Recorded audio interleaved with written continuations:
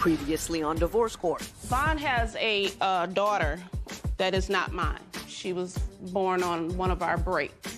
My wife and my child's mother are the two opposing forces. Why with me are in the we? middle. Why are we? Because he was lying to both of that's us. not true. That is not true. We got a hot mess going, Yes, we do.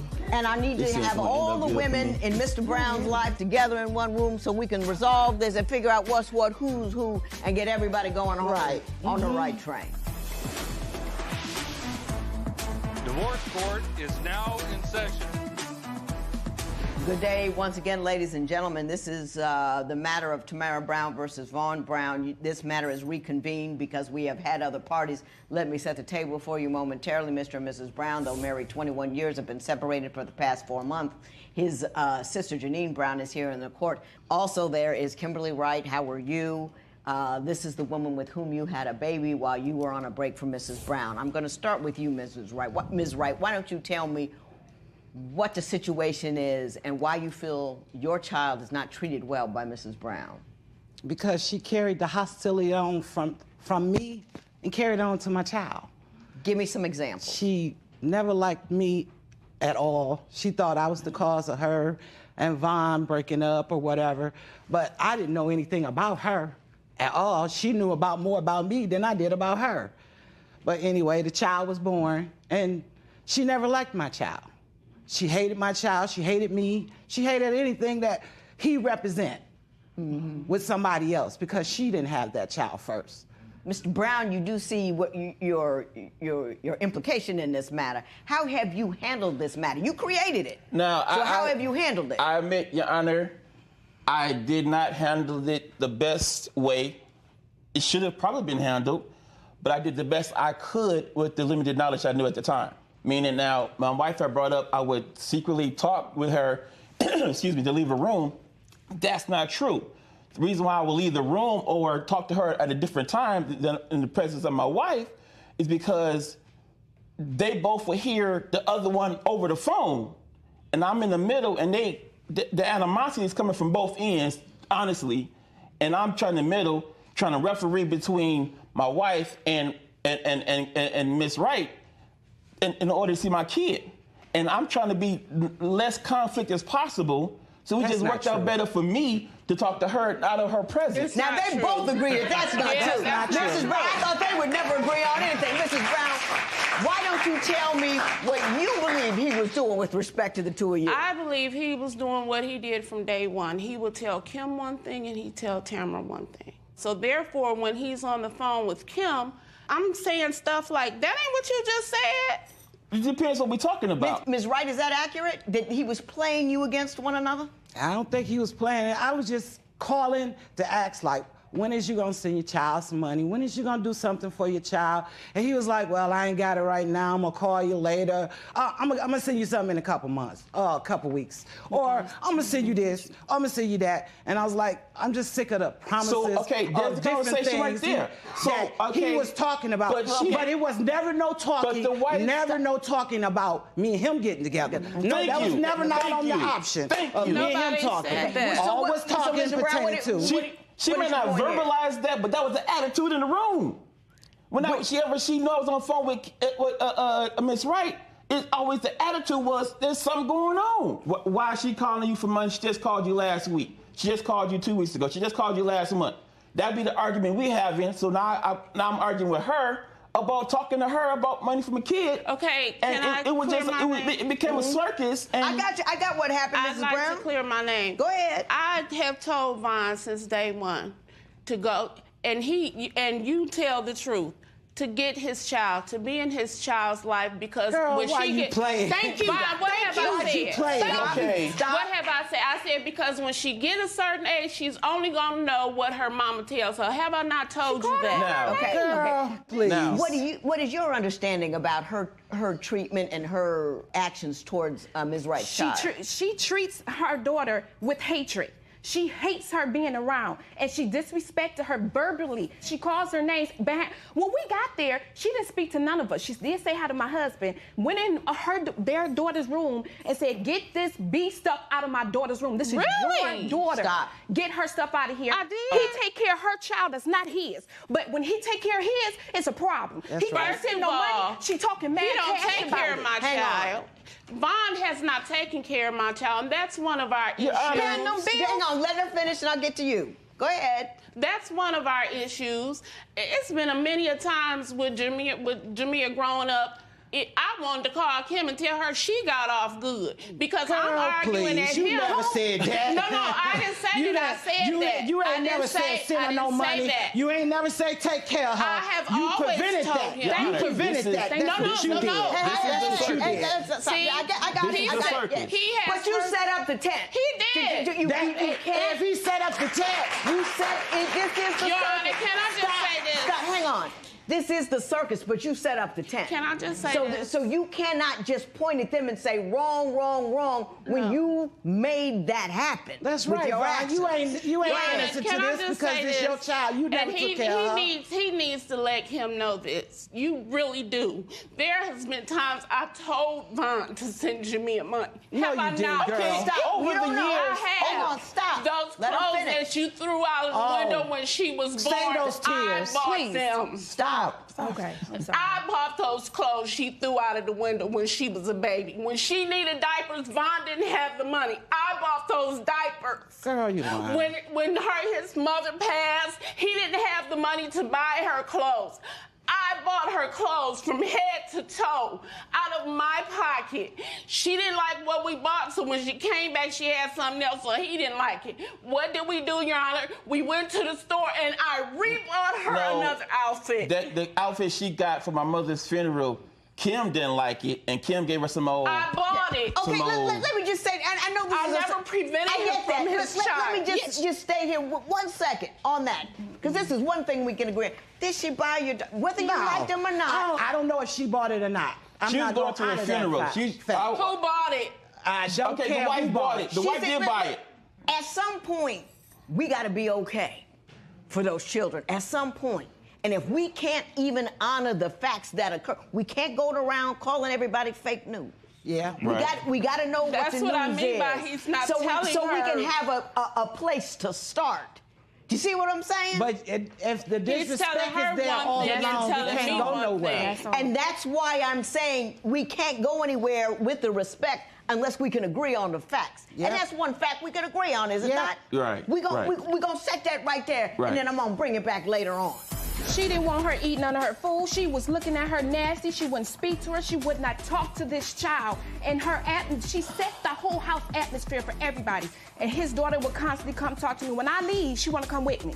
She don't like being there by herself because she's really nasty to her.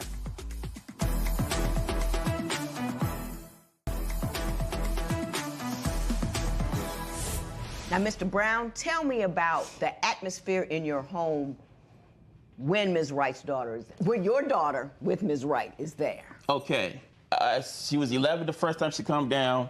I was ecstatic. I want her to stay with me for a year just to get to know her. She could get to know us. So she come down, and it was tension from the first day. It was, I can't really put I can't really put it into words, the atmosphere in Were the you house. there, Ms. Yes. Brown? Can you put it into words? Women can usually put it into words. She didn't want her eating none of her food. She was looking at her nasty. She wouldn't speak to her. She would not talk to this child. And she set the whole house atmosphere for everybody. Even my children was like, what's wrong? I'm like, we'll talk about it another time. Everybody just be polite, stuff going on. And his daughter would constantly come talk to me. When I leave, she want to come with me. She don't like being there by herself because she's really nasty to her. She's like, Auntie, she wanted me to take her home with me. She wanted me out of there so bad to take his daughter back to Detroit. I said, baby, I got to give your father opportunity to have this time with you. Well, you know, his wife ain't going to like that and this and this. So I said, baby, I got to go.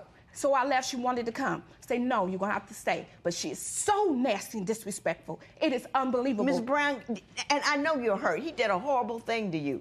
Can you even see in your worst moments that maybe you took it out on that child unintentionally? inadvertently. I think so, Your Honor. I do too. I think so. I don't think it was conscious. I think it was. I don't think it was conscious. I think it was conscious, and he wasn't there to protect her. Why do you think it was conscious? Because she didn't like her. My child was in her daughter's bed. When she came in the daughter's room, she started going off. I was on the phone with her, and she was like, "What you doing in my daughter's bed?" And Jamil says, "I'm sleeping. Get up out of my baby's bed right now. I bought this bed. I got this bed. This is my daughter's bed, and you don't have a right to let." And then she said, "Didn't I tell you to get up out this bed?" And I said, "Jamil, what's going on? What's going on?" He was on the phone with her at the same time. She was on the phone with him. I was on the phone with my daughter. She was on the phone with him. He heard the whole thing, and if you lie, Vaughn, I'll never forgive you. Okay. You better tell the truth. Okay, next, Mr. Brown, I'm going to get your version of the story. I said, I know why you upset with me because I wasn't in your life. She was Forgive full me. of hurt. But I tried, but your mama wouldn't let you. She was full of hurt. I told her that. Let me ask you this. Have you allowed him to participate meaningfully in his daughter's life? Mr. Brown, you were on the phone with the parties involved. Tell me what your version of that event is. Okay, from what I can gather, from what I heard, Ms. Wright is painting a polite picture of my daughter. They both was irate at that time. My wife and my daughter was both being irate toward each other. And it just started at 11 in the daytime. It went on until almost 3 o'clock that afternoon. I was on the road. I'm 3 hours away. I'm at my first stop, the phone ring, get your daughter, she being disrespectful. I hear my daughter on the other end being belligerent and disrespectful. So I'm calling both parties while I'm trying to make my deliveries. And then in between calls, she called. I'm like, oh, God, what's going on? So she called, and it kind of threw me off because she was more calm than they were. We're there. What do you have to say? What happened was him and his daughter had a talk. He was trying to talk to her and see where her feelings were about him. And she was being very, very disrespectful. Because she was mad at me for not being in her life. Right. She was angry. She Come was full on. of her. Nuh-uh. She was. I told her. She was full of hurt. I know why you mad with me. Fine. I said, I know why you upset with me because I wasn't in your life. She was Forgive full me. of hurt. But I tried, but your mama wouldn't let you. She was full of hurt, and she was going off on him, and she was telling him, I don't care, I don't care, to the point where she said, can I get back to watching my movie? And he said, no, you gonna listen to me. And she went to stand up to get out of the chair to go watch her movie. My husband was pretty much straddling her and holding her by her wrist to hold that child in the chair while he was talking to her. So he took the pin out the grenade, to the point where he held her so long, they was just sweating. It was just a standoff. Let me ask you this. Have you allowed him to participate meaningfully in his daughter's life? Of course I have, No! but he won't do it. He don't do it. In 17 years, count on his hand how many times he did it. I called her, I said, I want to get moved for the summertime. You got to talk to my auntie. Why you got to talk to your auntie, man? That's my kid, man. Can't do all that. No, you ain't asked me that. No, you didn't. Every year. Every year. No, you didn't. This is Every year. He didn't set it straight. Stop. He didn't tell her what was. He made promises that the girl could come up, and then he'd be like, "Oh, I forgot. Oh, I didn't have the money," and she wouldn't come up. So this particular time that he Vaughn did is say that she was a practical liar, and that's what he is, and she protects him because that's all they do for each other. I'm gonna sit back and then I'm gonna say something.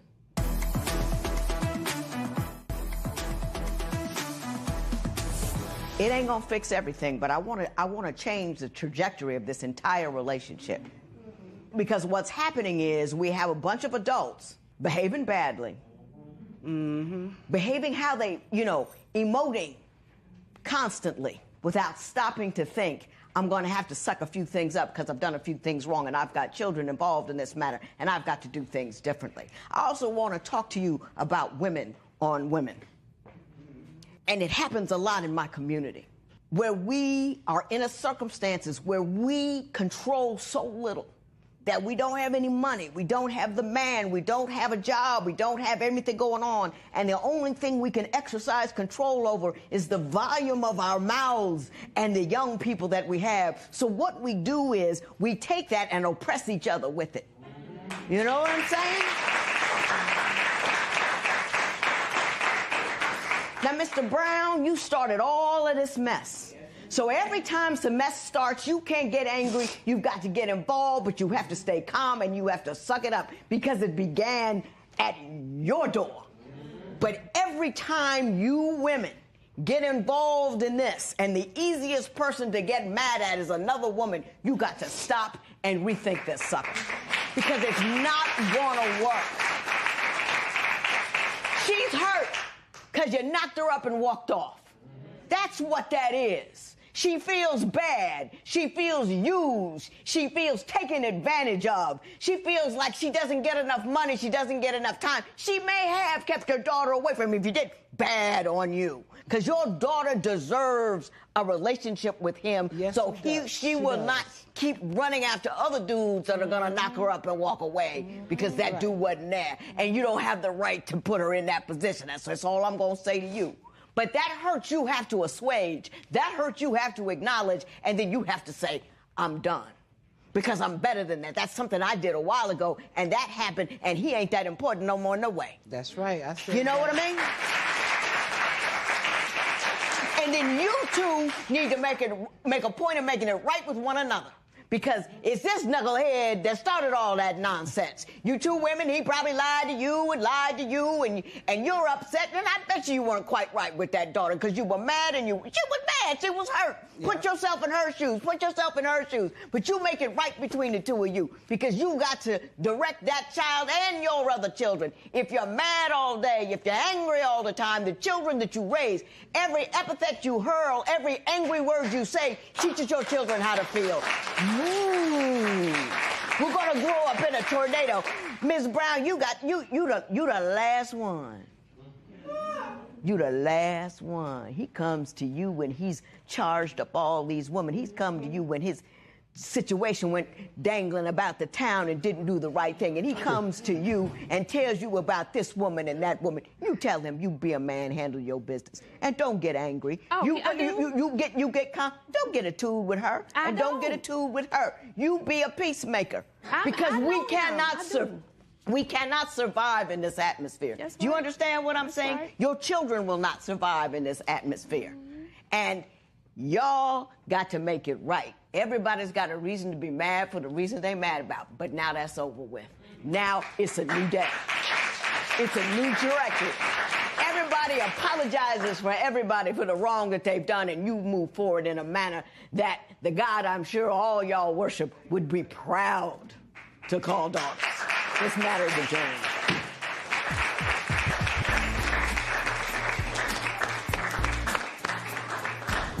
In court today, I feel like I was attacked. I did everything that I could do to make it comfortable. It may not have been as comfortable as they wanted it to be, but I hate no child.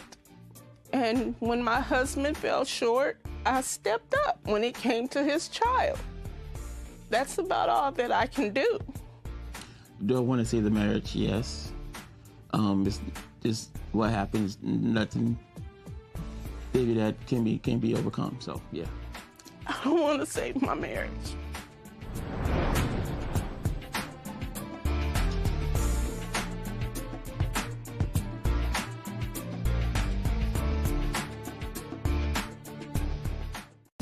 Today on Divorce Court. Von has an addiction with porn, and him being an ordained minister, I think that that's wrong. Our communication is horrible. I believe once we both acknowledge our mistakes, we can come together because I really do love my wife. Just loving me is not enough. The kids and I have moved out. I just couldn't take it anymore. I want the judge to tell Tammy, if you're going to heal, let's heal. If you're going to forgive, let's forgive. Divorce Court is now in session. Good day, ladies and gentlemen. I'm here today with Tamara Brown and Vaughn Brown. Mr. and Mrs. Brown, you have been together for 21 years, married for 17, but separated for the past 4 months. You have a variety of children from other relationships and your relationships, and some adopted, but you are here because you are in trouble and you want me to help you save this marriage. So, Mrs. Brown, I'm going to start with you. Why don't you tell me what's going on and why you're here today? Vaughn and I met,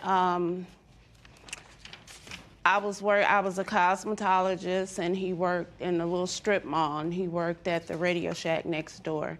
Right. And he was pretty much stalking me.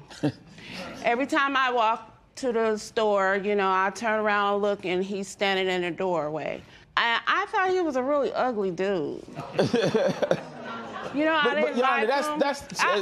I thought he was cold, ugly. Mrs. Brown. That was just cold. I did. I thought he was ugly and had nappy hair and, you know. Well, Yana, wait. She's not telling the whole story.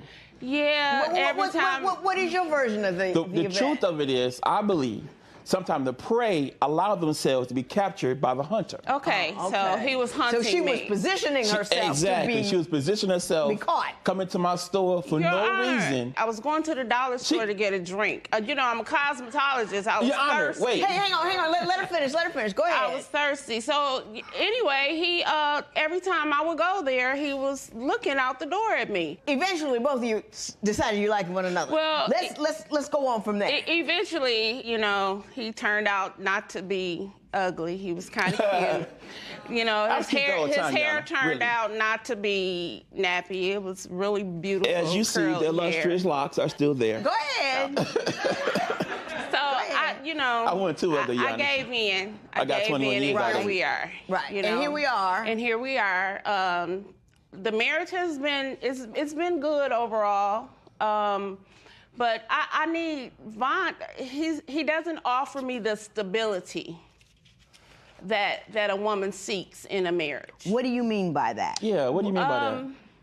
Now, Mr. Brown, I do not need your assistance. Please, I'm sorry. Yes, contain yourself. All right. Every place that we've lived in, well, I'll start, when I met him, I had my own home. Mm-hmm. And I say, okay, well, you're going to have to split the bills with me. Every bill that I gave him was shut off. 1 month is the lights, next month is the cable. I had never had anything shut off until I handed bills over to him. And I'm thinking, okay, well, he just leaving his grandmother's house, you know, maybe he doesn't know how to finance his bills. So we moved to Texas. The same thing followed us.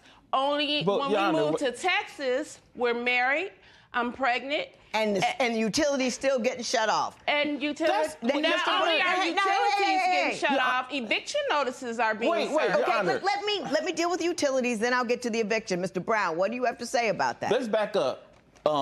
Before we got married, I had my own place. Right. All right. I came from my grandmother's house to my own place. Then we got cohabitated together.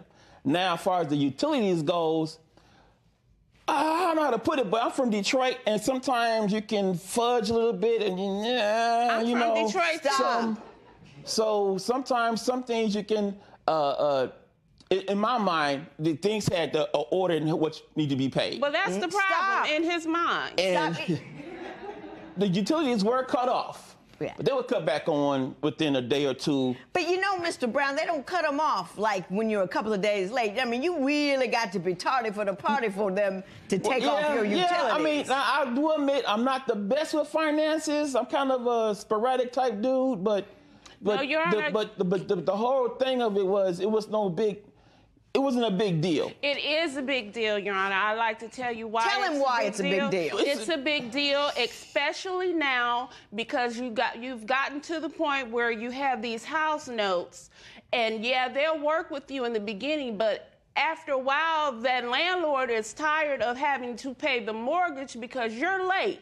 So, you know, when you owe other people money, when you owe them money and you're making arrangements and you're not keeping the arrangements, he can't say that he's keeping the arrangements. Hang on. Did you ever get evicted as a function of his failure to pay?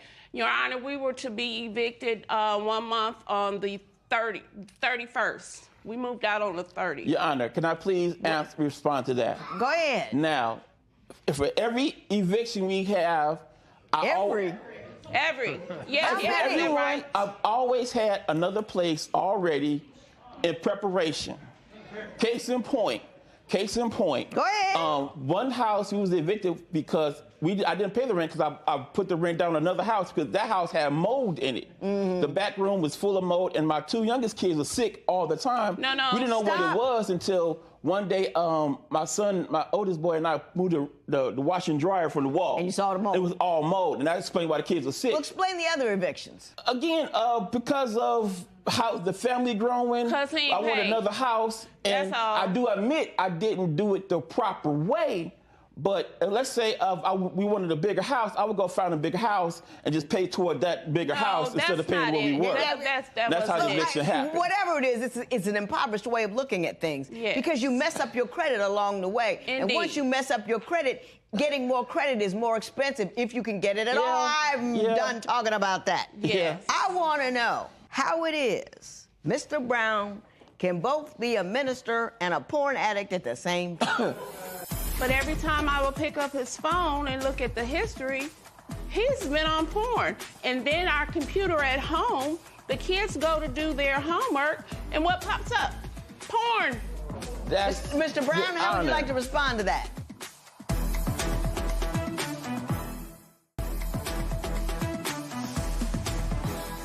Mrs. Brown, you say that Mr. Brown is both a minister and a porn addict. Please Yes, tell me ma'am. about that. In the beginning, we watched porn together. It was fun, okay? But I wasn't interested anymore. So now that we've gotten older, he knows that I'm not interested in it. But every time I will pick up his phone and look at the history, he's been on porn. And he's not on just any porn. He's on porn looking at girls that don't look like me. So it makes me insecure because you looking at these skinny chicks. I'm a big girl. Right. You know, so I'm like, is that what you want? And then our computer at home, the kids go to do their homework, and what pops up? Porn. That's Mr. Brown, Your how would you Honor. like to respond to that? In the beginning, we did watch it together, and it was fun, like she said. But once we got married along the way, it stopped being fun for her. But it kind of was still fun for me. Right. And as far as my phone is concerned, quit picking up my phone. Leave my phone alone. Your Honor, he doesn't want me to pick up his phone because every time I pick up his phone... It never works out good for me, so... Right. Right.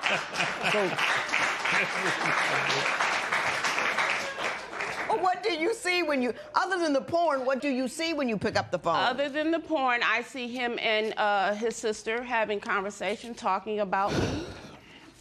I see Vaughn has a daughter that is not mine. Mm-hmm. She was born on one of our breaks. And Your wife... baby.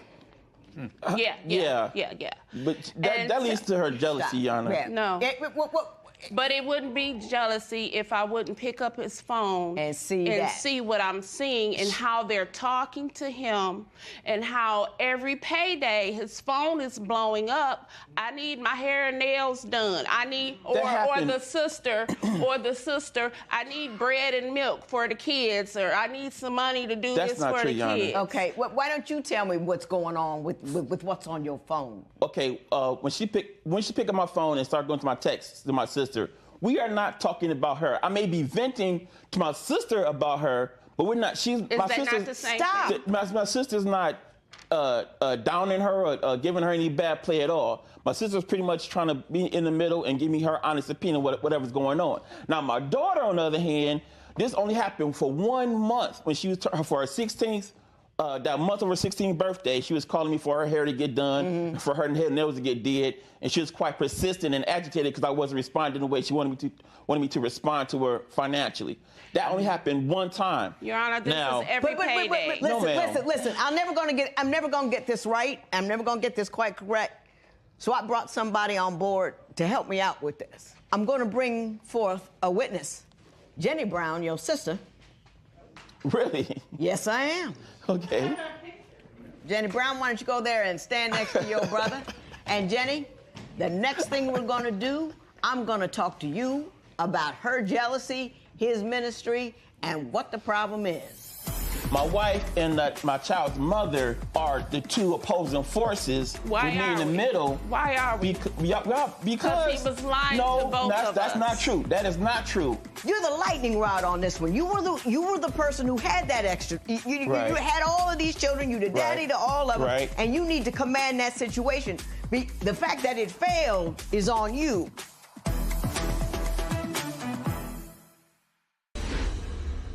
Ms. Janine Brown, how are you? You are the defendant's sister. Obviously, I know, Mrs. Brown, you didn't know she was coming. You are hot. I am. Why are you so angry? Because it's always all about her. What do you mean it's always all about her? I feel like she's his wife, and I'm the mistress. My husband drives over the road in the truck. Right. He will choose, he will be gone 3 days, and he will choose to be on the phone with her all day, every day. I need to clarify, Your Honor. Stop. That's how he is at home. Nobody can talk. Nobody can get a word in edgewise. He always has to say something. But he will call her before he calls me. Janine, I'm going to call you Janine because I got two Ms. Yes. Browns in here. Yes. Why don't you tell me what you see when you look at this relationship? Okay, it's dysfunctional, and there's a lot of not seeing the reality of what's really going on. Speak to me. What's not being the truth. We talk on the phone after she done got through arguing, putting him down. She puts him down all the time. She don't support him far as business, ministry. She's very controlling, and whatever she's going through, her emotions, she's going to bring everybody in. Her own children's. We ain't gonna talk about my niece. Yeah, give me an example of something she's done that demonstrates her controlling or jealousy. My brother's daughter, that's not by her. She treats her so nasty. She treats her, she comes off to her like a monster. She hates this child. She say very disrespectful and inappropriate things. She lies on his daughter. She makes sure she understands that she does not like her. From the time that, I'm gonna say for instance, when she was 12, she came to their house. She had to leave and go back home because of how nasty she was treating her. She was 11. Well, yeah, 11. Okay, now, Mrs. Brown, now I want you to take a minute and think back. Was there a time when you were less than welcoming to his daughter from another relationship that he had while he was with you? When she was 11, it wasn't me, it was my children that made her go back home early. My children didn't like her. Mm-hmm. But you're in charge of your children. Exactly. You set the tone in the home. Exactly. And Your Honor. Hang on, let her finish. Go ahead. And my husband and I set the children down and was like, why don't y'all want to sleep in the same room with Jamia? And they were like, she's too loud, she's irritating. I want to know, how does she know how I treat her? And this child has only come down twice. Your Honor, I want to tell you, since this child has been born, I have done more for his child than he has. That is not true. That is not true. No. What is your take on this? Is this the child that you had while you were on the break? Yes. Okay. This the child I had while we were on the break. That story, when she was 11, came down here. I was at work all day, and I would come home, and you could just feel the tension in the air. Now, that particular child is the oldest of my last two. Mm-hmm. So if she was 11, my next one was 10, and next one was 8. They were younger, yeah, okay. So far as them having a decision on who sleeps where, I didn't see where they had a dog in a fight. Because they ain't paying no bills. We set them down. We set the children down. This is what irritates me, because when he gets with Janine, it's all against me. You know, she wasn't even there. She knows what the child has told her. We set our children down and we talked to them and asked them what was the problem, why is it so tense in the house? And the children spoke. It wasn't Tamara. I believe the children. He believed. I believe. Now, Mr. Brown, what do you believe occurred? Because you're the lightning rod on this one. You were the person who had that extra. You had all of these children. You the daddy to all of them, and you need to command that situation. The fact that it failed is on you. Why did it fail? Now, Your Honor, to respond to that, it failed because, not because of me. I gotta, defend myself. it fell because of me. I wanted it to work perfectly, but my wife and my child's mother are the two opposing forces. Why with me are in the we? middle. Why are we? Because he was lying to both of us. That's not true. That is not true. I did not lie to either person. When I had the child, she threw my stuff out the window, out the house. Got it. She put me out. You know, thank God I have my own place still, but she put me out. I got it.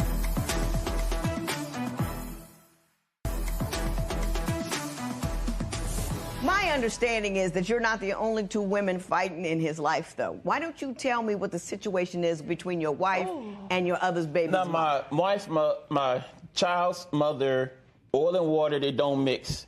The longer the story is, the child's mother had a plan for us to be together, but I did not lie to her. I told her it was a friendship that went too far. Right. At that time, she was my girlfriend.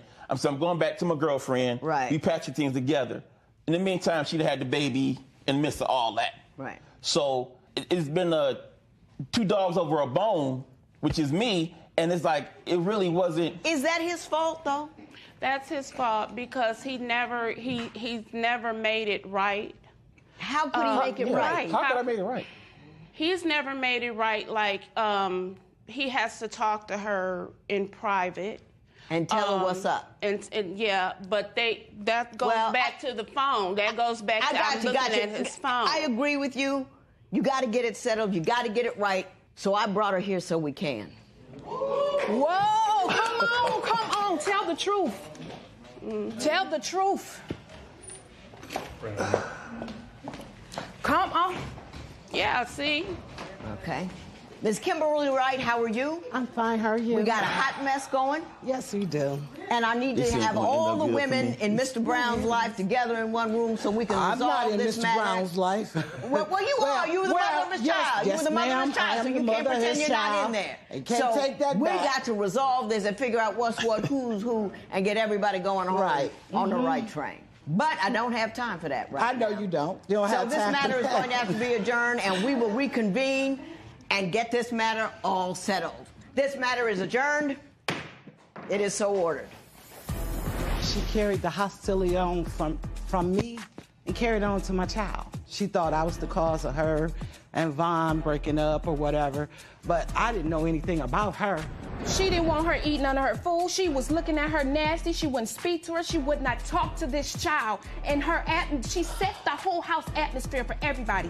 I said, I know why you're upset with me because I wasn't in your life. She was full of hurt. But I tried, but your mama wouldn't let you. She was full of hurt. I told her that. Let me ask you this. Have you allowed him to participate meaningfully in his daughter's life? Today on Divorce Court. I'm here today because my dog has come between me and my girlfriend. I gave PJ the ultimatum, or the dog or me. I chose the dog. I was so upset that she chose the dog over me. LaWanda has a bad temper. You can't say anything to her without her ready to fight. She said, when you threaten me, I'm gonna tase you. I would like to continue our relationship. I don't never want to see that dog again. Divorce Court is now in session. Good day, ladies and gentlemen. I'm here today with Peggy P.J. Jackson and LaWanda Jackson. You two have been together for 5 years, but you do not want to be together anymore. There has been an interloper in your union. Ms. Jackson, I'm going to call you, since you're both Ms. Jackson, I'm going to call you P.J. and you LaWanda. You okay with that? Yes, ma'am. P.J., why don't you tell me what happened? Well, it started with my dog, Duffy. What kind of dog is Duffy? Duffy is a 24-pound West Highland White Terrier. Oh! Yeah, that's I'm a Duffy. dog person. That ain't cute. Very, very cute. Okay, so we weren't living together, but I was living in Augusta. She was living in Atlanta. I decided to move from Augusta to Atlanta to be with her. And I told her before I moved that I wanted to get a dog. Mm-hmm. And she said, okay, you can have one dog. So about 6 months into, after we moved in together, 6 months in, I got Duffy. And ever since I brought him into the house, her whole attitude changed toward me. every time the dog would move, like would get on the couch, she would throw things at the dog to make him get off the couch. You throwing stuff at Duffy? No, I didn't. PJ loved the dog more than she loved herself, you know. And she just went to the extreme with the dog. You know, the dog just started eating out of the plate that we eat out of. You washing the dog in the sink that I wash dishes out of. And it was just too much. She just went to the extreme with the dog. But it was just your attitude, your whole attitude. Tell me, what was her attitude towards the dog? She's saying that I could get the dog, but when I brought the dog in, it was like, why did you bring this dog here? Well, that's what we agreed on. Mm-hmm. Okay, but she said, no, I didn't agree to that. You didn't tell me that you were going to get the dog in, because I didn't tell her that that day that I was going to get the dog. We were sleeping in the same room, but because of Duffy likes to get into bed, she doesn't want him to get into bed. Well, sleep in the bed. That's right. Sleep in the bed. So I moved out of the room to go. He's not a human being. He's an animal. Hold up, PJ. Yeah. You mean to tell me you got a dog, didn't quite tell her about it, and let the dog sleep in the bed, and she says, I don't want the dog in the bed. I mean, I talk about there's too much going on. That's just too much. You know what I mean? You know, if she don't want her in her personal space, you actually moved out to sleep with the dog as opposed to her. And she know how I feel about the dog. And don't you think that's a little deep? It's a little deep, but it's just she loved the dog. Just be honest. Tell the truth. You love the dog. Say it. Yeah, I love the dog. Okay, but her attitude is what makes me not want to sleep in the same bed with her. How she treated me. Yeah, because you want to put the dog in the middle. Give me an example of what she's done. She's already said you wash the dog in the kitchen sink. She said that already. What else do you do? If I go to work and I call her and I say, okay, can you just let the dog out for me? She's like, that's your dog, that's your responsibility. We're supposed to be partners in a relationship. But another thing with her is she has her things that she likes to do. She likes to go out, she likes to party, she likes to spend time with her friends and stuff. Yes, I do. And my dog is my comfort. So her friends are her comfort, my dog is my comfort. So I enjoy being, and I don't see why do you want me to give up the dog? Like animals? Is that it? I don't like animals, but I don't mistreat them. Mm-hmm. You know, I go along with it. Just like when she's at work, she calls and say, "You gonna take my dog out?" I said, "Yeah, PJ, I take the dog." I goes in the room and open the door. I said, "Come on, Duffy, you want something to eat to go out?" Duffy look at me like, I said, "Guess what? You wait on PJ to get home, cause I'm not gonna do it." So when she come home, she said, well, kind of like a dog doesn't understand if you say, hey, do you want to do this? You can say, come, and they'll do that. You don't tell the dog to come. You know what I'm saying? Yeah, I know exactly what you're saying. But this dog ain't like, he got normal sense. When I goes in there, and I try to be nice. I say, hey, Duffy, you want to go out there? I said, you want to go out to use it? He's scared of you. You keep throwing things at him. If you keep throwing things at him, do you throw things at Duffy? Yes, I throw my keys at him because I come home from work and he's on my couch in the window. And look like when I walk up, they open the door, look like the dog will jump down and take out run. He just laying like that, this PJ couch. And I say, and I throw something at him. I think you're inferring a whole lot of attitude that the dog really doesn't have. I mean, like, dogs don't, I'm on this couch like it's my, no, a cat maybe. Cat will give you attitude, but not, dogs aren't like that. Not only that, he brought a cat in the house. Tried to make me think I'm crazy. My blood pressure went up sky high. So what happened when the dog brought the cat in the house? No, the cat was in my bed. When I walked in the room and turned the light on, the cat was in my bed. I went to screaming and hollering, ran to PJ, a cat in the house, cat in the house. PJ looked at me, oh, ain't no cat in here, like I'm crazy. I know I saw a cat. I know what I saw. I saw that stray cat outside that be in everybody's yard. In your bed.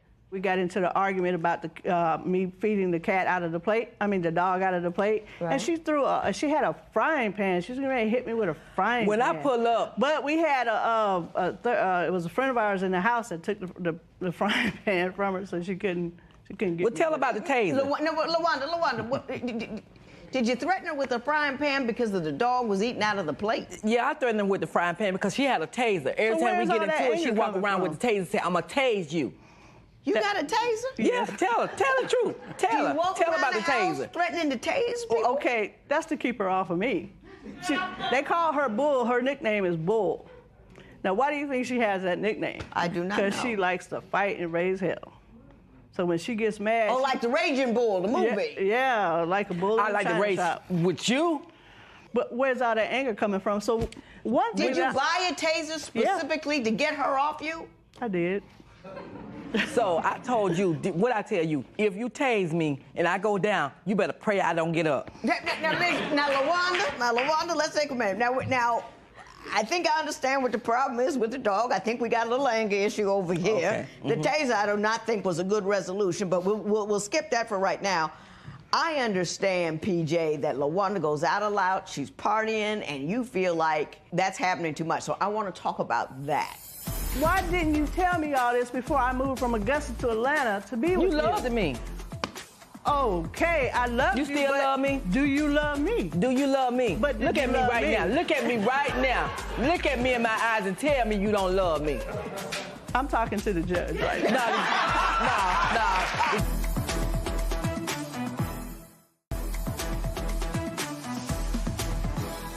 So, PJ, I understand that you say you made the ultimate sacrifice by going to move with her, but she's not affectionate and she's always partying with her friends. Why don't you tell me about that? Okay. I'm the romantic type. I like to give back rubs. Don't even look like that. LaWanda, hang on. Go ahead, PJ. Give me a back rub. PJ, massage my feet. PJ this, PJ that. I try to accommodate her. On special occasions, I buy her gifts, jewelry, birthdays, Christmas. I'm over the top. What does she do? I might get a I love you every now and then. She's not affectionate at all. I don't feel that deep bond or affection that I feel like should be in our relationship. When I make special plans sometimes to go out, she forgets all about me. She goes out with her friends. Her friends, I don't believe, really care for me because we are in a gay relationship, and they feel like LaWanda. They ask. I know one particular person asked her, "Is that really what you want? Are you sure that's what you want?" And I think she's confused. Really, when we were together, was that really what you wanted? Was that really what she wanted? LaWanda, you heard what she just said about the lack of affection, and she's concerned if this is really the kind of relationship you want to be in. What do you have to say about that? I don't want to be in a relationship. No. You what? I want to come and go as I please. I'm getting up here in the clock just like you. Well, why didn't you tell me that? PJ, let her finish. LaWanda, go ahead. Tell me. I'm here in the clock just like you. You're not taking care of me. You might be looking out for me, but you're not taking care of me because I'm getting up here in the clock just like you. I'm paying bills just like you. PJ want me all to herself. Just me. Nobody but me. And her relationship is boring. She likes to read. She likes to be on the computer, all in people's business. That's just not me. I don't care what they do. So she's on social media, on Facebook, exactly. I'm on social media. Baby. Oh, no, don't you even go there, because I don't love nothing but Facebook. That's and all you know say it. on A selfie here, a selfie there. We could go out to eat here on Facebook. Hang on. You say she's very controlling. She's always tracking you and tracing you. Give me some examples that would show me how controlling she really is. Okay, a prime example. A tracker device on my phone. She put one on there? Yes, she put one on my phone. How did you find out? I went to Metro PCS, and they told me and showed it to me. Did you put a tracking device on her phone, PJ? I did. Why did you do that? Like I said, we have a, what I thought was a relationship. And she's staying out past 2 a.m. in the morning. I'm grown. Okay, but if we're in a relationship, where are you at after 2 a.m. in the morning? Party. 3 in the morning, 4 in the morning. That's my point. That's exactly my point. So why? Hey. Why didn't you tell me all this before I moved from Augusta to Atlanta to be with you? You loved me. Okay, I love you. You still love me? Do you love me? Do you love me? But look at me right now. Look at me right now. Look at me in my eyes and tell me you don't love me. I'm talking to the judge right now. Nah. The judge wants you to look at me. No.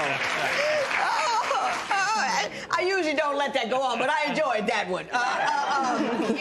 PJ, I want to move on to the next topic, which you say you believe LaWanda has a drinking problem. And I want you to tell me how you believe that has impacted your relationship. That they were at a red light, and they had been drinking, having a good time, and LaWanda insisted on driving home and fell asleep at the red light. LaWanda, do you drink a little too much?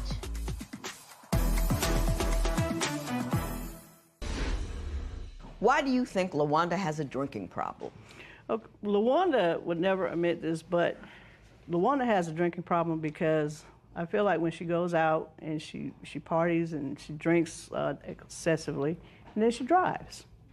Her aunt told me one time that they were at a red light, and they had been drinking, having a good time, and LaWanda insisted on driving home and fell asleep at the red light.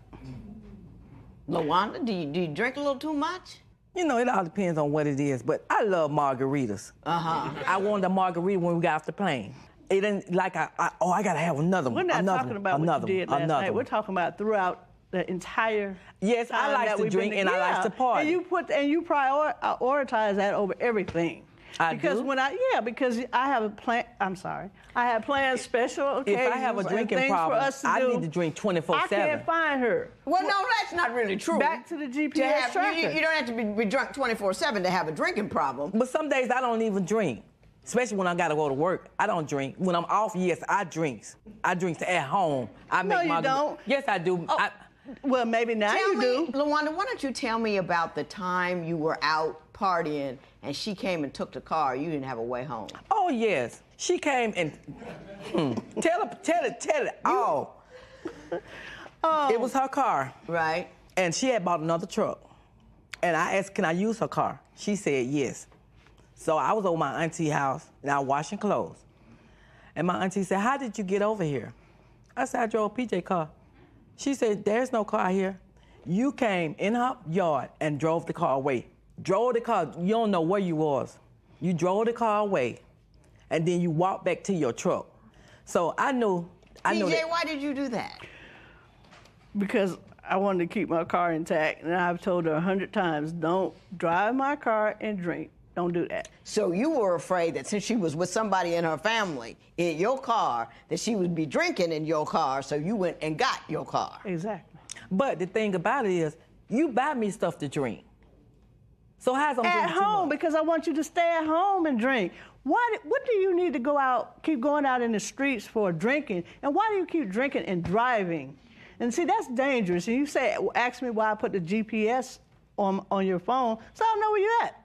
Now, LaWanda, you drink. I didn't say you were. I have judicially obligated. You can't be drinking and have those keys in your hand. You're so right. Because what happens is you get in an accident, you kill some woman and her daughter, and you get a hangnail because you're so loose and drunk in the car that nothing ever happens to you. You don't have that right to expose us to that kind of danger. None whatsoever. You understand me? Yes, ma'am.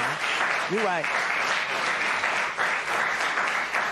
That ain't got nothing to do with controlling. That's illegal, immoral. It's just wrong on every level, and then some. Okay. So you guys are done with one another? Yeah, we're cool.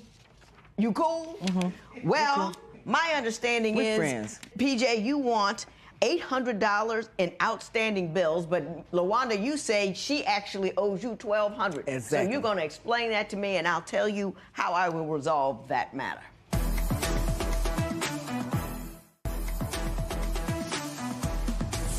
Briefly, PJ, why do you believe that LaWanda owes you $800? Because when she moved, I came home one day and she was gone. Right. Our agreement was I pay the rent, and she takes care of the utilities. Okay, so when she left me holding the complete bag. I see you reaching for something. Why don't you give that to Joe? And so you think that she should at least pay the utilities for the first month when she left? Yeah. Or was it a month she was there? Yeah, she was gone for about right at a month. And didn't pay for that month that she was living there? Yeah, she hadn't. And you stayed in the house. You were already behind in the utilities, LaWanda, okay, when you LaWanda, left. why don't you tell me why you believe she owes her $1,200, but you don't owe her anything? First of all, the $1,200, she was living in Augusta. When I went and got her from Augusta and brought her to Atlanta, her car was messing up. Her transmission in her truck was going out. She knew that. So she kept telling me she'd been on Craigslist and she seen a car that she wanted. So I said, well, how much the car is? She said $1,200. She said, but I want to go check it out. We went over to the man's house and she test drove the car. She said, well, I like the car. I said, you sure? She told the man she wanted the car. So the man had my name and her name on the title. Mm-hmm. But when PJ got the car, my name was not on it. Who paid for the car? I paid cash money for the car. My mama had passed. Did she pay cash money for the car? Yes, I paid. Yeah, she paid. Okay, this is what we got, ladies. You know, first of all, I'd never recommend moving to be with somebody. You should live with somebody. You know what I'm saying? It usually doesn't work out. You have a relationship where you've lived together for a while or known each other a while before you get up and move your life, because it's different being in a house with somebody than it is in a long-distance relationship. That's number one. Number two, I love Duffy, and I'm glad Duffy loves you, and you got somebody to love now that LaWanda is gone. Okay. Number three, you guys were in it together. It was one household. You were putting in utilities. You were putting in rent. You were putting in utilities. You were putting in the money. So I'm not going to start giving money back and forth cross. Let's call it a day. Let's call it even. Let's call it done. And everybody, you know, be glad that you loved one another. Be glad that it's over. You take Duffy and you take your freedom. There will be no recovery for either party, and this matter is adjourned.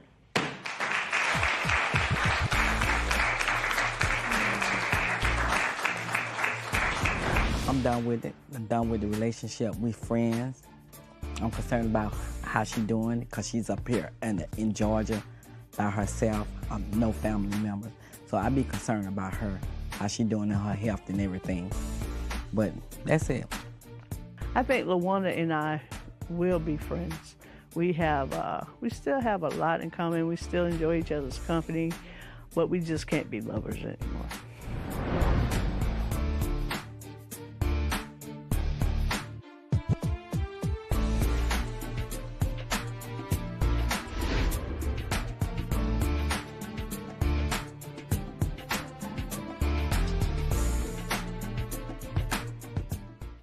Today on Divorce Court. Tim freaking ruined our marriage because he doesn't remember the next day what he said or did.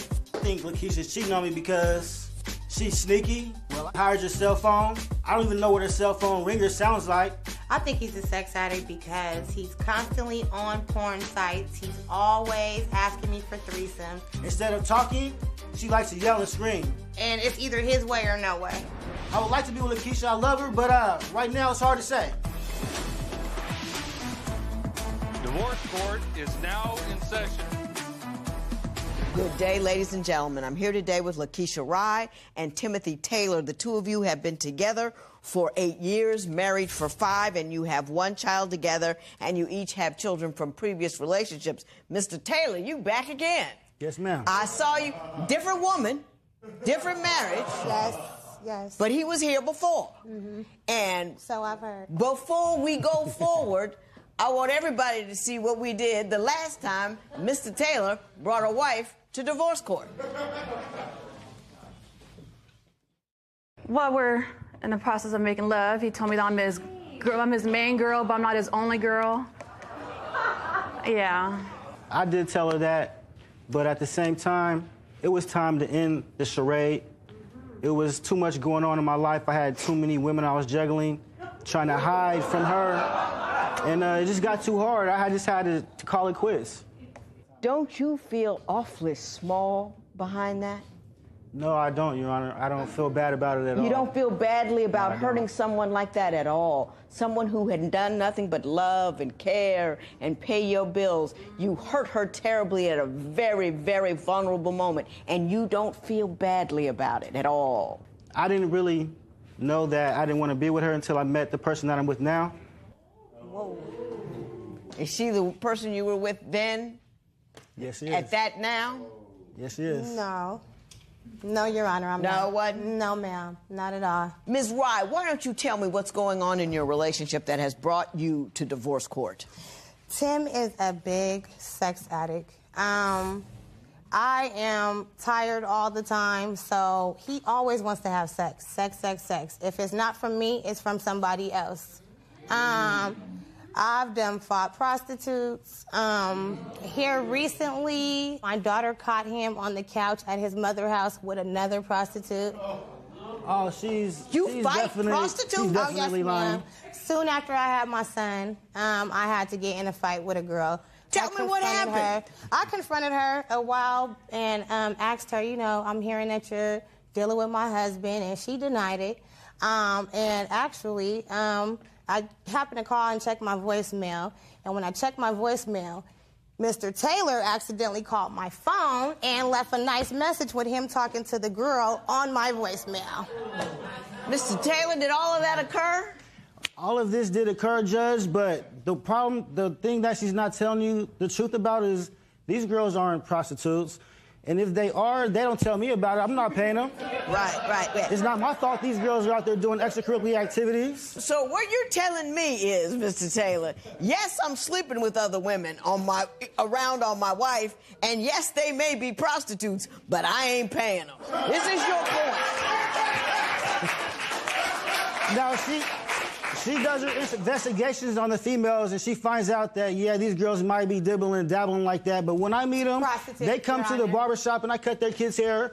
We go out and have, you know, it's never a discussion of money. It's not like I'm paying for sex. Do you have any feelings that you ought to be monogamous? And do you find the fact that you're sleeping with other women at all problematic?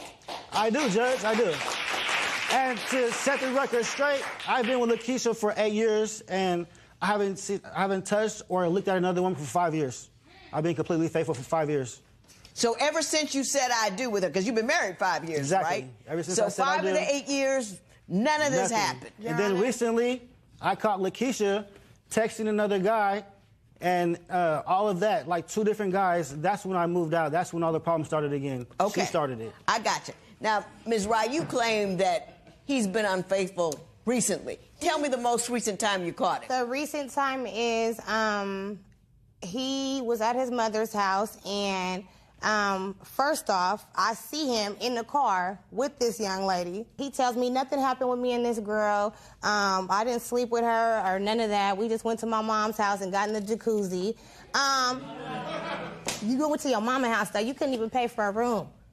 I did pay for a room the first night. Mr. Taylor! Like I said, Judge, we've been separated for 3 months. I live with my mother. That's why I took her to my mother's house. My mother would sleep. Got a big backyard. We go get in the jacuzzi. My mother would never know. Get your own house and take her to your house. How about that?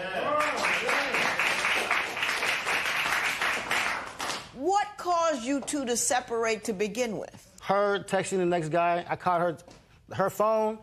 She had an alarm on her phone, and it went off about 5 o'clock in the morning. So I went and looked at the phone. It was up in the closet in the purse.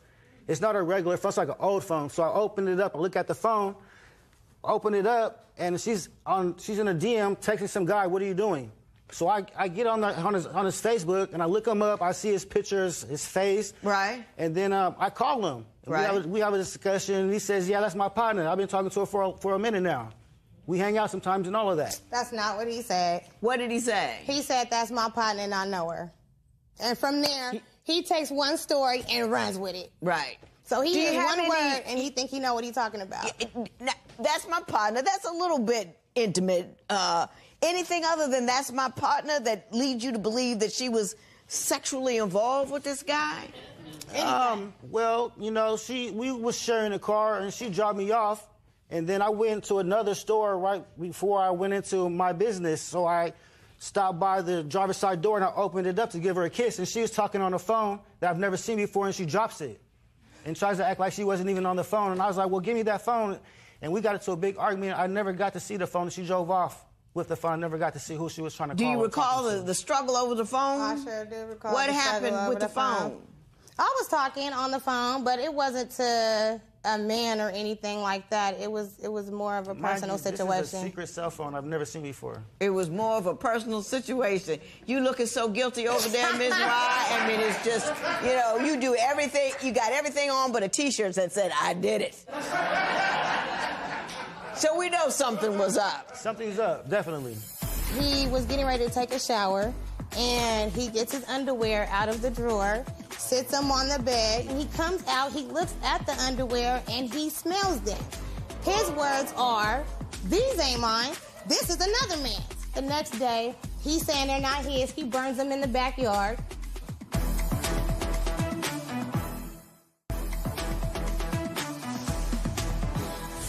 You say Mr. Taylor has a drinking problem. Why don't you tell me the nature of that problem? Yes, ma'am. He has a big drinking problem.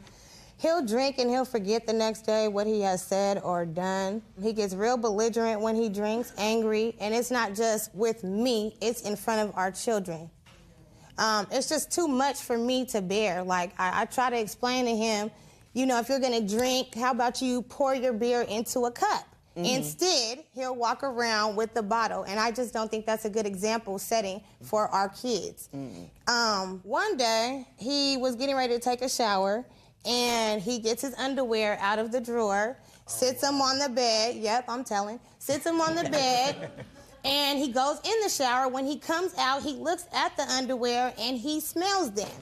His words are, "These ain't mine, this is another man's." So in my mind, I'm thinking if they're another man's, why would you even be smelling them? And first of all, if I'm cheating, I definitely wouldn't be telling the man to hurry up and put his drawers in his drawer. Makes no sense. Shortly after that, the next day, he's saying they're not his. He burns them in the backyard. He burns them. And I'm doing laundry the next day, and I happen to come across some boxers, same size as the ones that he burnt up. He's asleep. So I wake him up and hit him with the boxers. What size are these? He doing his eyes all like this. He don't know. He's very, he trips out when he drinks. Mr. He takes that to a whole nother level. Do you recall sniffing your own boxers and luckily and they were my underwear. To another man? Luckily they were mine, so I wasn't sniffing another man's underwear. Yeah. But yeah, did you believe they weren't yours? I really believe they were mine. I didn't recognize them. And we weren't living together at the time. I was in and out. So there's plenty of opportunity for another man. So you would be able to catch the scent of another dude? Sniff the next man draws? I don't understand. No, you just work with me here. Work with me. You're making me look bad like I'm a jaw sniffer, but that's not the case, Judge. I was mistaken. I looked at the jaw. Were you drunk? And they see, I would go with that. Were you drunk? I was drunk. Okay. He's always drunk, Your Honor. He's always drunk. That's a bad story right there. That's not a good story. Do you think you have a problem with alcohol? I don't think I have a problem with alcohol, Judge, because I work hard, and when I get off work, I deserve a drink. Maybe sometimes I have one or two too many sometimes here and there. One or two too many. How often do you have one or two too many? It's rare. It's maybe 2 or 3 months here and there. And this every 2 or 3 months here and there. What did he say? About once every 2 or 3 months. That you drink? No, that I have, an argument or like a blackout and I don't remember an issue. Are you blacking out every couple of months? Well, it's not blacking out. It's just that we get into a bad argument and I don't remember the argument the next morning.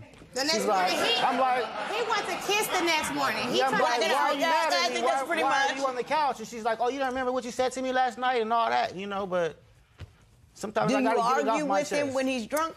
Your Honor, oh my goodness. I try my best to hold my peace and let the Lord fight it. But he just so happens to not listen. He don't listen, Your Honor. When I tell him, leave me alone, Tim, you taking me there, leave me alone, you pipe down, he keep going. So when you poke a crab, what do? They snap at you. So, hey. Are you concerned at all about your level of inebriation in front of your children? I mean, you got little people in the house, right? Yes, Judge, and I do take them into consideration when I drink. And like I said, it's never intentional that I go too far with my drinking. It's never intentional. Yeah. I admit that is a flaw that I have. It might be my one flaw. Your one flaw? It might be my one flaw. All right. Mr. Taylor, we've been talking about you for a while, so I'm going to ask you to tell me the one thing about Ms. Rye that is the most damning and the reason why you believe your relationship isn't working out. She doesn't know how to just be a wife. She wants to be out. She wants to be getting talked to. She likes attention. It's never that she goes out looking for it, but when it comes, she's not. She doesn't turn it down. She doesn't turn it away. Right. Ms. Rye, what is your response to that allegation?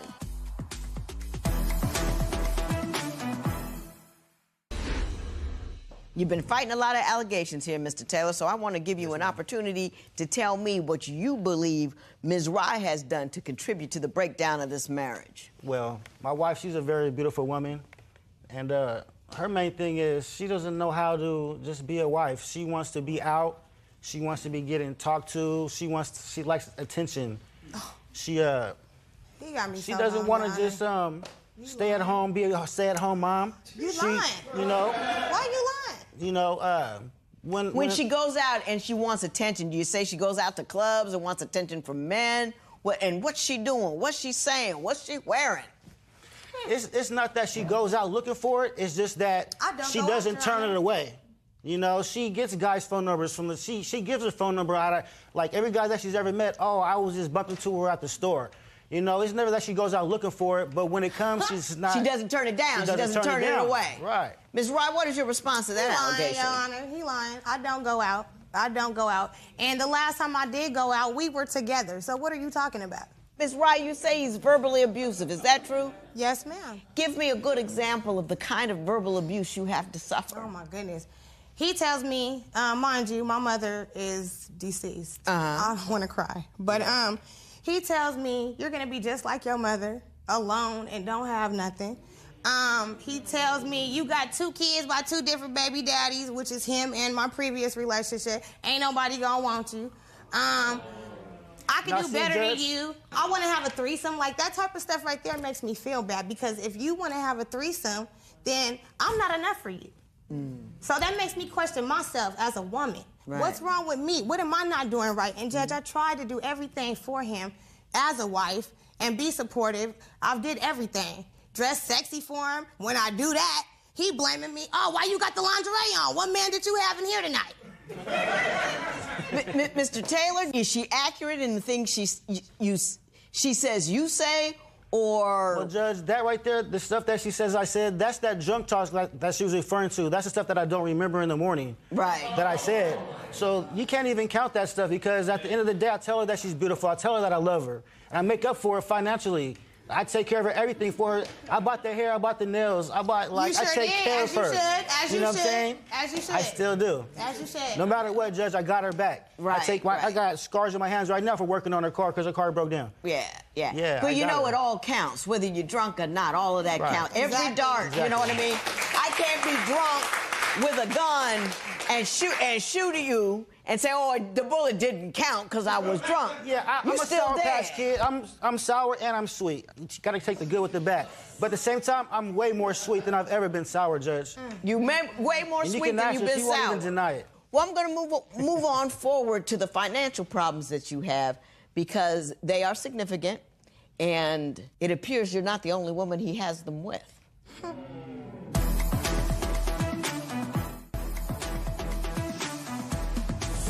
You say you have financial difficulties, Mrs. Rye, because of what he spends his money on. Tell me what you mean by that. He buys jewelry. He wants to put beat in his car. He wants to put what in his car? Music. Oh, okay. Sound systems. He's very flossy. You know, my mom used to always... Flossy. My mom used to always say, champagne tastes with beer money. That's basically the situation. Well, that's never been the situation with me, because I have the money to take care of and buy whatever I want. And second, I don't do all that stuff like that. We spend more money on her hair and her nails than anything else. Or eating out. What happened when the apartment caught on fire? Weren't you guys rendered homeless for a period of time? Yes, we were rendered homeless, Judge, because... Tell me what happened. You know, I think this was her fault, because we were supposed to have renter's insurance so we wouldn't fall flat on our face after that situation unfortunately happened. So we ended up having to live with my brother for about 3 or 4 months so we get another apartment. Well, how come you didn't have renter's insurance? Because she forgot to pay the bill, or bought some cannabis or something. I'm going to say being irresponsible. Right. I'm going to say being irresponsible. And then, too, I was taking care of my mother. Right. I was taking care of my mom, and I just wasn't really focused at the time, just trying to focus more on my mother and her health before she passed. Was her mother dying at that point in time? Not at that point in time, Judge. Her mom was just fine. Let me ask you this, Ms. Rye. You claim that he's a deadbeat dad. In what respect is he a deadbeat dad? I wouldn't say deadbeat dad like that, but I just would say as far as being a good example to his children, as far as how he talks to their mother in front of them. I understand that economically, though, you don't believe he's taking care of your kids like he should, and that he has other kids that he's not taking care of like he should. Nah, Judge, that's not the case. I take care of my kids. If it's anything, she needs to step up more hours on her job. I work 7 days a week, 7 days a week. I work 7 days a week. And he doing more than working at his job. That's where he found the prostitute at. There's so much going on here. I'm going to have to take a small recess, collect myself. We're going to come back and readdress these issues. And the first thing we're going to do is hear from the wife you brought here the first time you were here. Whoa. You ain't complaining about him running around and doing wrong things. Is that not how you got him to begin with? And when I met him, I knew that he was married, yes. I did back up from him because of that. He ended up sleeping with the wife that you just showed here on camera on me. It's a back and forth He did a replay of the former wife? He did a replay. Did you do that? They constantly kept sleeping with each other. Do you still do that? There is a woman who begs to differ, and let's hear from her at this point in time. Today on Divorce Court. I feel that Joseph is not physically cheating, but emotionally cheating. He conversates with females on the phone. I want to be independent. It doesn't allow for me to give her everything that I know I can give her as her mate. So I'm an independent woman. I'm going to be strong with or without him. We can't communicate on certain things. Then how are we going to make this work? How are we going to be together? He doesn't communicate with me, but he can find time to communicate with other women. Sometimes your attitude make a preacher want to cuss. Come on now, Taquita. He would be an awesome husband. It's just some things that we need to work on. Divorce Court is now in session. Good day, ladies and gentlemen. I'm here today with Taquita Moten and Joseph Woodley. The two of you have been together for 1 year and engaged for the past 6 months. Although you are engaged, you're not quite sure you want to jump the broom, so you've come to me for my advice. I've given you my compatibility test, and you filled it out. You've also given me your marriage license with permission to tear it up should I think your union is ill-advised. Mr. Woodley, I'm going to start with you. Why don't you tell me why we're here today? Well, we're here today because she accused me of being an emotional cheater because I have a lot of female friends. I thought everybody had a lot of female friends, especially if you're a man. And, you know, I know everybody. So you know everybody? I know everybody. I know everybody. And I think a lot of that comes from the fact that, you know, I talk on my phone, get text messages, or every time we out somewhere, I see some people that I know, and they're like, hey, Joe, I'm like, hey, how you doing? It ain't nothing, just, how you doing? Nothing but how you doing? Man, it ain't like I'm trying to go home and sleep with them. I'm just, you know, how you doing? But I think a lot of that really comes from that a situation that happened. One morning, me and her in the bed. It's a nice Saturday morning. Right. And my phone go off. It's probably about 7:45 in the morning. So I get the text message, and the female say, "Hey, baby daddy." I'm like, who is this? Because, you know, the name ain't in my phone. So I ain't think nothing of it. But, you know, she trying to figure out why you got a text message at 8 o'clock in the morning, you laughing about it. So, you know, I let her read it. And I guess it didn't set the right way. So, you know, it was a bunch of banter because I gave her my phone. She said, baby daddy. And I'm like, the chick said, yeah, baby daddy, you know. And big. You know who it was? Man, let me just finish. What's wrong with you? You need to but anyway, before I was rudely interrupted, the female, her and the female went back and forth. If I was trying to hide something, I would have, you know, be like, I don't know who that is. But I gave her the phone. So they going back and forth. And when the female revealed who she was, you know, she told her in her text, do not text this phone no more. Do not call this man your baby daddy until we get a DNA test, because it's a little girl, I think she's about 5 or 6 years old, that this female been saying it was mine. And I had been asking this female for the longest, can I please get a DNA test? She said, yeah, you can get a DNA test, but never gave me one. But so, she gave me results. Man, but hold on, though. But let me finish. I was trying. But anyway, so when the baby came out, it wasn't mine. I ain't hear no, well, Joseph, okay, I understand that females is messy. I'm going to just go ahead and let you have this. No, because I still hear about it still to this day, and that happened a while back. And if I'm trying to hide something, why would you give her the phone? Exactly. But how am I mostly cheating, though? Ms. Moten, are you mad because some free radical woman out there was trying to be messy? So, yeah, that situation where he said happened. But he not telling you that the day after, she texts me, because I know the girl. I know who she is. She texts me on social media. yeah, he ain't all he cut out to be. He ain't ready to be in no relationship, da-da-da-da-da. And then she sent me a text message between them two. So he trying to act like he just don't like her. He can't stand her. This, that, and the other. But let me tell you what the text said, Judge. What is that? He say, hey, what you doing? She say, okay. She say, I'm at the doctor's office. What's up? He said, I'm horny. But he ain't telling that part though. He ain't telling that part. I just put. He left that whole part out. But All I needed to know that he though. didn't. Ain't I talking right now? Okay.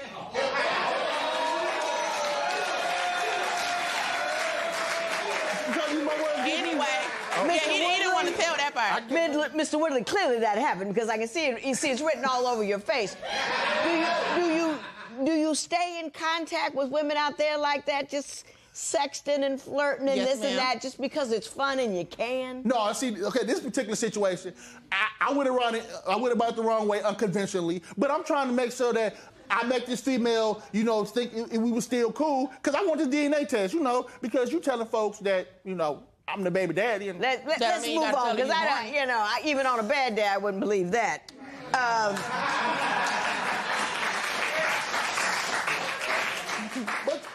But what happened when you took your daughter to the daddy-daughter dance? Oh, yeah. Oh, that right there caused a firestorm of everything that you could think about. It was my daughter, Judge. Was it your daddy-daughter dance? It was my daughter so that he took. See, he took, okay, well, go ahead. Tell me the story. But anyway, okay, me and her daughter went to the daddy-daughter dance. We was decked out, man. We was clean. We was clean to the nines. So she wants to put things on social media of me taking the baby to the daddy-daughter dance. Which, by the way, was the sweetest thing in the world. Yeah, I try to be a good guy, But the backlash behind that was something that I never thought I actually had to deal with. There's another female that... Another one. Yeah, I like women. Go ahead. Mr. Woodley. But anyway, it's another female that is no longer in my life. We don't have no dealings with each other. She wants to, again, text different things that went on between me and her, where it ended up with a $30 receipt being screenshotted. Yeah, I sent the girl $30. She asked me for it. And that right there went on. And this was like, a few months after the DNA thing. Why? What's that got to do with the daddy-daughter dance? When she felt that since I had a good thing going, I'm going to go ahead and put my 2 cents in and try to disrupt that, because she probably wanted me to come back and she wanted more than $30. She probably wanted this chocolate man standing right here. So, hey, why not? Baby, But hey, and guess what? The female did exactly what she set out to do, cause some disgruntlement between me and her. And so, she want to say, what you was doing with her? Was y'all messing around? And then she kept on, again, she wanted to go back and forth with the female, texting and all. But this female was bold, though. She called my phone. And as soon as the phone rang, not even 2 seconds of me saying hello. And, she got some nice-sized hands. She grabbed it. What you want? I said, Ms. Moulton, did you put her in check? Oh, yeah, I checked her. It ain't no problem with me checking her. But he not let it be known that he was conversating with her. He was giving her false promises, saying he was coming back to where she lived at. She told me that he was supposed to been coming home and this and that, and telling her how I'm your man. I'm the only one that paid the bills in the house, which was a lie. Because if you ain't paying no bills, you ain't gonna be up in my house not paying no bills. So he had to be paying something. And it's like I told her, those little $30 wasn't nothing. If you needed that, honey, I could have sent you that. You could have let me know you needed it. Yeah, and I would have sent it to you. We all for charity. We get blessed by giving blessings. Mrs. Moulton. You see what I did with your honor? You see what I did with? If I were you, Mr. Woodley, whatever nonsense I was doing, I would stop. Because you with the wrong woman with that. I'm not doing nothing, You with the wrong woman Judge, for that. I told him that in the beginning. Now I want to talk about Ms. Moulton's OCD. She took every towel that was folded up, dumped them out, and just threw them on the couch. And she sat there the whole time she folded. This is why I don't want you folding my towel.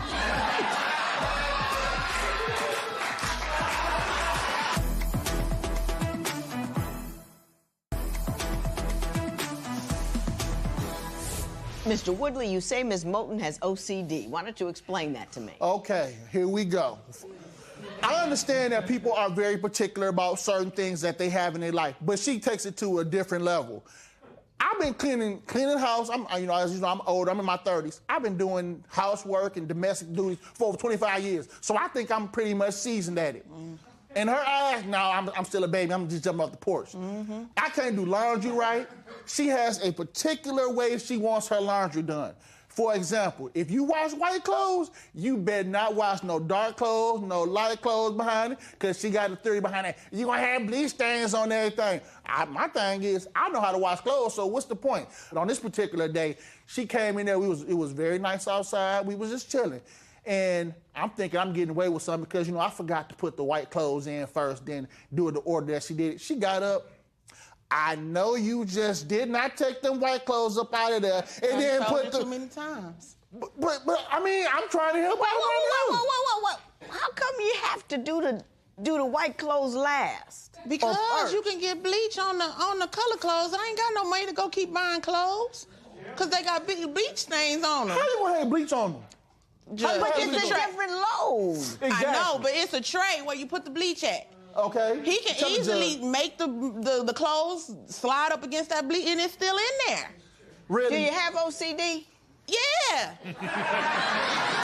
I ain't been diagnosed, but yeah. Judge, I've been on my own since I was 19. I've been living by myself for a long time. So It's like, for me to have to not do things in the order that I've been doing, it's hard for me. I try. It's some stuff that I don't even complain about. But certain things just got to be done in. What's the most outrageous requirement other than the whites have to be done last as the last load? Them towels.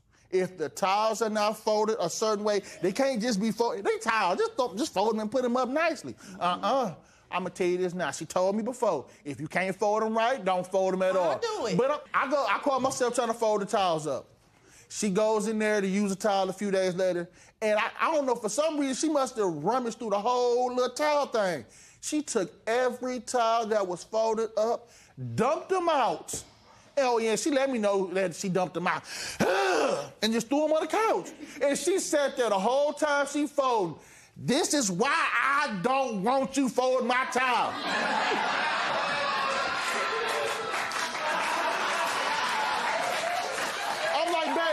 I'm like, baby, they're getting folded. If you can't do them right, don't do them at all. And and then she get that little look on her head. I'm like, you know how the women be. I'll be like, really? So, Ms. Moulton, now let me talk to you. I get women in here who would do anything to get their husbands or their man to do any kind of housework at all. He's willing. Are you beating him up about the way he does it? It's limited space in my house. So if I need you to fold this towel 3 times instead of flat 2 to make it fit, then I need you to do that for me. It ain't enough room for it to be flat because it ain't gonna be enough room for all the towels. And that's all I tried to explain to him, and plus, that's just the way my mama taught me to fold. That's the way you want it. It's your house. And that's the way you want your towels folded. Yeah. Joseph, the grass needs to be cut. Okay, I'm gonna cut it, but I work crazy hours. What goes on social media? She put on there, he gonna be mad tonight because I done cut the grass, hashtag Miss Independent.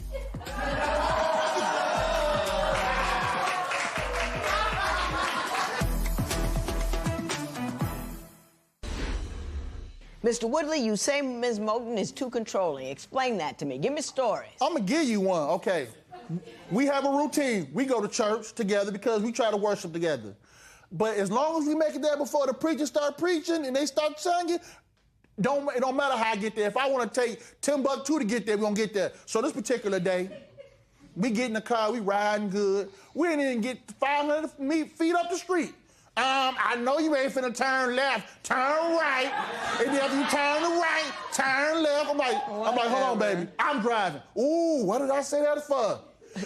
Excuse me, but I don't need to take the scenic route. I'm trying to get there so I can get, because she got a particular seat she like to sit in. I'm trying to get to my particular seat.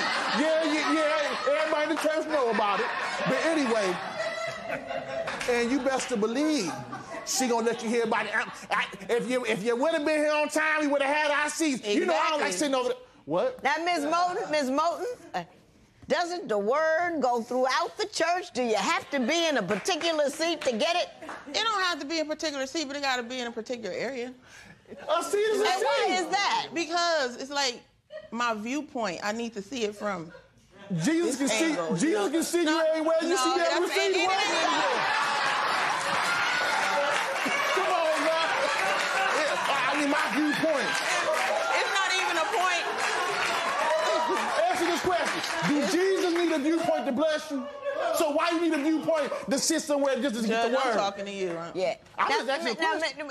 Though Mr. Woodley has a point there. I understand that, but my thing is, why we gotta go here and then go there and then go over there and then come back? I just want to go where I got to go and get back. I like to be at home. Do you say he's too independent, or you say she's too independent? She's too independent. Tell me about that, Mr. Woodley. Okay, now, the grass. I have a problem with the grass. Joseph, the grass needs to be cut. Okay, I'm going to cut it, but I work crazy hours. So this particular day, she told me the grass needed to be cut. I said, baby, I get to it.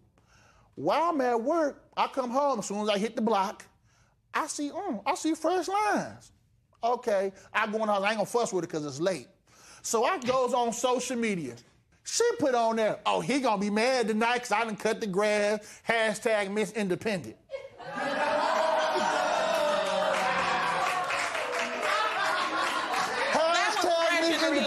That was fresh in the relationship. I don't care if it was 2 days old. If I'm supposed to be Stop, Ms. Moten. Do you do that kind of messy stuff? Put on social media? I was a social media freak then.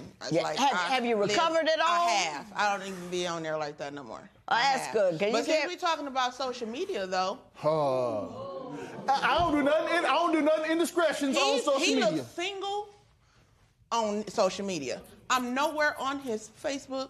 I'm nowhere on Instagram, Twitter. I'm nowhere. Don't nobody know nothing about me unless I'm a family member. It's a family member or something like that. Okay. I got a sense of what's wrong. I'm trying to figure out what's right so I can figure out if there's really any point of me addressing the marriage. Please do. Please do.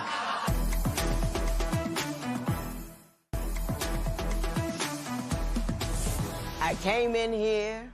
I was tired. My arm was hurting. I want to go home. And then I ran into y'all.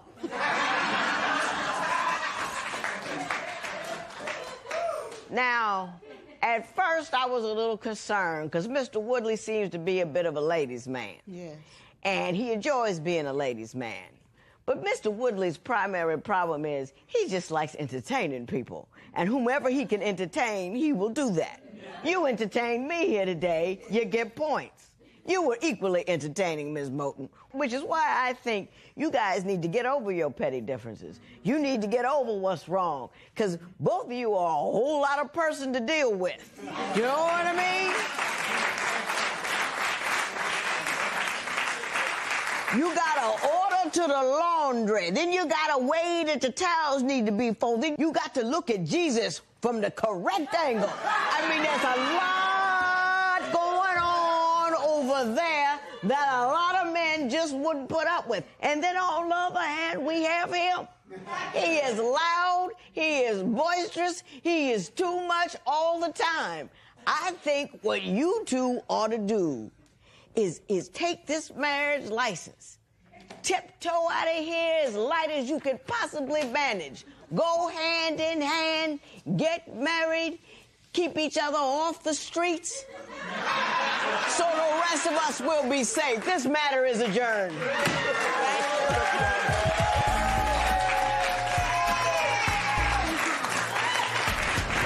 The best advice that I got from the judge is to stop being controlling and to control my OCD. The best advice she gave me was to calm me down a little bit, stop being so entertaining, and just mellow it out a little bit, just make her feel comfortable and secure. The judge took care of us.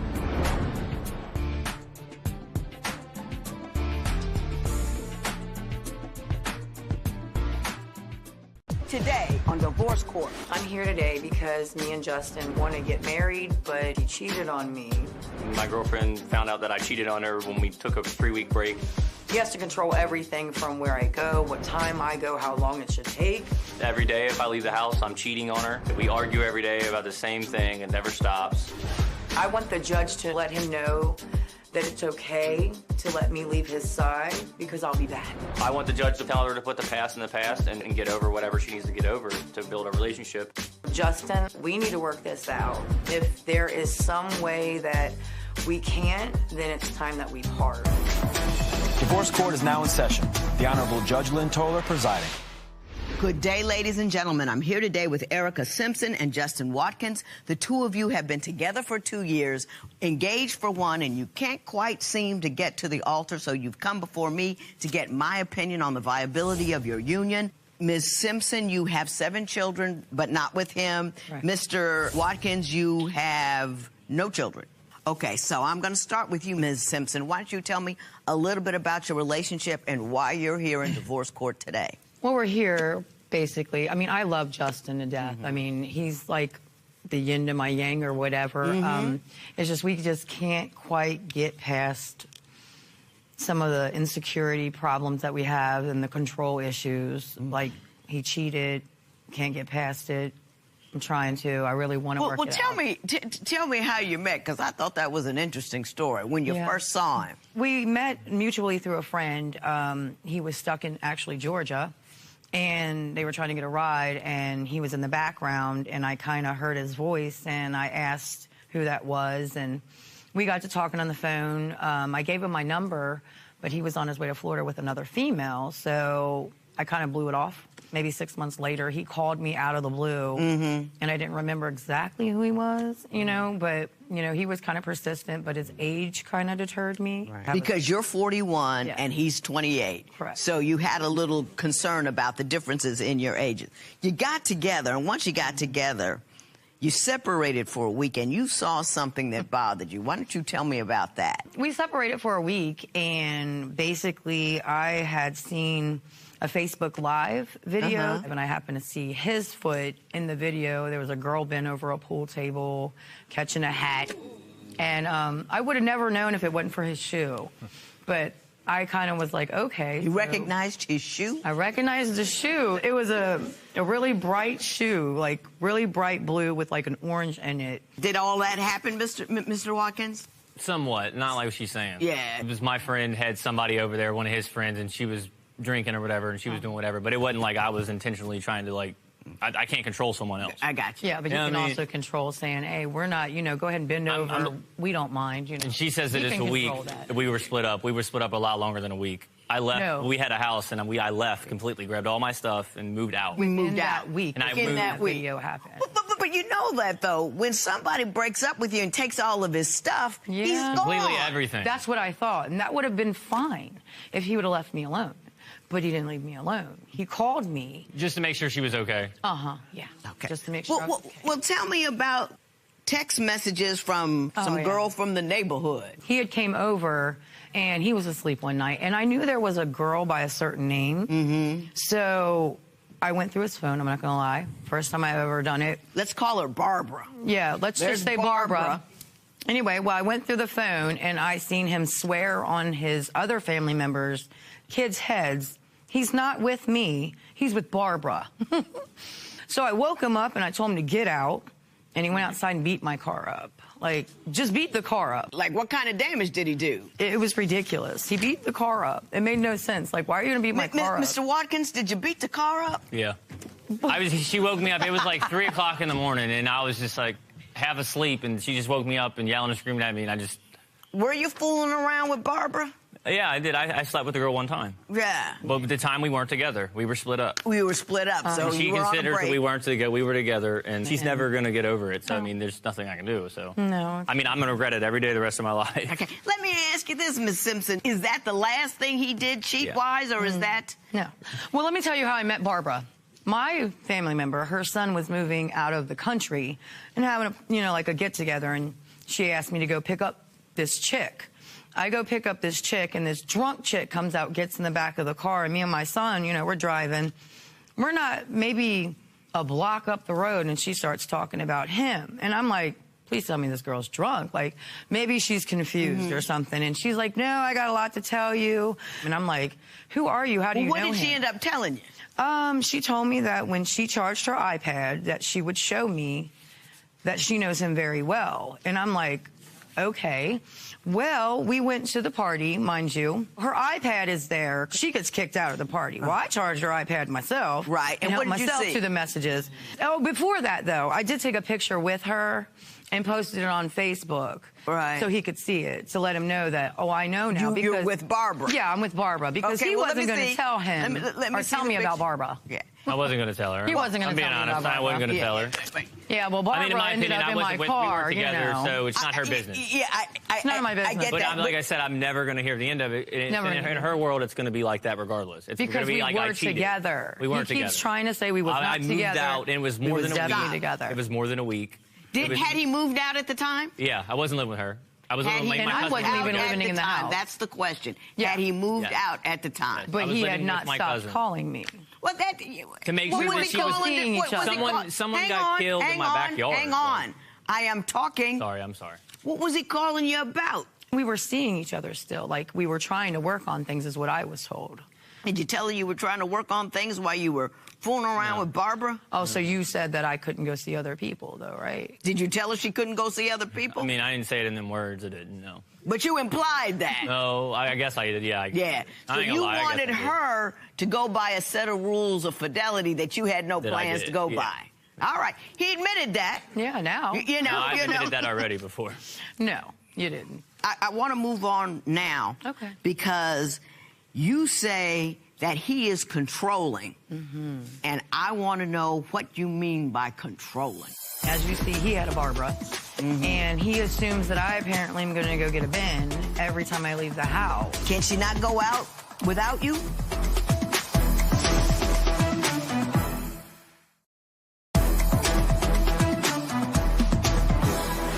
So, Ms. Simpson, why do you say Mr. Watkins is controlling? He's very controlling. As you see, he had a Barbara. And he assumes that I apparently am going to go get a bin every time I leave the house. I have no idea why. But tell me what he does. Give me some examples of his controlling behavior. When he met me, I was very independent.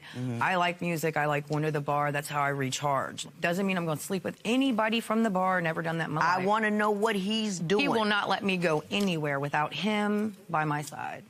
Can she not go out without you? She goes out all the time by herself. That is But do you give her a hard time I mean, about yeah, it? because of the people she goes out with. Guilty by association because of what they do. Well, what's in her wrong with the past, people she's she done other goes out stuff. with? Her Yeah. family members, friends, they're guilty by association because they go out and cheat on their dudes. They go out and do other other stuff. Other stuff. I'm so sorry. Have you ever caught her cheating or doing I mean, anything I'm not illicit? with her at the time, so how am I going to do that? The same way she caught you with Barbara. I'm like just I said, saying. I don't have a lock on my phone, but best believe every phone she has a code lock on it. I He can't had get into a her phone. thumbprint. Like, come on. So your jealousy of her is solely based on the people that she rolls with. No, in her past, too. Every guy that she's ever been with, she's cheated on them. And how do you know that? Because I know because she's told me or other people have told me. Okay. There's definitely not cheating. You say he calls you constantly at work. Yes. Tell me about that. I don't know what his deal is, but if I don't answer him once, he will call me. He will send me the alphabet through text messages. I mean, like, and I'm not even kidding about the alphabet, like A to Z. He'll continuously text me, call me, and so I answer the phone.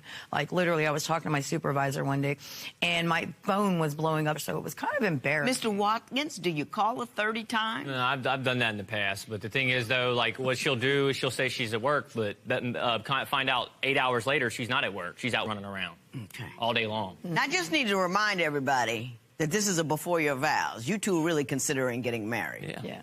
And we've been together for 2.5 years. Well, it ain't nothing, honey. I know, but still, though, you know, but I'm saying with us, though, you know what I'm saying? Like, our relationship used to be good until all this stuff happened. All this stuff. What stuff happened other like, than the Barbara? thing about me cheating and just, you know what I'm saying? Like, just like an argument every day about nothing. Well, what kind of things do you argue about every day that's nothing? We was in the hotel room, and she argued about who was going to take a bath first. So we argued for 35 minutes about who's going to take a bath first. He swore he needed to soak his leg, right? I hear clippers. I'm like okay, so if you're not going to take a bath, you're in there cutting your hair. Like, why do you need to take a bath? The other day, like, we have a curtain, like, in our house where it's like, you know what I'm saying? Like, it could pull over or you could pull it back, right? And it's like blocks the doorway. I woke up in the middle of the night, went to use the restroom, right? So I opened the curtain because we had the windows open for a breeze. And then I argued with her before we left for the plane flight to come to Atlanta. I argued with her for about 40 minutes about a curtain. No, he argued with him. Oh, okay. I know. I understand that argument. I know that argument. Like, you get what I'm saying? I get what you're. There's so much here.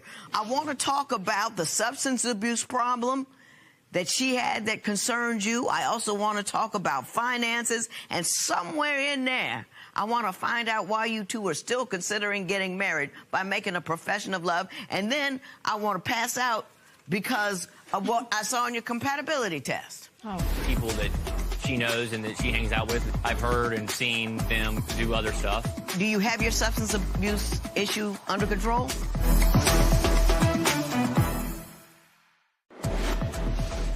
Are you more suspicious of your partner's behavior when they're out with certain friends? Tell us what you think at Divorce Court.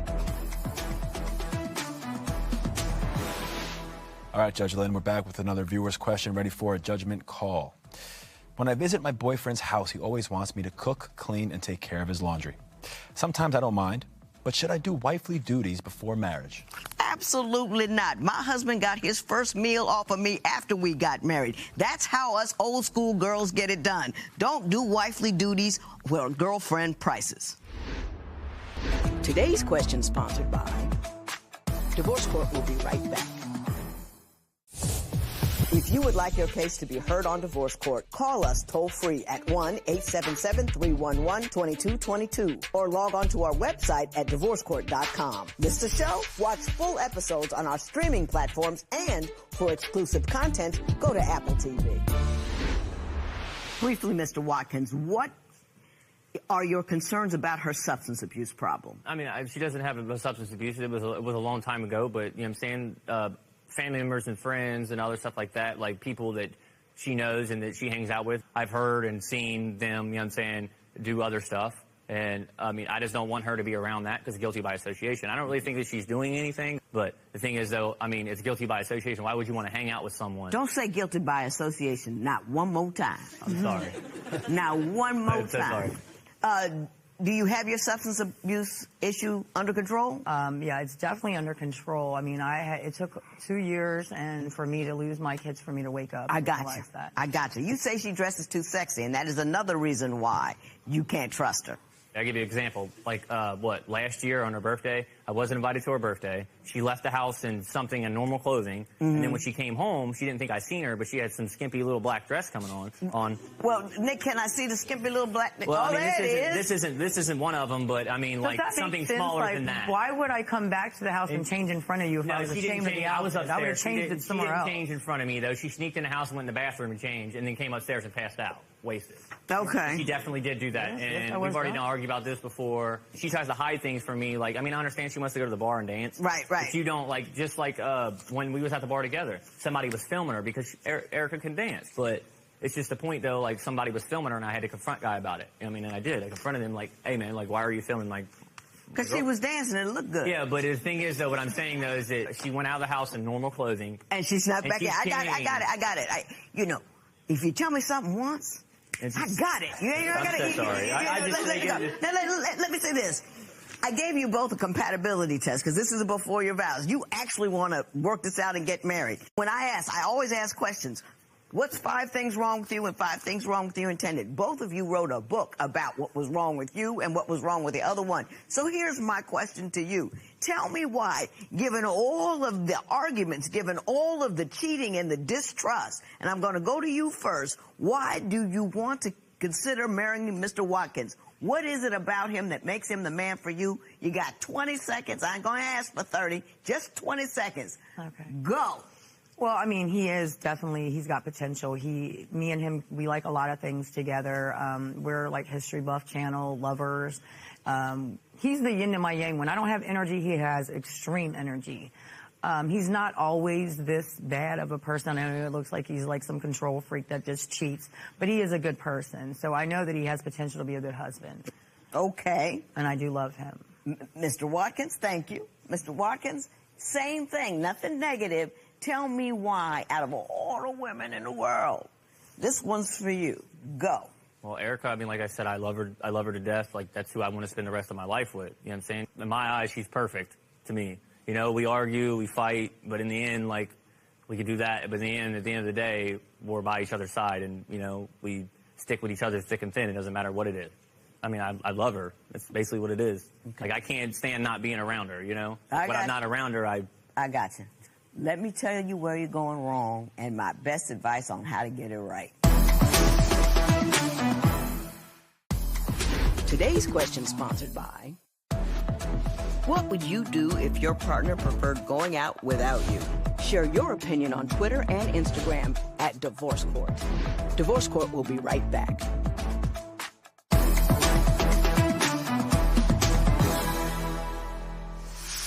You're suffering from fairy tale syndrome, and you're also suffering from the effects of unresolved fear. Fairy tale syndrome is once you meet somebody and it's really good for a hot minute, you place in your mind, he's the one for me, she's the one for me, and no matter what happens after that, you stick with that thought. If you don't trust her, if he's cheating, everything is wrong, we fight about everything, but you're basing all of your future decisions based on that tiny decision made early morning, he's the one for me.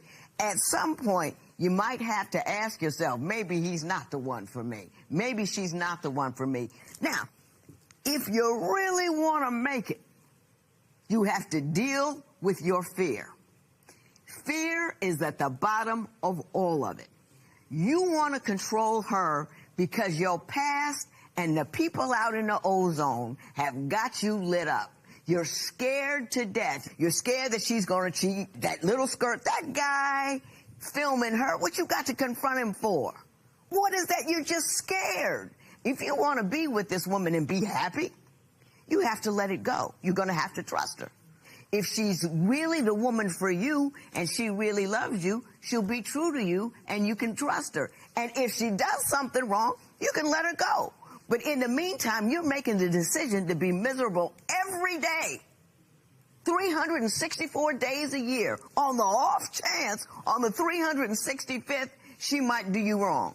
I would rather have 364 of fun and then find out on 365 she's awful and kick her out on day one of the next year. But you're angry and upset every day on that possibility. You need to let Barbara go. That happened. He had a reason why he did it. He was drunk. You've made your share of mistakes. Barbara was his. You gonna let this woman that you don't know, you don't like, slept with your husband, all of that, loom over the entire relationship? Let it go. You want him to let go of the fact that you used to have a substance abuse problem? Let go of Barbara. You should both get rocks. Put Barbara on one, substance abuse on the other, and just chuck them in the ocean. That's a good idea. You know what I mean? That's a good idea. And come together and have a conversation about your fears, because that's what's killing you. I wouldn't recommend getting married. Now, I'd both go into counseling. Get some counseling. It'll work out them little ticks in your head. And then after a while, when you're calm and you're cool, then possibly get married. But not now, because you are not ready. And this matter is adjourned. Okay, so after speaking with Judge Lynn, do you think you can move past this whole Barbara situation? What can you do to move past it? I guess go get a bunch of big rocks and throw Barbara and everything else over the, and tuck it in the river. Right? How can you regain her trust? That's not up to me. That's up to her. You know what I mean? I just got to keep doing what I'm doing in general of like, I'm not going to be cheating on her.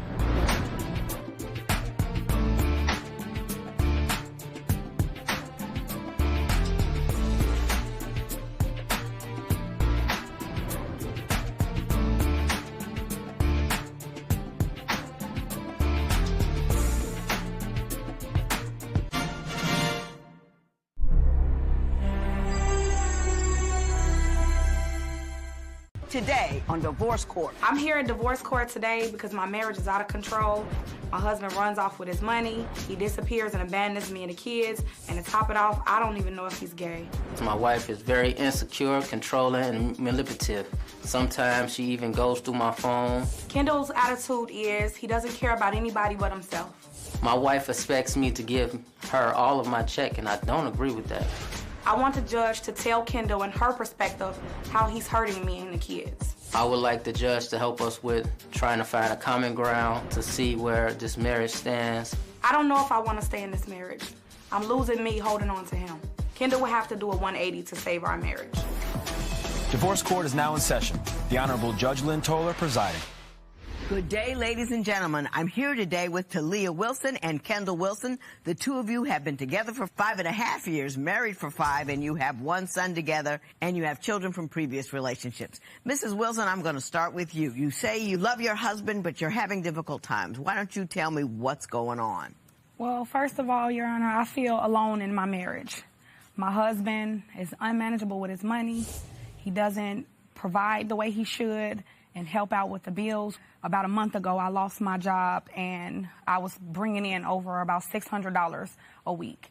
And now I'm working for a nursing agency, and I can go from anywhere from $0 to $400 a week because it's an agency, and it depends on when they, book me for work. You a job. Right. Yeah. And so he's supposed to be the sole provider in our household. He will much rather spend money on himself than to put money into the household. Does he work outside the home?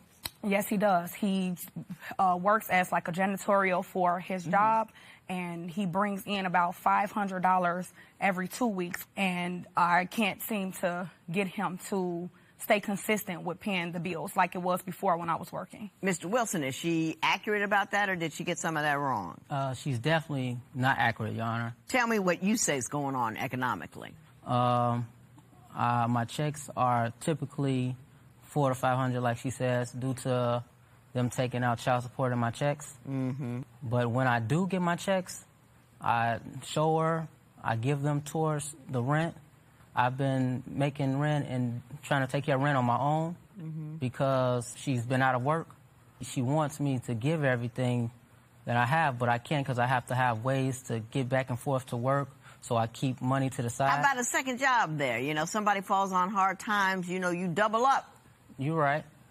But I also had a second job, but with me working my first job, I worked there so much that I don't have time to go to my second job, and it's burning a hole in my pocket due to her always having her hand out or asking me for this, that, and the other. Well, do you think, is she asking for things that are outrageous, or is she just asking for basic necessities?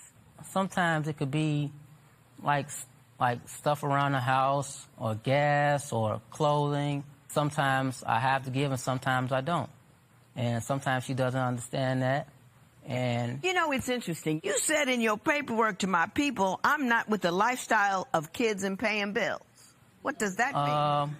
Before we met, I was in a lifestyle where I didn't have kids, and I was in and out in the streets, and I was in social clubs with my family members. Yeah, but I'm talking about now that you got a wife and kids. Now that I have a wife and kids, I'm more of a homebody, and I don't go out due to the fact... You said you need to have money in your pocket. And you got mad because she asked to borrow, and I don't know how you borrow from your husband, $25 to wash clothes. I'm sure your shorts were in there, too. No, actually, that never happened. She asked to use it for linen, and I did not hesitate to give it to her due to the fact my check was short. But I put that money towards rent, and I gave her the money, but I also needed it back the next day because I had to renew my ID was expired. He wanted me to give it back to him. He actually got upset because I didn't give the money back to him. You know, you sounding all reasonable and rational out here, but you came out of pocket with my people. And it's I mean, you were all like, man, I need money in my pocket. I ain't with the paying the bills. And it's very hurtful. We've been together for too long. That's how you came across, but you got in here and got light in the knees. No, that's not the case. I don't have problem giving her money when I do have it, or when I can afford it. When I do have it or when I can't afford it, I do not understand that. That's because the money I make, it goes to rent, and then I put up what I can to get back and forth to work for the next 2 weeks. Ms. Wilson, you say he buys on himself. He spends a lot of money on his own things. Yes. Tell me what kinds of things that he buys that you don't believe he should. I can ask him for money for laundry, for an example, or something for the household, and he'll tell me he doesn't have it. I'll look up, and he'll have some new shoes or a new outfit. For an example, for the 4th of July one year, we was having a family picnic. He went and spent $240 on some brand new shoes. He went and spent $70 on some pants and $50 on a shirt. And we were already behind on rent. We was $400 behind on rent. Our rent was $775. Did you buy yourself a fly July 4th outfit when you were behind on rent? That was due to an altercation that we were into it, and I did, I think, step away from the household. How is purchasing an outfit due to an altercation? I've left my household before due to her being outrageous and disrespectful and just not listening to me. So that's the outlet for me to leave. But I did not spend $200-300 on an outfit. I did purchase. No, you spent $300-400 on the outfit. One outfit. I purchased some gym shoes. Yes, I did. Yes, it wasn't right, but yes, I did. But I went in turn. I got it. I mean, there's no more you need to say. That's proven, dead, done, and over with. Now I want to turn to what you say are Mr. Wilson's disappearing acts. One time he left, and I didn't call my family to help me look for him because I didn't know where he was. He said he was going out to get a chicken sandwich and didn't come back. Mr. Wilson, do you go missing from time to time?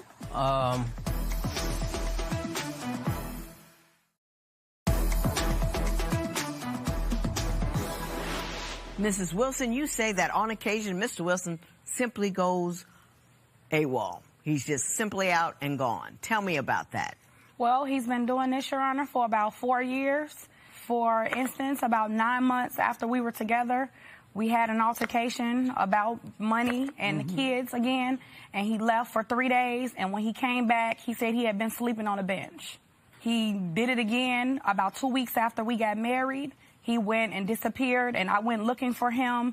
So then a day after I found out where he was, he started calling me, him and her together, begging me to take him back. She was begging you to take it back. That's not a good sign at all. Mr. Wilson. Mr. Wilson, do you go missing from time to time? Yes, that was previously in the beginning stages of our marriage relationship. Again, no. Have you grown out of that? No. Is that what you're saying? You don't do that anymore? No. I haven't in a long time, but recently I have. No. Due to the fact that she has very controlling, doesn't listen, and does things around the kids that I don't think is. And we're going to get to those things, and I want to talk about each and every one of them. But right now, tell me about the most recent time that he... The most recent time was about 2 weeks ago. He left. He disappeared for about a week. And before he left, I was so angry at the thought of him doing it again, I started flinging bleach around. Because I was upset and I was angry. And I know it wasn't right, but it's just, you know, we have a household, we share a home. We just recently moved into our new home, so it's not, you know, it's not something that you can just get up and just go. One time he left, and I didn't put on a search party, then called my family to have them come over to help me look for him because I didn't know where he was. He said he was going out to get a chicken sandwich and didn't come back. So me and my family, we're all gathering in the house, getting ready to leave out to go look for him, and he walks in the door with a smirk on his face. I wanted to kill him. Where were you 2 weeks ago when you left for a week? I was at a family member's house, Your Honor. What prompted you to leave? She's very controlling, and our relationship is very toxic. Give me some examples of the controlling things that she does. She can argue about just the smallest things. Like, it could be, I haven't did something fast enough. I haven't... Give me an example. Something she did in the last 2 weeks. What made you leave this 2 weeks ago? What was that argument about? We got in a prior argument, and she wanted to argue about something, and I got upset about it. And I told her. What was it? I really don't remember. Of course he does not remember. He has a lapse in his memory when he does things that he doesn't. So do you hoop and holler a lot, Mrs. Wilson? When I'm upset, when my feelings are hurt, yes, I do. Even doing. How often does that happen? It mainly happens when we're into it, because everything will be going fine, and then all of a sudden, out of the blue, he's irritated about me. He's irritated about the kids. Where every little thing that we does is bothering him. Even when I was pregnant with my son, I was 6 months pregnant in the hospital, threatening of preterm labor. He was tired of being there with me, so he said he had other things to do. So he darted out the room. I jumped up out of the bed because I didn't know what was going on with the IV pole in my hand and looking for him, and he had ran out the hospital. I had to drive myself home from the hospital after I got discharged and lie to them and tell them that you had somebody that I had somebody downstairs, and I didn't. I got home and he was gone. Did you run out of the hospital? No, I did not. I was there prior to the last day to up and her leaving the hospital.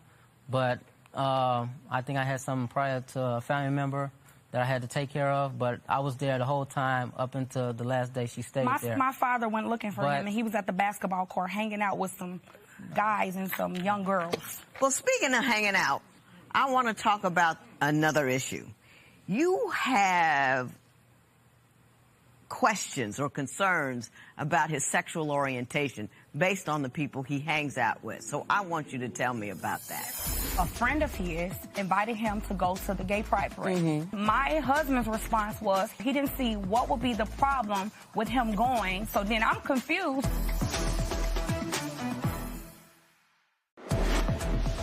What would you do if your partner bought expensive clothes when the rent is due? Tell us what you think at Divorce Court. Today's question sponsored by Divorce Court will be right back. If you would like your case to be heard on Divorce Court, call us toll-free at 1-877-311-2222 or log on to our website at divorcecourt.com. Miss the show? Watch full episodes on our streaming platforms, and for exclusive content, go to Apple TV. So, Ms. Wilson, why do you have some concerns about his sexual orientation? Because there was a situation that came about. A friend of his invited him to go to the pride parade, the gay pride parade. My husband is very homophobic. We see homosexual people, he's ooh and ah and talking about them and all of that stuff. So this particular friend, he invited him to go hang out with him. He said accompany him to the gay pride parade. And my husband's response was he didn't see what would be the problem with him going, because the things he does is about money, and also because he had been to the gay pride parade before. So then I'm confused, because the things he had done were about money. The things that he do, everything's about money. That's what he always says. I'm trying to take care of business. It's about some money.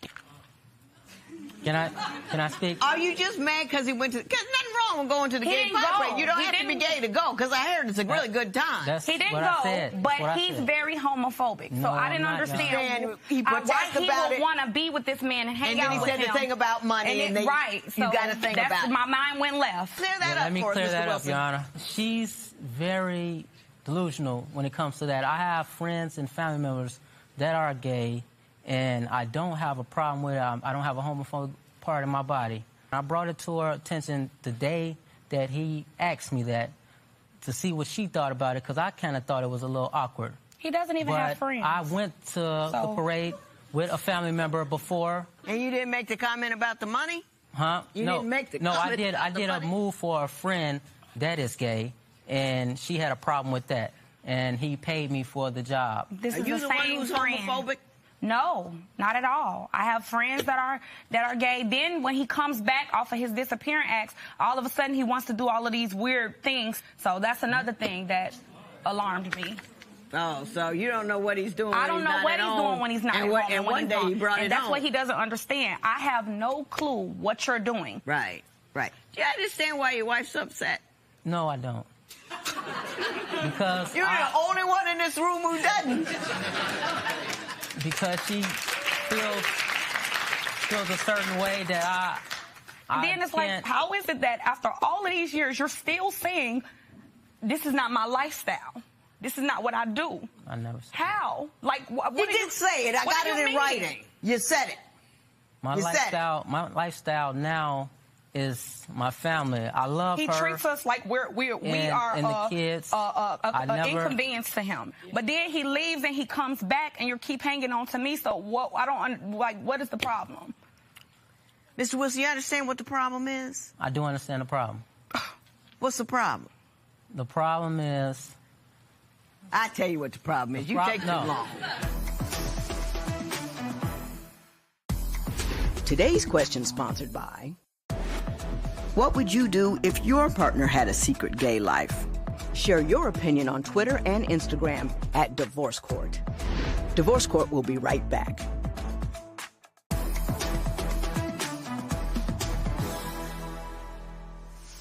I'm not going to yell at Mr. Wilson because it won't do any good. It doesn't, and I don't know why I do it all the time. So I'm going to talk to you to help you out.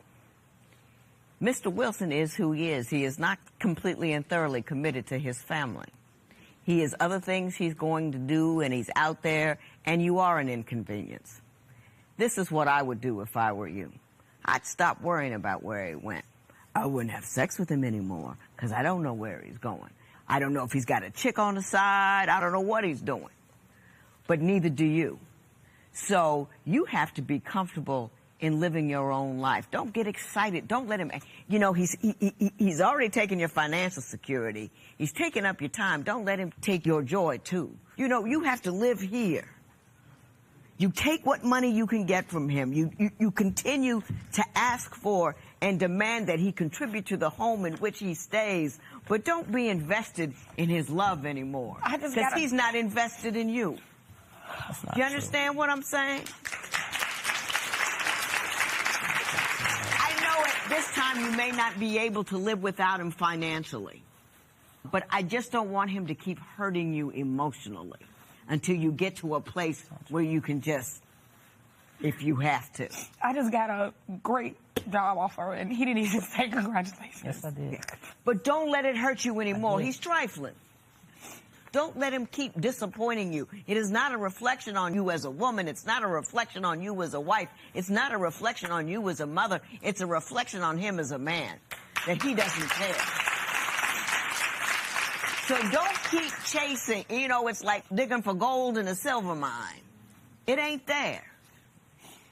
And I want you to get past that. Don't entertain that anymore. And it has nothing to do with you. Mr. Wilson, I hope you can make a liar out of me. I hope you're more than what I see here today. I hope that even if you're not in love with this woman, or if you're not invested in the life that you created with this woman, that you're man enough to support this woman in the job of raising the children that she has. You married her. You promised to love her and honor her and cherish her. You're not doing any of that. So at least support her. Do you understand what I'm saying? Pay your rent. Do your part. Don't get all cranky and mad at her because you want to go out and you want to start an argument so you can leave. I know what you're doing. That's not the case, Your Honor. Yeah, it is. My household is very toxic due to her 90% of the time. Mrs. Wilson, you heard what I said. Yes, ma'am. Okay. You're a beautiful woman with now a good job. You pursue that. You look for the light wherever you go. Don't let him hurt your feelings no more because he's trifling. And trifling people do trifling things. More power to you. Take care of yourself. I'm proud of you, and this matter is adjourned. What can you say now to help us better understand where you're coming from? I'm not a bad person like as she appeared to make it seem. I do genuinely love her and my family. How do you feel after he says you're an inconvenience? Disappointed. How do you think you'll get this joy back that you want so bad? How are you going to find that joy? Focus on my new job, me and my kids. Put my energy into them.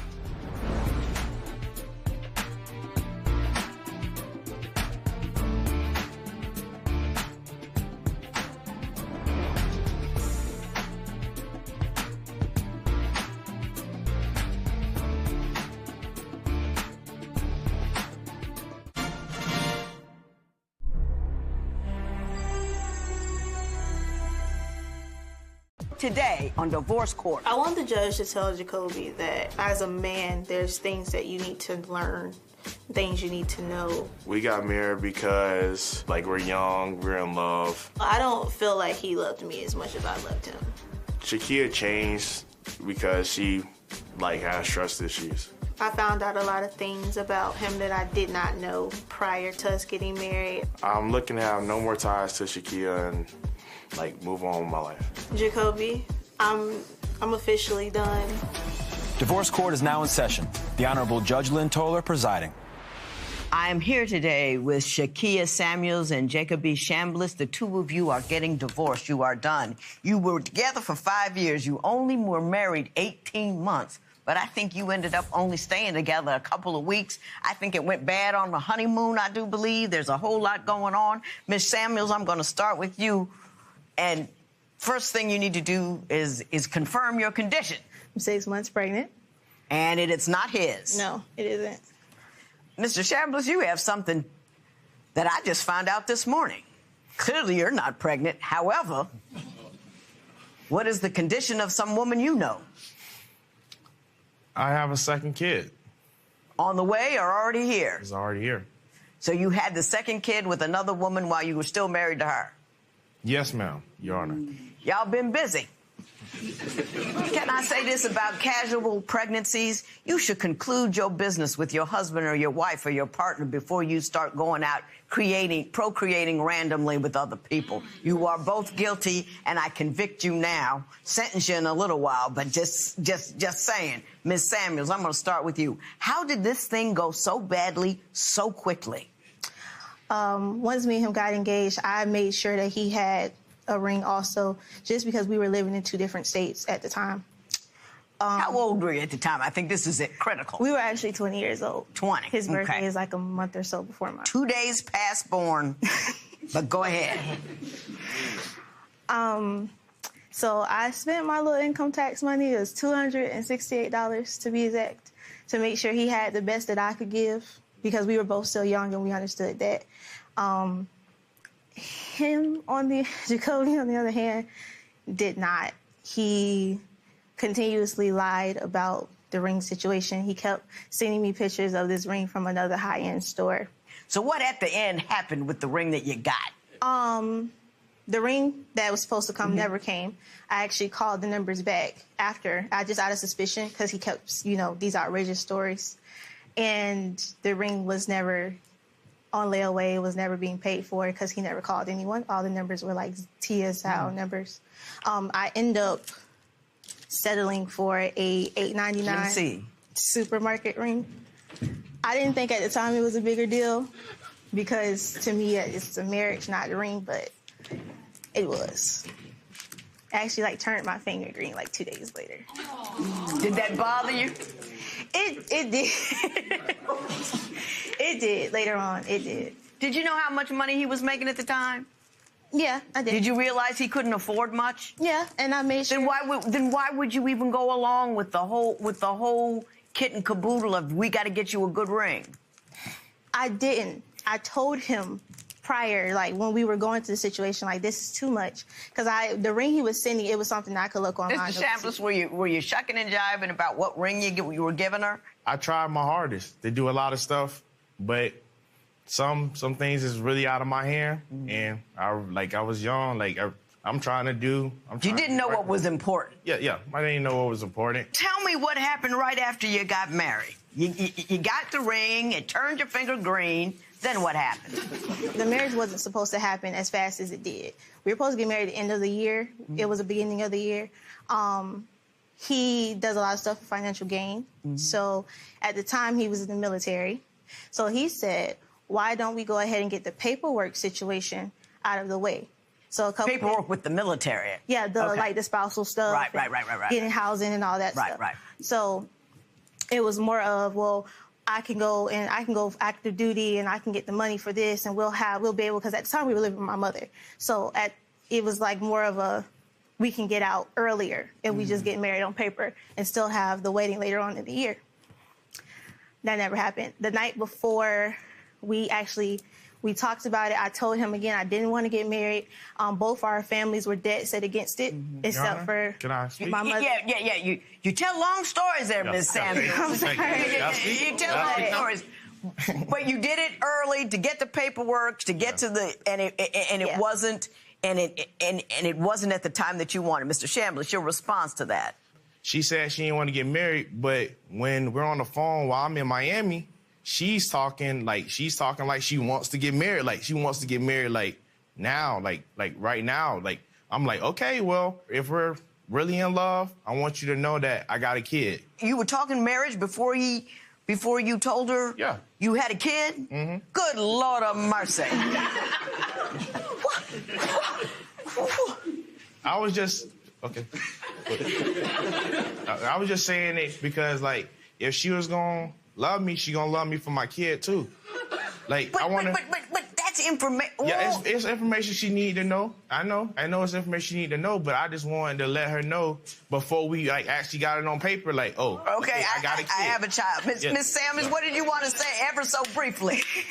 Prior to that, I had no knowledge that he had a child. Right. When I asked him, why didn't you tell me? He said because he wanted to make sure that I was going to be for sure in his life before he brought anyone around his child. Okay. This is 2 weeks after you have already asked me to marry you. Yeah. So we understand it was all wrong, all in the wrong order, and all for the wrong reasons. We get that part. Mm-hmm. Now I want to get to what happened right after you got married, because that was deep as well. Did you or did you not pay adequate attention to your bride on the honeymoon? We're married, so we're finna do this every day. I'm not finna just worry about like one night.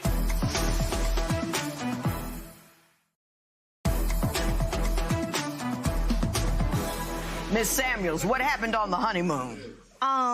Biggest part of the honeymoon, we did not get the shebang going. We didn't do any of that. He knows I hate lingerie. You didn't get the shebang going? No.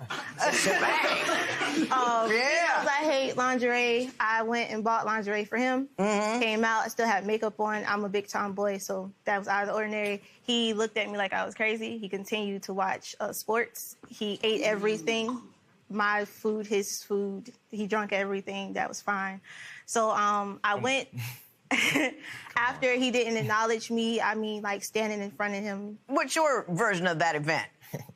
So, Your Honor, okay, I'm like working every day with her. Let me ask you this, because you look like you're going to get on a train I don't want to be on. Did you or did you not pay adequate attention to your bride on the honeymoon? I didn't pay adequate attention to her. And why was that? I'm working with her dad at the time, every day, 5 in the morning. Yeah, but he didn't come on the honeymoon with you, did he? No, he ain't come. You were in a room. No. You got married. I do. You go get together. You go in a room. You shut the door. You're alone. Daddy ain't there. Mama shouldn't be calling. Yeah. She's in lingerie. Yeah. What was your response, and why was it the response that you had? Okay, so the response, I'm coming at it where, like, okay, we're married, so we're finna do this every day. I'm not finna just worry about like one night. Like, we doing this. I'm not worried about this one night. It's just like, I'm trying to make memories. Like, I'm trying to make memories. Judge, I'm trying to make memories. Like, for real, I'm trying to make memories. You're trying to make memories. You're watching the game. It's your wedding night. That's just wrong. I'm trying to tell you. So basically, it's just like, okay, like, I just wanted to get it done. Just so, like, I'm not living in sin. That's all I'm saying. I just don't want to live in sin on paper. So I'm just like, okay, we married, but we finna do this, like, I ain't. And then she, like, I'm just like, it don't make no sense, Judge. It don't make no sense for you to be good, like, wearing all this crazy stuff. Like, you know how I ain't. She know how I am. She know I don't really, like, be. Like, I ain't expecting you to come out with no lingerie and all this. I'm like, whoa, like. Take it I'm gonna take it off. I'm gonna take it off, but thing. This ain't the time right now. I gotta go to work in the morning. That's what I'm thinking about. I'm like, okay, I gotta work in the morning. I gotta go to sleep because when I wake up. Let me ask you this: did you guys ever have sex that night or no? No, we ain't have sex. I got a 2-minute butt rub at like 2 a.m. A 2-minute butt rub at 2 a.m. and that was it. No cuddle, no spooning, just 2-minute butt rub. He was laying one way, and then that was it.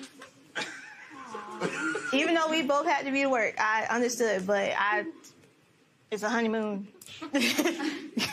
And then when, like, I'm just like, I'm not doing nothing half. I'm not doing nothing half. I'm not doing nothing halfway. I'm trying to do mine all the way. You're already in such a deep hole. I'm already in the deep hole as a way, yeah. Now, I want to move on because I understand that both of your families are so intricately and intimately involved in the daily details of your life that it became a family versus family, you know, Hatfield and McCoy. Who's modern that don't like each other? Birdman, and who doesn't Birdman like? Man. Wayne. Pusha T and Drake. Pusha T and Drake conversation. That's what we're going to talk about now. How can you talk about if she should be all in love with me, she should A, B, and C? You didn't even have sex with her on the wedding night. I'm just saying. Moly.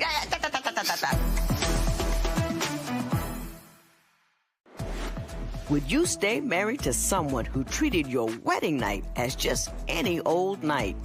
Tell us what you think at Divorce Court. Today's question sponsored by Divorce Court will be right back. If you would like your case to be heard on Divorce Court, call us toll-free at 1-877-311-2222 or log on to our website at divorcecourt.com. Miss the show? Watch full episodes on our streaming platforms, and for exclusive content, go to Apple TV. I have a long, detailed letter from, I believe, your mother? Yes. That told me. And I understand where you get your verbosity from, because apparently it's genetic. Y'all like to talk. But can you tell me a little bit about the family dynamic and their involvement in your marriage? They are very protective over him, shall I say, and they did not want him being married to me. Just not into it? Not into it at all, like from top to bottom. Are they actively trying to destabilize the marriage? Tell me some things that they've done to separate the two of you. The elder of his family, she would just try to persuade him into divorcing me, like right after we had got married. She actually went as far as sending the money for us to get divorced. Mr. Chambliss, your response to that? I told Shakia before she even came up to Miami. I said, like, you should, like I'm gonna let my parents know you finna just come and get the clothes. She wanted to have a conversation with them. That's on her. You don't gotta have no conversation with nobody except for me, Your Honor.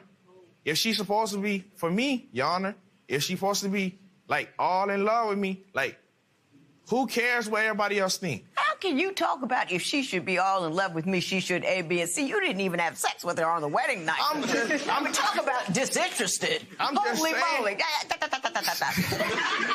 Ms. Samuels, let me ask you this. I understand that there was a great difficulty because your mom went into it in detail about what was going on with the military, because he wasn't telling them the truth either. At all. Tell me what happened there. I was under the impression even before he came, he would like FaceTime me in his uniform and all this other stuff that he was on base, which never happened. He actually kept saying that, well, he was supposed to be reserved. That's what's on his paperwork, that he was reserved. And he was trying to go active. You can't go active if you are AWOL from the military. You were AWOL? Why would I do anything to jeopardize our United States? First off, before I jeopardize our United States, because you ask me questions rules, like, why would I? I'm just saying. The stuff you do, rules and regulations. The stuff you do makes sense. I'm just saying it's rules and regulations to what I'm doing. So why would I be doing that and lying about it? That's all I'm saying. For the same reason you've done everything else you've told me about it, because it doesn't make any sense. But it's different because that's my job, dude. So I'm just like... Didn't it happen at one point that your lieutenant Your Honor, that did not Realized happen. that you were doing things inappropriately and you are no longer in the military as a function thereof. I was on medical leave. So, basically, I'm going to the military when I have to go to the military. So when I'm telling her this stuff, that I'm actually there. So, and then like when she's telling me that, like my lieutenant called her, I'm just like, whoa. Okay. Like my lieutenant knows you? Yeah. Yeah. What did the lieutenant say? What did the lieutenant say when he called you? He actually called a couple days after we got married. And he said that a family member had sent my phone number saying that this is where he was, this is where he stayed, and went on to say that Jacoby was not supposed to be across state lines. Jacoby was AWOL from the military. They have not seen him in months. And that when they caught him, he would be in trouble. He wasn't just a regular, what they call it, cadet or anything like that. He was a specialist. He had duties and requirements, and this was a problem. I see what's happening here. Now I want to talk to you about the manner in which you separated and the things you did that I just thought were outlandish.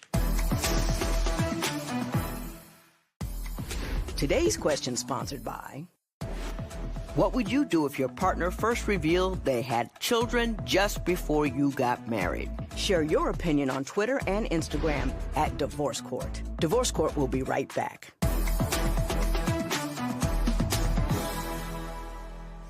There's so much I want to say, I don't even know where to get started. The first thing I want to say is you two were far too young and far too immature to get married. I don't know. You both seem to have stable families. I don't know, if I was your mother, I'd be smacking you upside the head with a shoe, talking about what are you doing, because it just didn't make any sense. You're more mature than he is. I don't know what's happening over there. I mean, he just doesn't seem to have it together at all. You got separated after, 2 weeks of being together? Your marriage lasted 14 days. You haven't seen each other in 18 months. And in that time, both of you have managed to create a life with other people. Wow. Do you know what I'm saying? It's frightening. You have to learn to conduct your business like mature people. I saw the text message that you sent one another once you realized the marriage wasn't going to work. You said some rude and foul things about sex. And everybody's mad and nasty and you stupid and blah, blah, blah, blah, blah, blah. That's not how you conduct business as a mature adult. And all I'm asking you to do is please level up. You're raising children. You're raising children. You have to be honest. You have to be truthful. You have to take care of your business. You can't make excuses, because if you mess them up, they just messed up. Yep. You see what I'm saying? I understand. And you can't just be running around doing whatever. Well, he said this and he said that. You're responsible for what you do. You're responsible for the lives you bring in this world. You're responsible. If you don't think his plan is a good one, don't sign on for it. Don't say, well, he. No, you. Especially since you can tell he don't got no sense. There's so much here. I do have your divorce papers. I do have the notary, so we can complete them and get this divorce done today, because I don't think that you guys have enough sense to so here they are. Thank you. I'm going to have somebody go through it with you so we can Bless them. do this thing today. Are we together on that? Yes, ma'am. Don't have no more babies, okay? Please. Now you can give her the green ring back. This divorce is granted, and this matter is adjourned.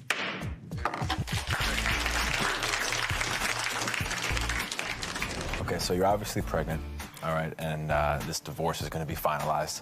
What's next for you? Well, after tracking him down after 18 months, it's definitely time to move on. So she accused you of lying about being in the military, those text messages. What's your reaction to that? I just wish her the best. That's it. I don't want to try to say something that I'm mad about. I just want her to find somebody that really loves her.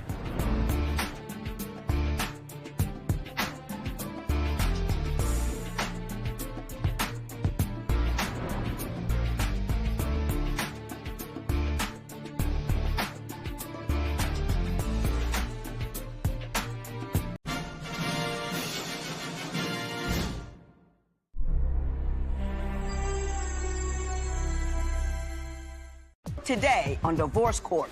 I'm here because I love Alicia. I really want to be with her, but we are having some communication issues that is just making it really challenging and frustrating for me. The problem between Steven and I is intimacy issues, and he has an anger issue as well. I don't like the feeling of rejection, and the fact that I'm getting rejected by her is frustrating, painful. Steven, I want you to be more patient with me in intimate relations. I want the judge to tell Alicia how to improve our intimacy on her part. Alicia, I want you to know that no matter what happens, I want to be with you, I want to marry you, but we really need to work on this. Divorce Court is now in session. The Honorable Judge Lynn Toler presiding. Good day, ladies and gentlemen. I'm here today with Alicia Martinez and Stephen Christopher James. Ms. Martinez and Mr. James, you have been together for 3 years, engaged for 2. This is a before your vows. You wanted me to give my best opinion on the state of your union. You've given me your marriage license with permission to tear it up. Should I believe that the union is ill-advised? You filled out my compatibility test, which I thought had some interesting things in it. But before we get to any of that, Ms. Martinez, I'm going to start with you. Why don't you tell me a little bit about your relationship and what's concerning you about a possible trip to the altar? Well, like you said, we've been together for 3 years and engaged for 2, but we don't necessarily get a lot of time to ourselves, and we wish that we had more of that. Roughly, we get to see each other around 2 to 3 times a week, and in that time, it's only a couple of hours. Why is that? Is it work? Do you live far apart? Well, yeah. The commute between us can be up to like 45 minutes to an hour. That's nothing. That's next door in California, 45 minutes. Go ahead. I'm sorry. Well, there's a lot of traffic also, and I'm the sole caregiver of an elderly relative who's showing signs of dementia. And I'm responsible for everything for her. And do you work as well? Yes. I work as a librarian at an elementary school. And then sometimes I can work overtime there for dedication to the school. Okay. Mr. James, do you concur with her that one of your major problems is the inability to see each other? You just don't have the time. We really don't have the time, though. Our schedules conflict because of our jobs. And what do you do? I'm a massage therapist. Okay. It's a very strenuous job, so when I get off, normally I just want to go home and just rest, relax, but we actually have a date night that we commit to every week. So when I get off, I go straight to her, and it takes about an hour simply because of traffic. You know? So I'm already tired, and when we go on date nights, it's fun, it's good. We go out, we eat, we go to a movie sometimes, you know, but because she's living with a family member, I'm also living with a family member whom I'm paying rent to. We don't really get the alone time that I would like to have. Right. Are there other issues that evolve from the fact that you don't see each other very often? Well, since I'm a caregiver for her, I tend to feel like a lot of guilt leaving as well because she depends upon me for everything. And it can be very stressful. Also, I don't like driving too much, but a lot of times, always on my mind is just going to be taking care of her. Let me ask this, Mr. James, you said in your paperwork to me that intimacy was a real issue, and it wasn't simply a function of lack of time. Why don't you tell me what you think the problem is in that area? To be honest with you, I feel that the problem is that she's just uncomfortable with the whole idea of intimacy, not so much with me, but basically she'll become hesitant anytime we're alone. That's what I feel. So she's told me that she wants me to voice what I want, and the thing is, like, I'm not used to that. I'm not used to saying, hey, I want to do this, I want to do that. I'm used to, I'm in the mood, you're in the mood, let's go. You know, like, that's what I'm used to. So it's challenging, it's frustrating, simply because we already don't get enough time together. Right. So when we do get alone time, it becomes You would like to make good use of it. Yeah, you know. Ms. Martinez, what is your response to his comments in that area? Well, for one, I wasn't really raised in that kind of setting. Like, I wasn't really taught comfortable and open with your sexuality. Yeah. Some people are, some people aren't. I'm more conservative. I like privacy. Well, most women like privacy. I think that's the sex part. But I don't know. I mean, I don't know. I'm old, so I could be wrong. Let me ask you this, Mr. James. You say you're not used to voicing your desires. if you see that you have a woman who's not comfortable with her sexuality, wouldn't it behoove you, in order to get what you want, to start doing that which you're not accustomed to? I have started voicing, but the thing is, she likes to make excuses, honestly. Like, for instance, we went out to dinner one time, and it was on my side of town.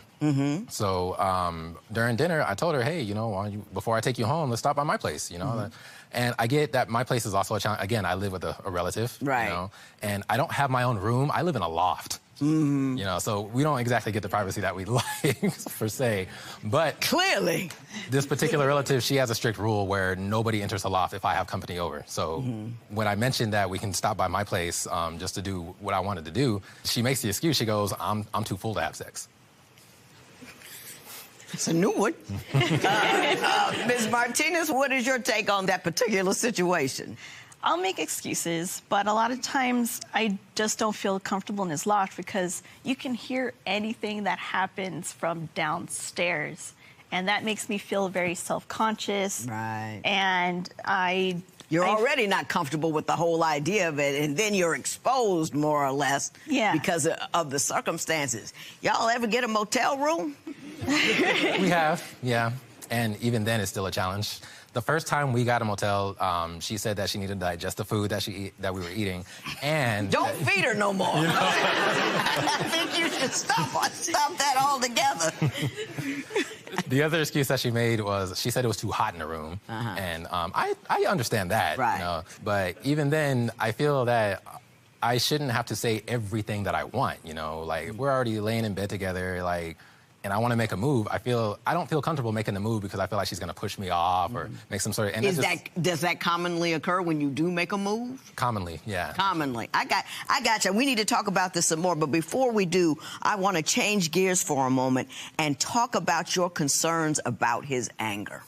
He became frustrated, and he said some very hurtful things. Such as? He said that if he couldn't get what he needed, then he would probably look towards other women. And that hurt a lot.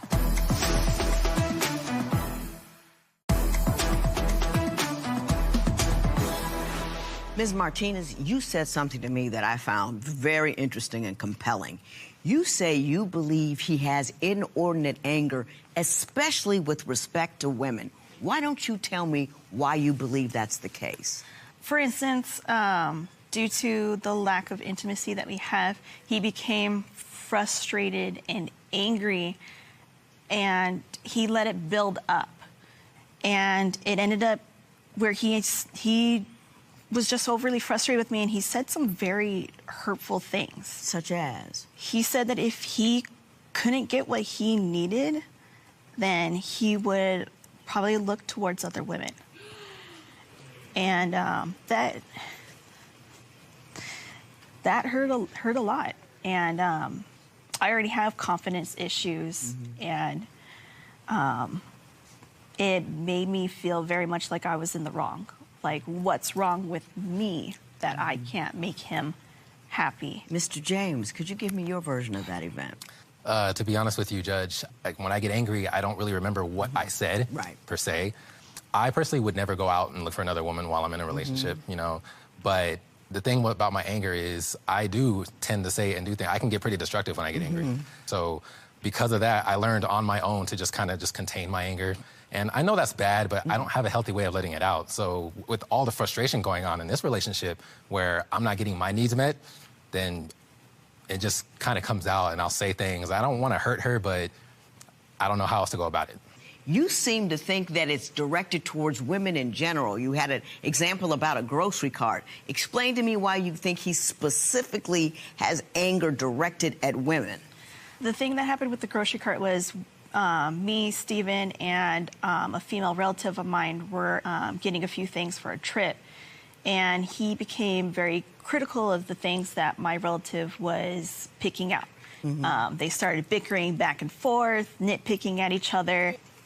Finally, he just kind of went quiet. And then at the end, we were leaving the grocery store, and I was pushing the cart to the conveyor belt.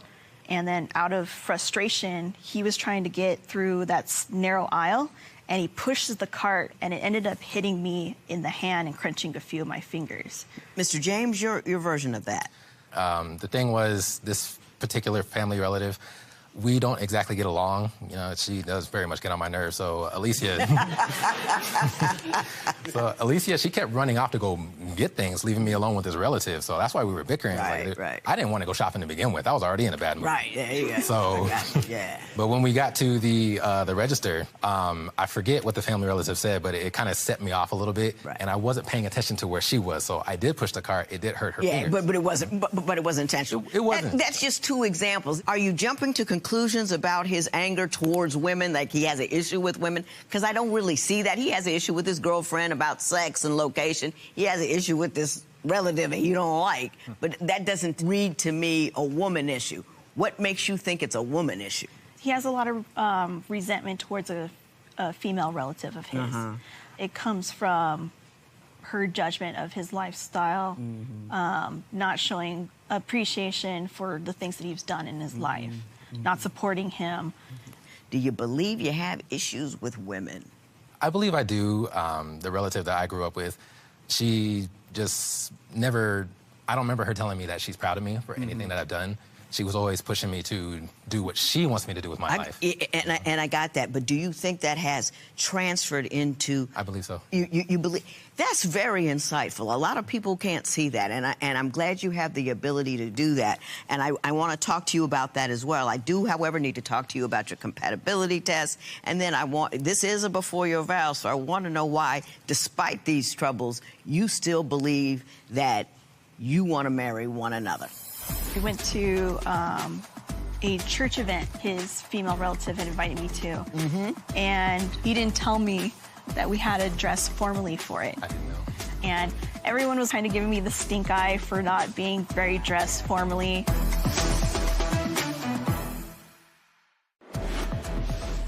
Can a relationship thrive when sex drives are polar opposites? Tell us what you think at Divorce Court. Today's question sponsored by Divorce Court. Will be right back. If you would like your case to be heard on Divorce Court, call us toll-free at 1-877-311-2222 or log on to our website at divorcecourt.com. Missed a show? Watch full episodes on our streaming platforms, and for exclusive content, go to Apple TV. Your compatibility test demonstrated a couple of things. Number one was you're a Wiccan and you're a Christian.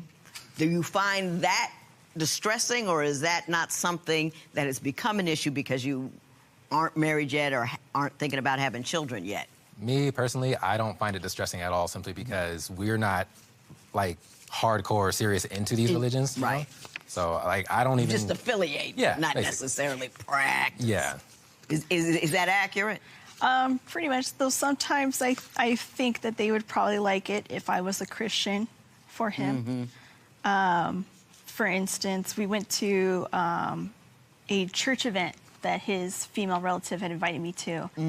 And first off, it already got awkward because he didn't tell me that we had to dress formally for it. I didn't know. Was it a black church? Yes. Predominantly black. Let me tell you something. Number one, they're always looking good in the black church. If it's a black church, go fancy and get relaxed because they stay in forever. Yeah. Go ahead. Well, I thought it was just going to be like a tea party. Right.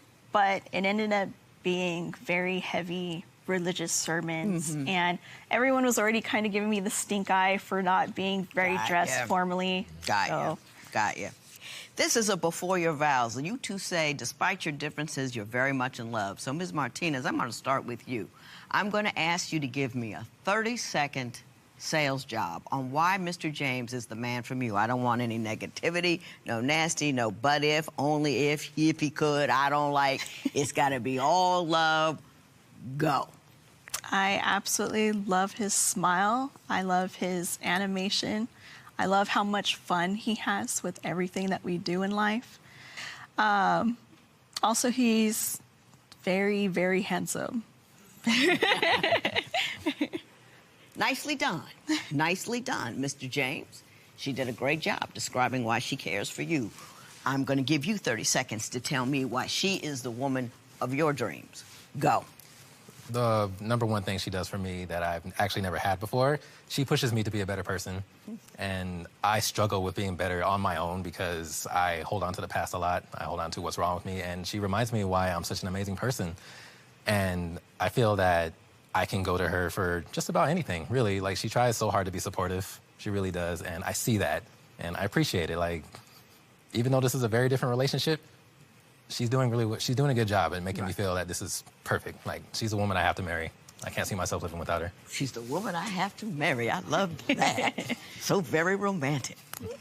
I got a couple things I want to say to you. I want to talk to you about who you are and how everybody has to be the best that they are before they get into a relationship with somebody else at all. Because if you come in with all the nicks and stuff and you don't know what they are and you're not ready to fix them, it's difficult to become a solid twosome. So I'm going to take a few moments and tell me what I think you need to do and whether or not you're ready to get married. Today's question sponsored by... What would you do if your fiancé had different religious beliefs than you? Share your opinion on Twitter and Instagram at Divorce Court. Divorce Court will be right back.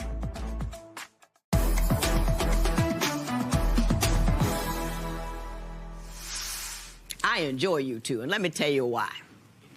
Number one, you're rational. You're reasonable. In here, anyway. There's some things going on out there. Not quite right, but there. Number two, there's no ratchetness going on. There's no cheating. There's nothing about social media and video and the Instagram.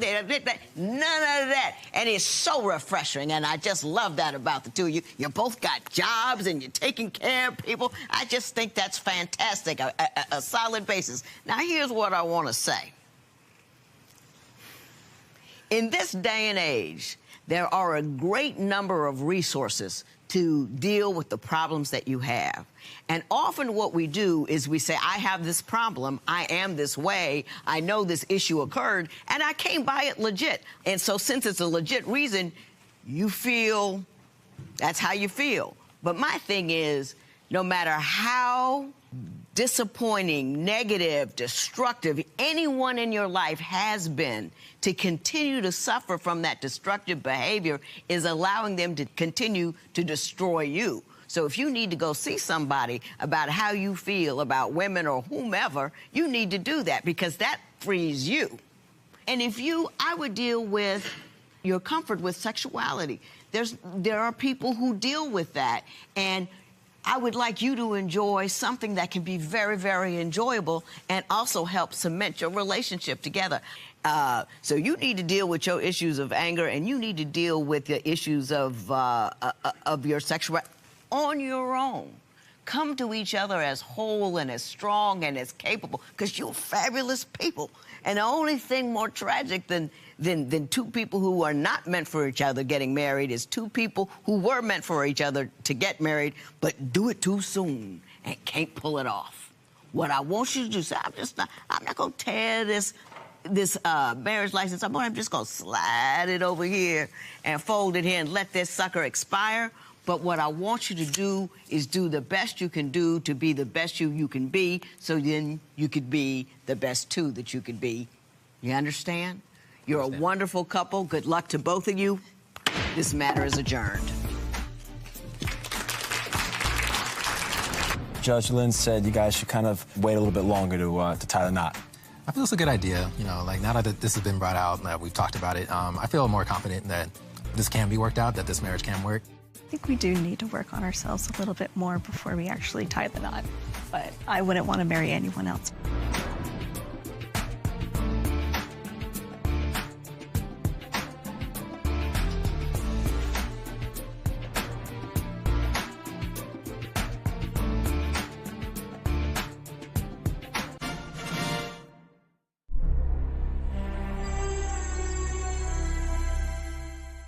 Today on Divorce Court. I'm in court today because I feel like Isaiah's back with his old tricks with the cheating and the lying and the secrets. I did admit to my wife that I cheated a long time ago, and she hasn't been able to let it go.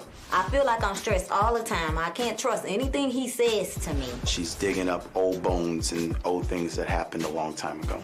I feel like we live in separate lives. I'm in one room, he in the next room. I only see him if like we go to the kitchen or something like that, and I don't think that's the way a marriage is supposed to be. Divorce court is now in session. The Honorable Judge Lynn Toler presiding. Good day, ladies and gentlemen. I'm here today with Kimberly Jackson and Isaiah Harris. The two of you have been married for 15 years. You were here not too long ago in divorce court, and I know I made some specific recommendations, but let's take a look at what happened the last time you were here. I did not have sexual relations with that woman. Okay. That's first of all. Okay, thank you, Bill. But what happened is, as she said, we had an argument. Basically, the way that it happened is it was my day off, and I don't often get days off. I was trying to spend a day off with my wife. Her family called her, and she basically put that family before me and basically before our child as well, because I was just trying to spend some time with my family. Okay. Now, Ms. Kendrick, you say something specifically occurred with respect to that right after you left the show. Tell me what that was. Okay, right after we left the show, everything was good. And then we got to talking one day because it kept bothering me about, did he sleep with my friend? Did he sleep with my friend? So I flat out asked him. He admitted it. He say he did. Now, that ain't even the tip of the iceberg. Well, let's go a little further down the iceberg. What else is there? So I'm on Facebook. I get a friend request from this girl. So the name rang the bell. I turned into Sherlock Holmes, inboxed her, and I say, I don't want no drama, but can you please tell me, did anything happen between you and my husband? And she said, she flat out laid everything out for me. She said those two were together since the first time we got together. He was with her and me at the same time. After fussing and fighting, and when I asked him, he pulled out the same dumb line. I say, what's going on? What? Duck, duck, duck. Same dumb line he always doing. Mr. Harris, what's going on over there? Is what she telling me true? Yes, it is true. About woman number one and woman number two? Woman number one happened... Before you came to divorce court the first time? Yeah. Well, number two both happened after? No. Both of them happened a very long time ago. A very long time ago. Yeah. Well, how about woman 3 and 4? Because that's what I got on here. I got to tell you that story, too. Okay, go ahead. He had went to a show with another girl. Then she paid for his car. She paid for his hotel room. And they was at the show together. Let me tell you about girl number 4. Okay. I go on his phone one day. I always know when he up to something because his phone locked. I go into the phone. He used the same code for everything. So got in the phone, went in there. I see these text messages. So I text the girl off my phone and ask her what she doing talking to my husband. Don't you know this girl sent me a picture of him and her at the football game? Okay. Mr. Harris, what about women number 3 and 4? Did those things occur too? Number 3 did happen. It was a long time ago. It was when I was doing music. How long ago is that? That was, again, that's 13, 14, 15 years Oh, ago. my God. 15 years ago? Oh, my God. It was a long time ago. Number 4 is nothing.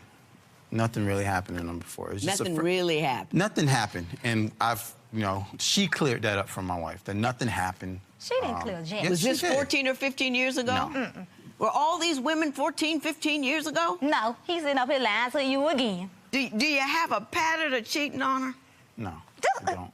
You don't at all? I don't have a pattern of cheating on her. Looks like a I pattern understand that woman number 4, who you said was nothing at all, sent you nude photos. Is that accurate? No. No, that's another girl. Oh, another. I'm sorry. Number 5. My count was off. Tell me about number 5 in the nude photos. I go into his phone again. I see on Snapchat, this girl got photos she naked from the waist down. And I'm like, hold on, what you gonna tell me this girl ain't meaning nothing to you? did you get Snapchatted a picture of a woman unclothed from the waist down? I never saw the picture.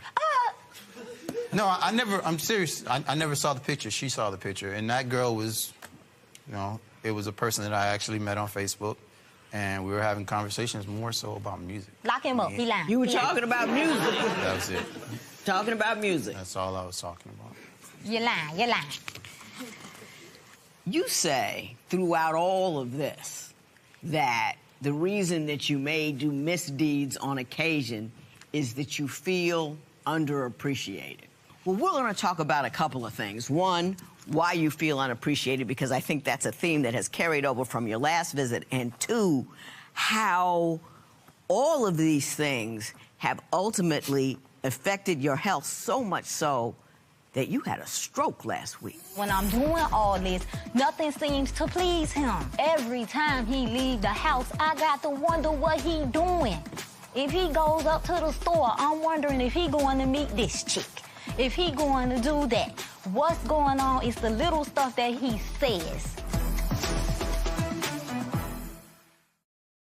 My primary concern with my wife is, of course, I don't feel like she appreciates the things that I do. Well, what do you do that she fails to appreciate?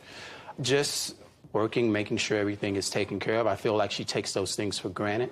Why do you think that she takes the fact that you work for granted? I think the fact that when the bills come into our house, they don't come to her. She doesn't necessarily understand what it means to have to pay those things. You're feeling pressure, that financial, economic pressure that you don't think she appreciates. I feel like if I work 15 hours when I come in the house, she's been home all day, house should be clean, food cooked, I should be able to just relax. Okay. Ms. Jackson, respond to that. I got a job, I went back to school, everything so I could say maybe I can repair this. Well, I do remember from last time, I asked you to get a job, and I did. Learn to drive. And did you do that? I did all of it. But what I feel like is that when I'm doing all this, nothing seems to please him. Mr. Harris, did she make all of those changes we requested of her last time? She did. Do you appreciate the fact that she's... Absolutely. I'm very proud of the fact that she started driving. Right. I didn't have to, work, pick the kids up, drive them to school, didn't have to frantic and drive back. She did those things. Now, she mentions work. The problem I have is that my wife has a health ailment that doesn't allow her to stand on her feet. Okay, you say that the stress of this relationship, because I'm getting a little confused here about who's doing what to whom and how badly. You say that you had a stroke not too long ago because of the stress of the relationship. Yes. Tell me, what kind of stress do you feel and what happened to you physically? Every time he leave the house, I got to wonder what he doing. If he goes up to the store, I'm wondering if he going to meet this chick. If he going to do that. What's going on is the little stuff that he says. Such as? He has a problem with homosexuality. I don't want my kids to be that way.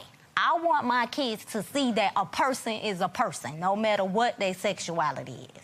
Because that's the way I was raised. My mama always told me, no matter your skin color, your sexuality, people are people. So I try to teach my kids. And he said he had a problem with interracial marriage. And my thing is how you gonna have a problem with interracial marriage when you married to an interracial?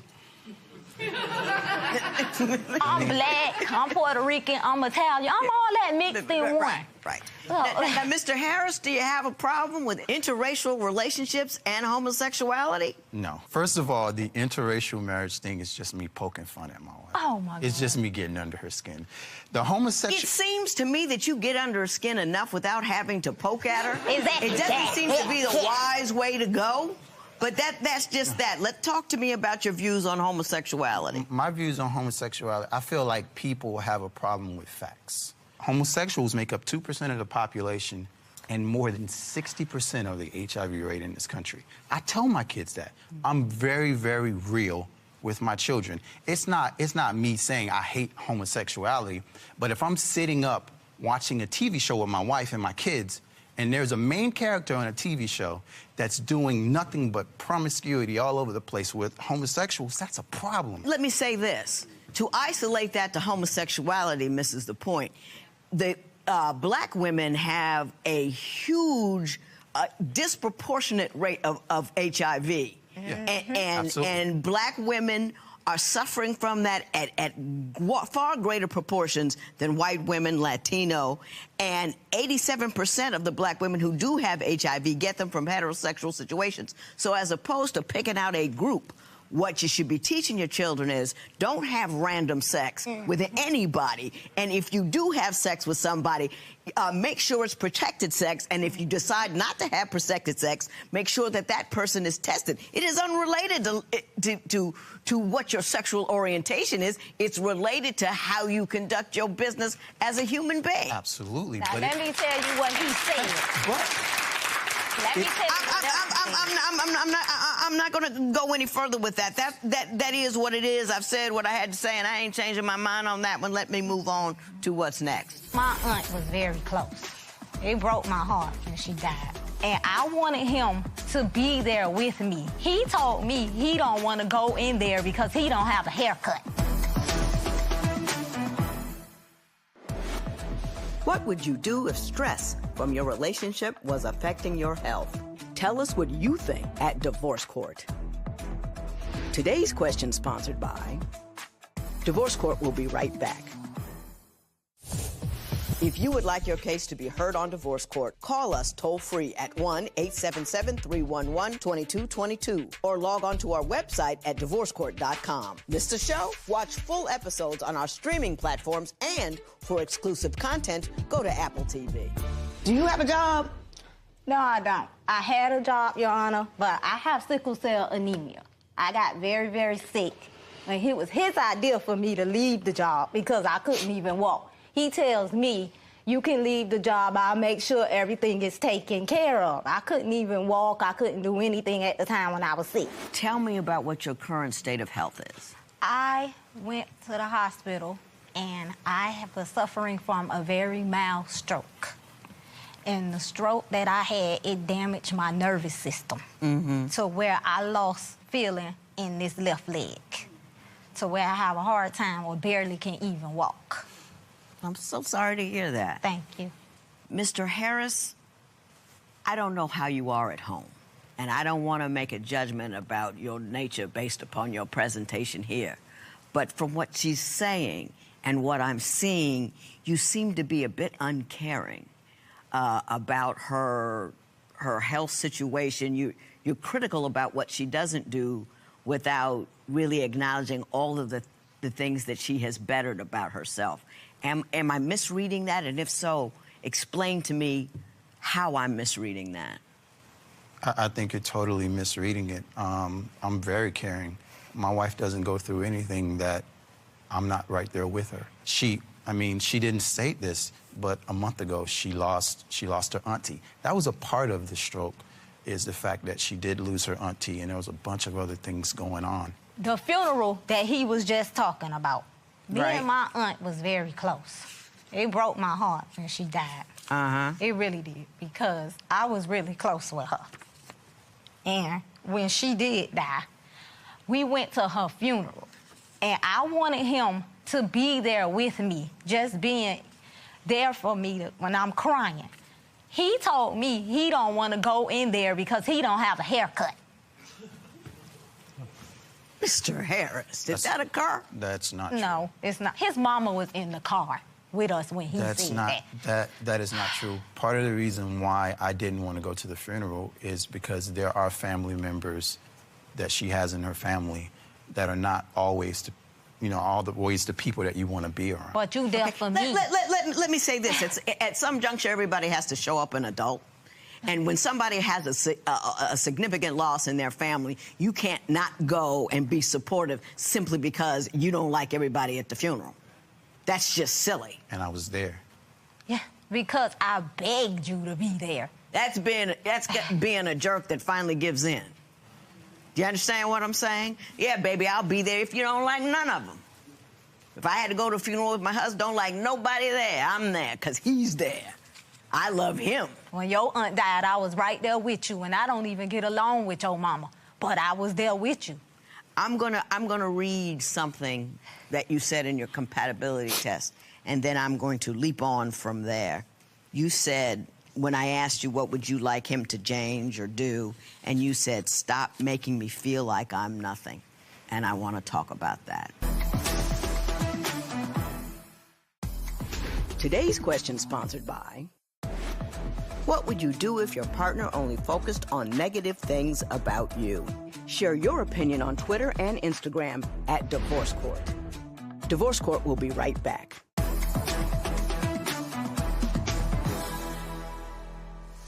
Your wife is suffering from several health issues. She came here and I told her to do a number of things to be a better wife and a better person. She did them all. Then she has a stroke for the stress. I think you may believe that what you're doing is supportive when in fact it's destructive. If you keep popping on somebody about what they're not doing right, what they're not doing well, what they should be doing better, and how can you keep making these same mistakes, and da-da-da-da-da-da-da-da-da-da, you wear away at that person's self-esteem. You wear away at how they feel about themselves. And you may believe that you're trying to help them by being a nonstop onslaught of criticism and character defamation, but what you're really doing is it's like you got a Ferrari. Because your spouse is the best thing you got, right? You get a Ferrari, it's jerking. And you go out and kick it and tell it, stop jerking, stop jerking, stop jerking. That's what happens when you over-critique a spouse. When your Ferrari's jerking, you don't kick it, you take it to the shop. You see what I'm saying? Mm-hmm. And I think if you stood back off of all of your wants and demands and wondered how I can encourage and support, you might be able to get more of what you need from her, because she's obviously willing to do more. She has. Do you understand what I'm saying? Yeah. You're an error hoarder. Judge, can I say something? Yes. To him? Yes. May I? Normally don't let you, but go ahead. I think you a good man in heart. I believe you are a good man, but I want to be treated more like your wife than somebody that you just met off the street. Did you hear that, Mr. Harris? Yeah. You understand what she's talking about? Yeah. You're a great father, but you just need to do more that way. Mr. Harris, you know, the things that she wants from you are probably much smaller than you believe they are. A little kindness, a little softness, 1 or 2 less critiques a day. All of that verbal show of appreciation. Women need to feel that from you. And I think that you're not a bad dude. You're just not compassionate. What I asked of her last time was a fair amount, and she did it all. Now I'm asking from you some compassion on this side. I don't mean you can come back, but it means you can do better. This matter is adjourned. What are you going to do to show your wife that you do care? I think the most important thing is to listen to her more and take her feelings more into consideration. What are your expectations moving forward? I'm just really hoping that we can put the past in the past and we can repair our marriage.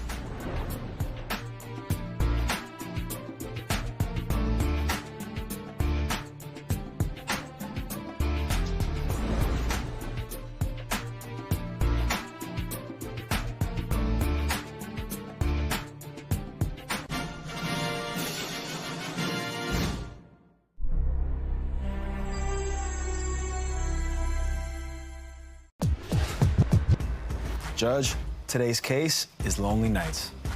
Today, I have a couple before me that has been together for over 10 years. Now it seems they're drifting apart.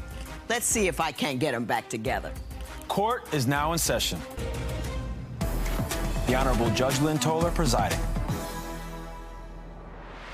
Good day, ladies and gentlemen. I'm here today with Christina Fitzgerald and Ramon Torres. The two of you have been together for 10 years, married for 2. I'm going to start with you, Ms. Fitzgerald. Why don't you tell me a little bit about your marriage and why we're here in divorce court today? Well, lately it's been really rocky. You know, he just not coming home, getting hotel rooms, and sometimes he don't even call at all, you know. And I got proof. I have some evidence here that I found recently in his glove box and in the car. And when you say he's not coming home, how long does he stay away from home? Sometimes for days. For days? Yeah, he go missing for days. And what does he say when he gets back? Oh, he said, well, he don't really have a good enough excuse, but it's usually he don't want to be fighting. He don't want to, you know, this or that. And it's like, it's more than that. I just have my suspicions, and it's like, you know, what's really going on? Mr. Torres, why are you away from home? Because we have like 8 people that live there. No, we don't. And no, we don't.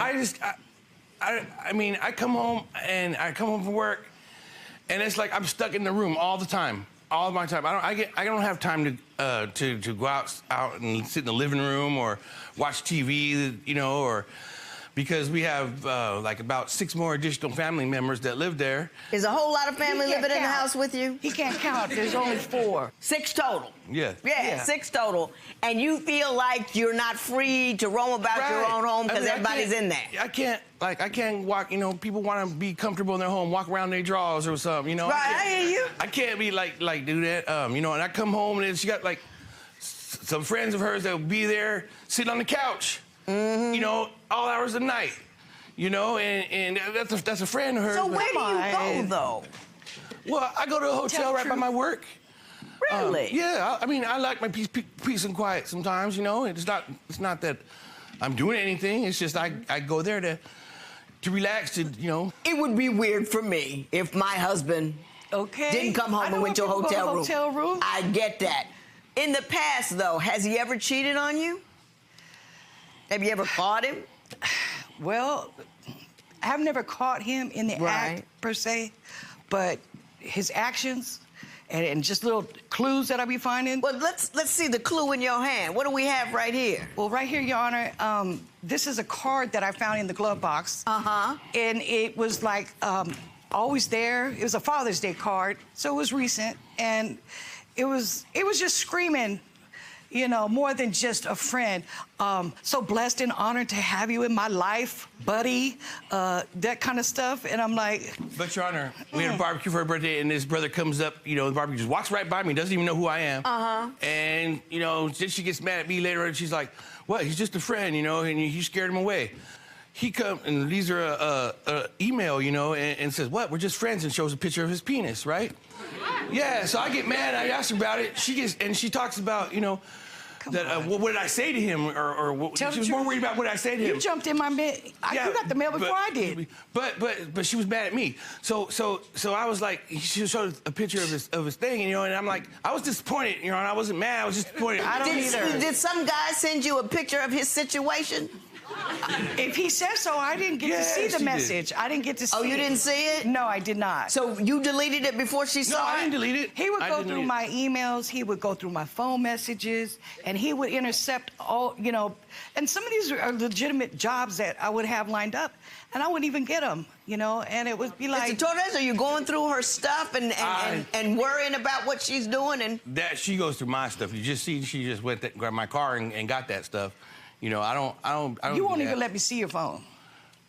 Because I don't want to start another argument. Okay, there it is right there. Do you think she's ever cheated on you? Are you at all suspicious of her? I think she has. But why? Because she's always accusing me of doing it. I'm always at home, waiting for you to come home. So, you know, what's really going on? What is really going on, Mr. Torres? Is it just because there are other people there? No, and can't you disinvite them? It's just how she talks to me. She'll start... Explain that to me. She'll start cussing at me or yelling at me or... What were you yelling about? We couldn't find our driver. We couldn't... It was a little mix-up, but I went around It's Well, just what are you like he's yelling at him helpless. It's for? like he's helpless all the time. Like, Well, you why know, were you yelling at him though? If I you really couldn't find the wasn't. I driver. wasn't yelling at him. I was trying to get his attention because there's, you know, people going back and forth. I was like, Ramon, you know, and but he always comes out like with the sensitiveness, like. You always talk to me different, like you talk to other people. You always nice to other people. Get mad if I nice burnt to the me. spaghetti. Like one time I burnt the spaghetti and she sent me home. Come on. Did you send him home? Yeah, because he and burnt another the time there was no spaghetti? toilet paper in the house and she sent me home. She told me I'm gonna get out. That was a long Did time you ago. say? But she did, see? I But told you. it was more like a final straw kind of thing, you know. Yeah, And it just that spaghetti was just the last that thing was you it. want. It was 'Cause the we was last of hungry, many too, things. you know. He wasn't paying attention. He wasn't watching the spaghetti. I know that you're angry with him a lot. I figured that out, and I can't figure out why.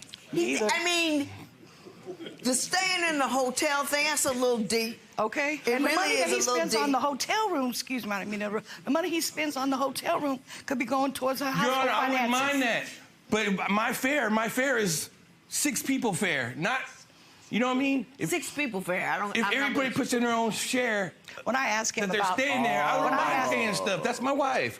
My husband bring 4 people to live in my house. I'm going to a hotel too. Don't nobody want to come home to a whole house full of other folk family. They can stay for a few days. But you got them there long term. Do you think you might be, even if they're in the garage, the source of your own problem? You know, I didn't really look at it that way, really. I mean,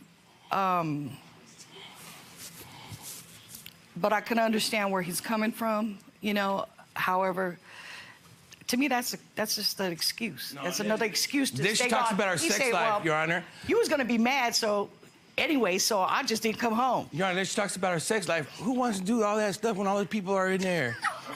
You know? I didn't want to hear about it, so I understand. Exactly. I understand completely. He lies about it. He lies about everything. He lies when he ain't got to lie. What other things has he lied about? Just the coworker. They ended up being an old friend. He looked up. He looked up this old friend, and then it lended her $200. Did you lend her $200? Yes, ma'am, I did. That money I could did, go into but the it came back household. right back to me.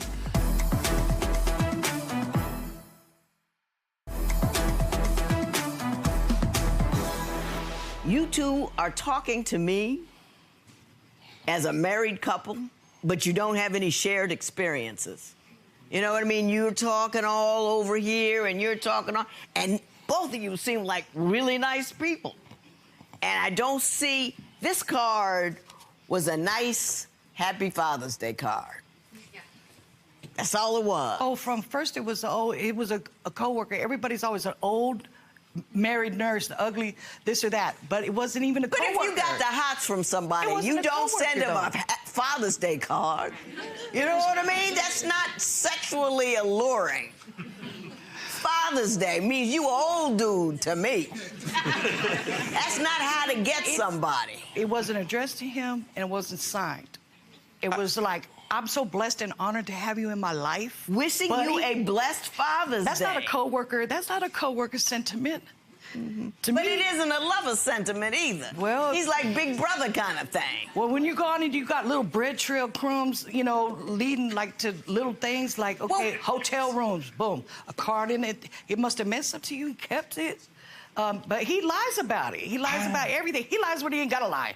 What other things has he lied about? Just the coworker. They ended up being an old friend. He looked up. He looked up this old friend, and then it lended her $200. Did you lend her $200? Yes, ma'am, I did. That money could go into but the it came back household. right back to me. You know, she Did said you that give it money back? could go back to the family, but yet if the family pitched in, what should we worry about my little $200 for? I mean, I understand. Oh, $200. And Is your family pitching in at home? Yeah, actually, yeah, they Really? do. Yeah. Significantly? My family member helped us get the money for the water bill when it got cut off. Oh, really? Yeah, because... But that seems like a singular event. It doesn't seem like it's an was a ongoing singular thing. event. However, my family member does do things around the house that I feel like he should be doing himself. Oh. But when he refers to our house as, that's your house. Your Honor. Well, does he pay bills there? He does when he feels like it. Your Honor, I pay for the... Not when they do. Her storage, which we shouldn't have. We should have to pay for her storage if she has, you know, we shouldn't have to pay storage if we have a garage that people are staying in, you know? What, you just have a lot of junk? You have a lot of stuff? No. We got people staying in our garage, and I have to pay storage somewhere else, you know? That's just so the people can stay in the garage. Arguing about and stuff. And then she's just controlling. She wants to, if I'm not home by, okay, I get off at 10:30. If I'm not home by 10:38, and I live, like, when I drive 15 miles to work, it's like, you're cheating on me. You're cheating on me. And my friends at work, they get mad at me. They're like, when you can't come even home have at a beer 2:30 with in the us after morning, work. when you come home at 2:30 in the morning, you get up at 10:30. How often does he come home at 2:30 in the morning? For a while there, it was almost every night. And what were you doing out till 2:30 in the morning? 2:30 in the morning, Your Honor. Well, how about 1:30? What were you doing? I was just out with my friends, just winding down, man, having a bar, drinking just a little bit, because I'm a diabetic. But, you know, I don't want to drive drunk. How can you stay mad at him? He's just so adorable. Let him live with you for Good point. She's nice to everybody else, but she's not nice to me. She could yell at me, you know, and I don't like to fight. Your Honor, I'm a Desert Storm veteran, okay? I've seen my war, and I don't like to fight. And sometimes she thinks I'm too soft. I'm not soft. I just know how to pick my battles. If I could do one thing for you, Miss Fitzgerald, what would it be? Would it be just to get him to come home? And if he came home, would you be nice to him? Yeah, I would. When he comes home now, are you nice to him? She likes to argue at 3 o'clock in the morning. I try. You know, I'm a good woman. I come home. I'm home waiting. I cook dinner. You don't cook dinner. Wait, were you dreaming about it? Were you dreaming about it? He likes to exaggerate. No, but just the communication. I would really like for the communication to be open. Him to give me the respect. If he ain't gonna be home, to call me, let me know. Don't block me. You know, he blocks me. You block your wife? I'm not her Facebook page. I block her because she starts cussing at me. Or this, that. No. See, you paint I don't want to hear all that. I don't want to hear all that. He paints an ugly picture. No one thinks you're an ugly person, Mrs. Fitzgerald. You're not coming off like that at all. You're coming off as scared. You're coming off as not feeling secure and loved. He's a runner too. I do he's run. He's a runner. What do you mean he's a runner? Well, he gets scared about something, whatever. He'll just take off. You know, I don't have that security. Yeah. In our relationship. Because he doesn't deal and cope with the problem. No, exactly. He just takes off. He drifts away instead of handling the situation. Exactly. So you're there wondering, is this the time that he's going to go and stay gone? And so by the time he gets back, you're so frightened and agitated and irritated. You know, you start throwing F-bombs because you've been so jacked up for 2 days waiting on it. And I don't like be, you know. I got you. I'm with you, Mr. Torres. Your Honor, if you could get me to give you one thing from her, what would it be? Tell her just to be nice. That's all. And she's nice to everybody else, but she's not nice to me. She could yell at me, you know. And I don't like to fight. Your Honor, I'm a Desert Storm veteran, okay? I've seen my war, and I don't like to fight. And sometimes she thinks I'm too soft. I'm not soft. I just know how to pick my battles, and I don't like fighting with her, and I don't like fighting with anybody, you know. I'd rather just stay away. Yeah. You don't really think he's cheating, do you? Well, then give me the respect and give me the, you know, honor. Oh, Your Honor, too. You know. She has one ex, and he'd call her baby doll all the time. I mean, I didn't like that he was calling, you know, this dude was calling her baby doll and stuff. That's my baby. That's my wife, you know? I don't know his friend. You know what, though, Mr. Torres? Yes, ma'am.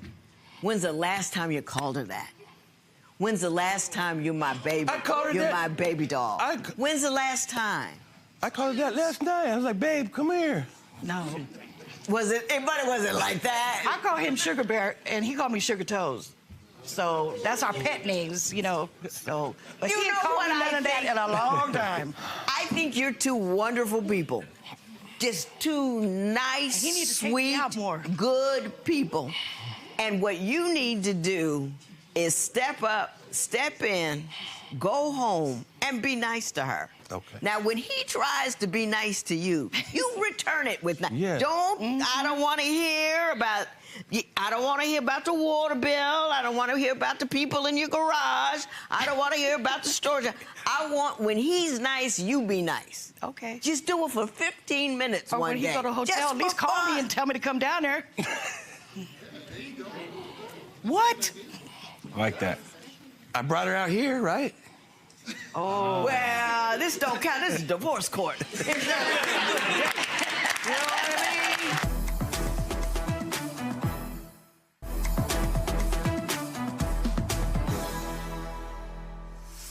You know, Mr. Torres, I think you're a good guy.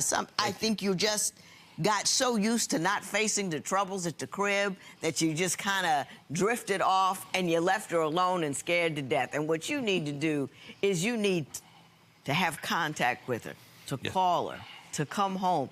Ask her to come see you where you are. Think of something to do when she gets there.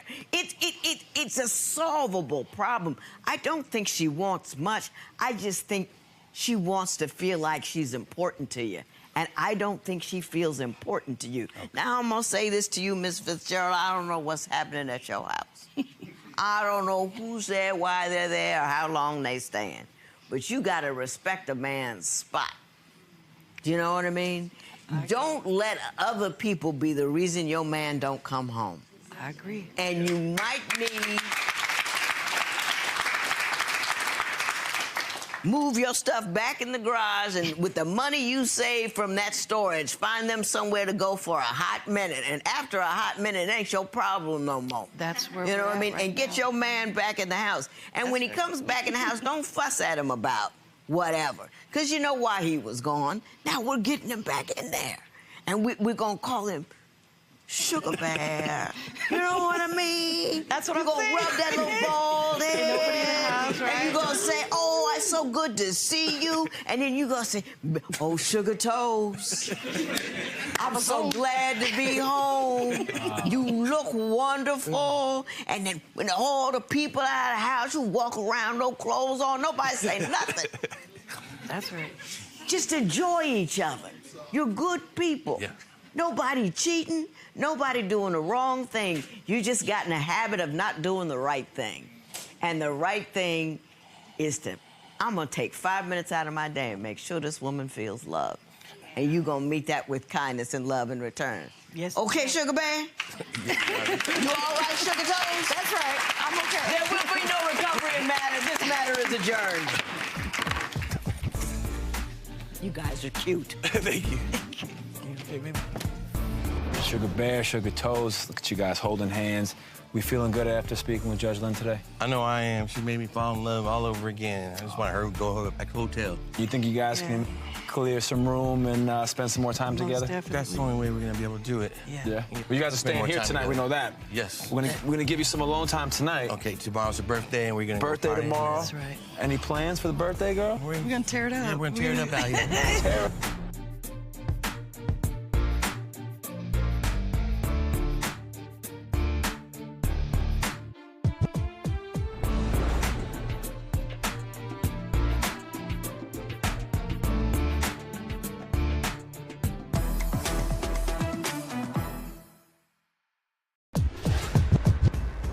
Judge today's case, stand-up guy.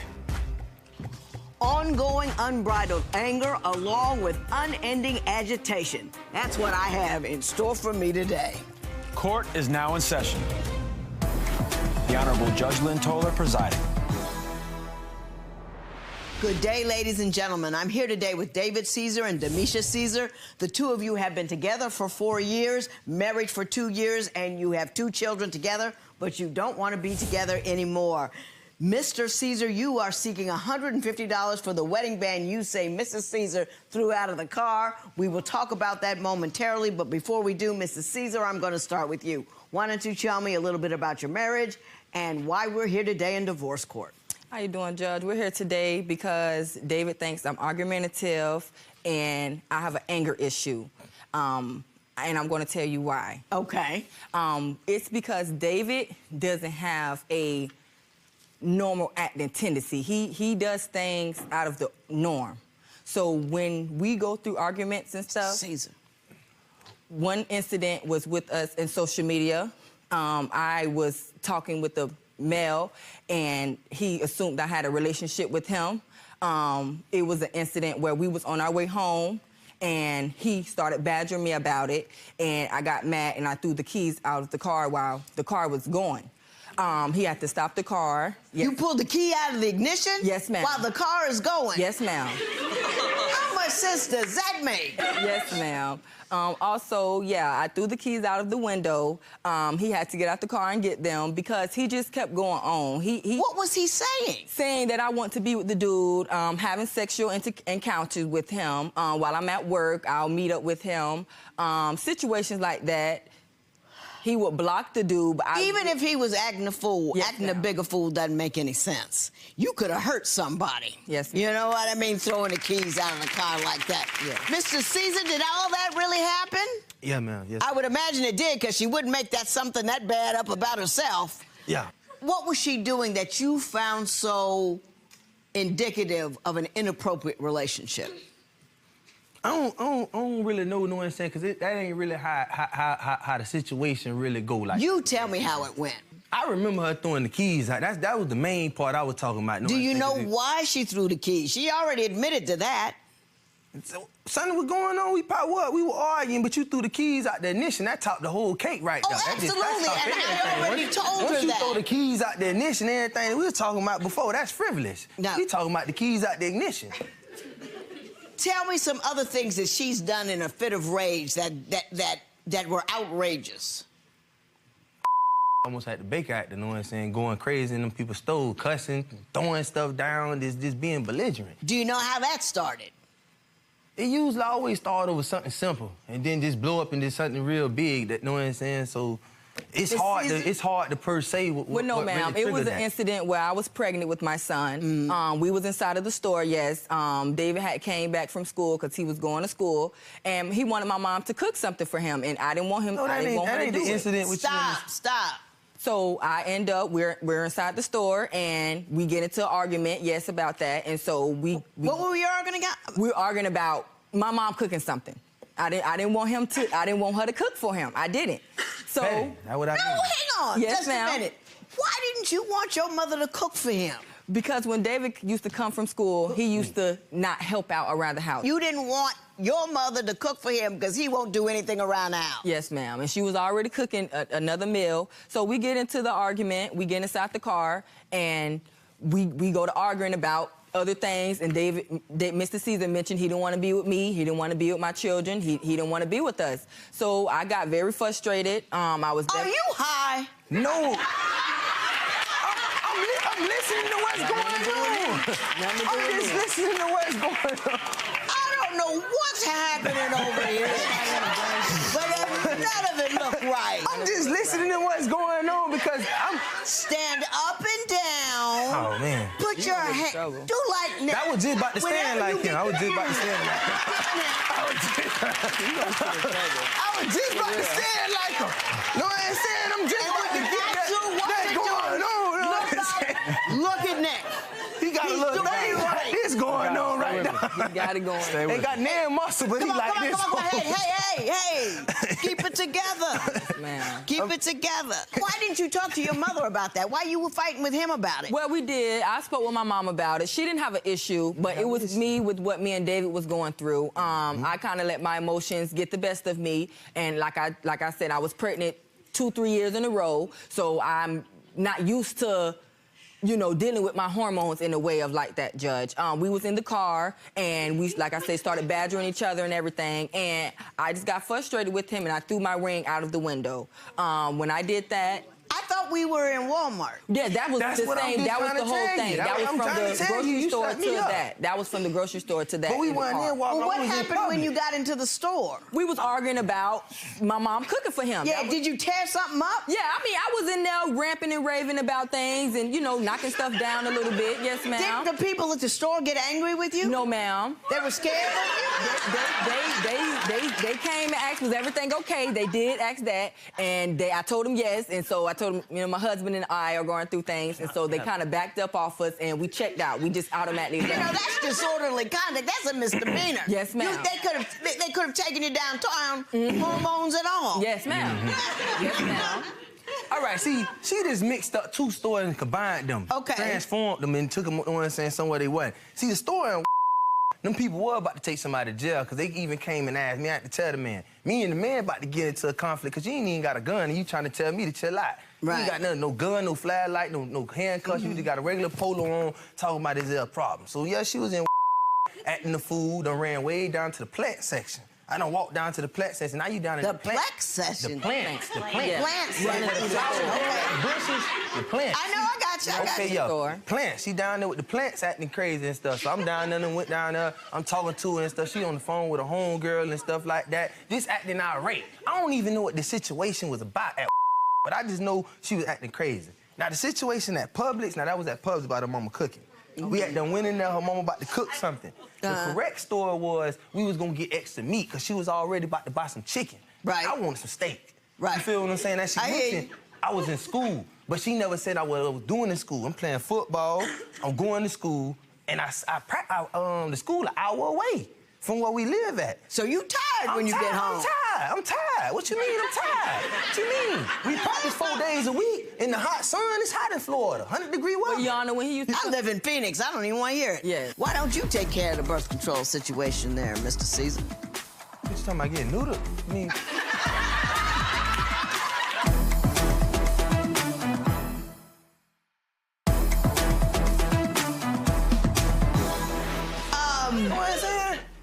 You said one time you came home from school and had to sleep in the car. Tell me about that. Sleep in the car, I had to change the lock on my house. Why I pay the bills at? How that sound? Now that sound crazy. How did that happen? When you know what I'm saying? When you already got people that stay inside the establishment, you know what I'm saying? That's how that happened. Because her and her mama was staying there. Now, first of all, she pregnant. So I had to ask for somebody to come and help her at the house and be there with her, you know what I'm saying, and stuff like that. Right. So my mama got there and stuff like that. So little things was going on, little bada bing, bada booms and stuff. She didn't really want me at school. Hated the whole situation. Hated on the whole situation. Was accusing me of doing stuff. Why didn't you want him in school? Because she thought I was down there messing around with people. Thought I was down there kicking the boo-boo and all that, right? Well, Judge, it was really because I was, like I say, I was pregnant with my son. David didn't help me with none of the establishments with my son. I couldn't have a baby shower.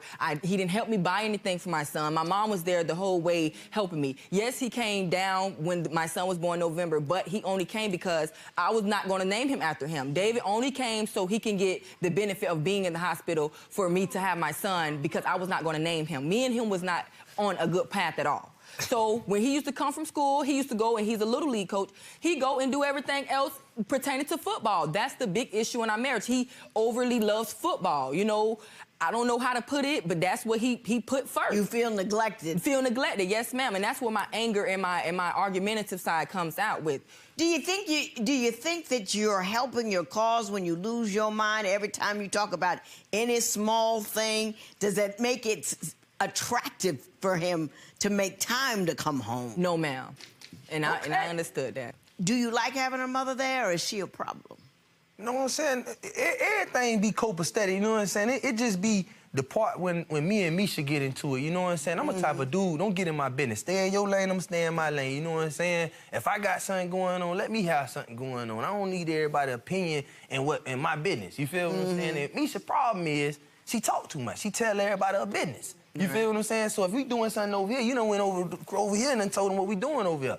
And David don't like that. I want my business to stay my business because nobody ain't telling me they business, so why everybody Why everybody know your business? You know Speaking what I'm saying? of her telling people your business, my business. She says you want too much sex. I'm a normal man, and I got man aspects. You feel Too what much I'm sex, saying? yes, ma'am.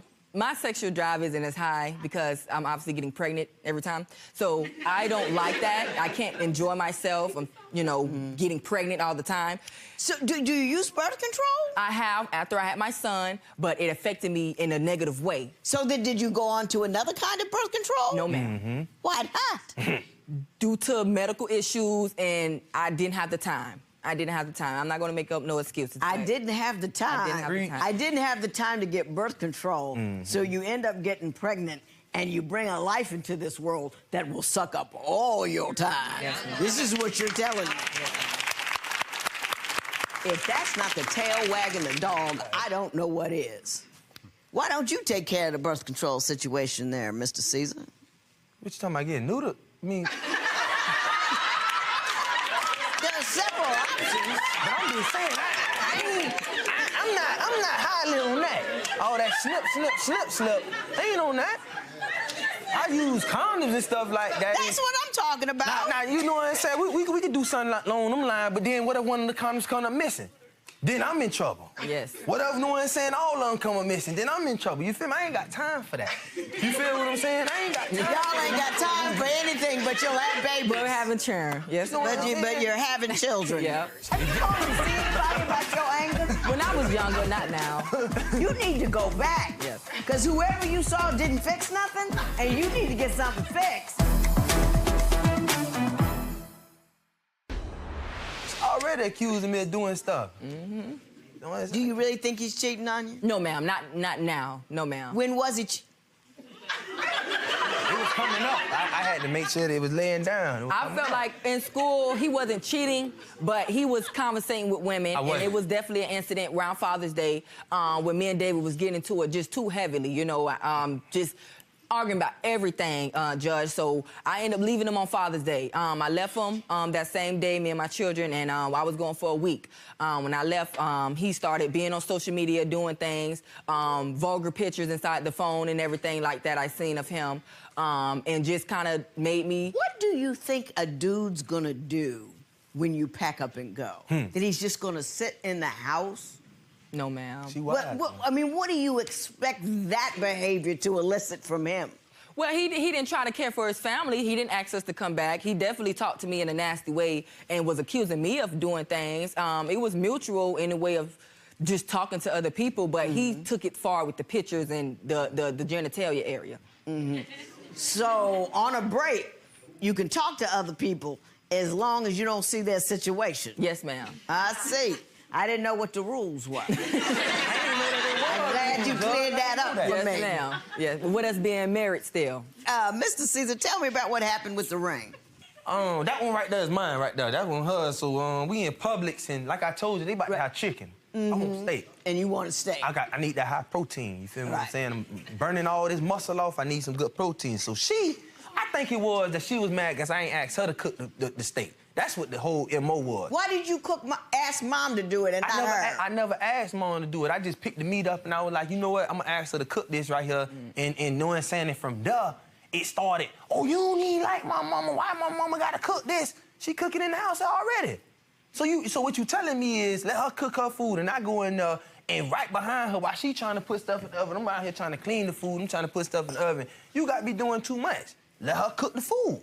You feel what I'm saying? So the whole thing, it done came all the way out of Publix. We done jumped in the car. Okay, we going the whole opposite direction because we stayed one direction. I drove one direction. I did that because you got your mama here at the house. You feel me? She already be putting in her 2 cents, you know what I'm saying? The mama ain't the problem, you feel what I'm saying? Misha's problem because she be telling her mama the problem. You feel what I'm saying? So now you bringing in people into it. So I ain't got no problem with your mama, you know what I'm saying? She just doing what a mama do, and that's just telling her daughter how she feel. You know what I'm saying? But she'll never know if you never tell her. You feel what I'm saying? So we done drove one way because I ain't trying to take the bull back to the house, and then now I got to cuss people out. I ain't never cussed a mama out, but I'm just saying, I got to cuss you out because you acting crazy, you know what I'm saying? You cuss me out, you know what I'm saying? So let's just do this in the car right now where we at. You know what I'm saying? Away from people. Before we take it on off. You know what I'm saying? Like cool off, you know what I'm saying, and everything. So boom, you know what I'm saying? You know, that's the first thing you said today that made any sense. That makes a lot of sense. You gotta listen to me. You gotta listen to me. Gotta listen to me. So boom. We driving in the car and everything, you know what I'm saying? I said a little 1, 2, blase, blase, blase. You know what I'm saying? What did you say? They don't need to know all that. I said some things, you feel what I'm saying? I really don't remember what I said. You know, you say things out of anger sometimes, you feel me? Things you really don't mean. You know what I'm saying? So I said some things, and here she go. You threw the ring out the window. You just opened the window, bloop. Then I pull over and I tell you to get out and find your own ring. You won't even get out and find your ring. He told you to get out and walk. That was after I told you to find it and you didn't want to go find it. So he can't. So you need to get out and walk. Get out and walk. Get out and walk. Yeah.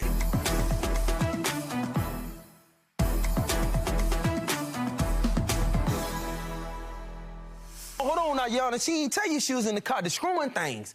Beating up the dashboard, kicking the dashboard. Did you do that? Wheel. You know what I'm saying? I thought she was one of them UFC people. I probably was trying to wiggle the steering wheel. I don't remember kicking on the car. I probably was trying to... That's just which is not right. Yes, which is worse. Because you start involving other people when you are trying to redirect the car, trying to hurt him. They got places for that. Oh my goodness. Have you gone to see anybody about your anger? When I was younger, not now.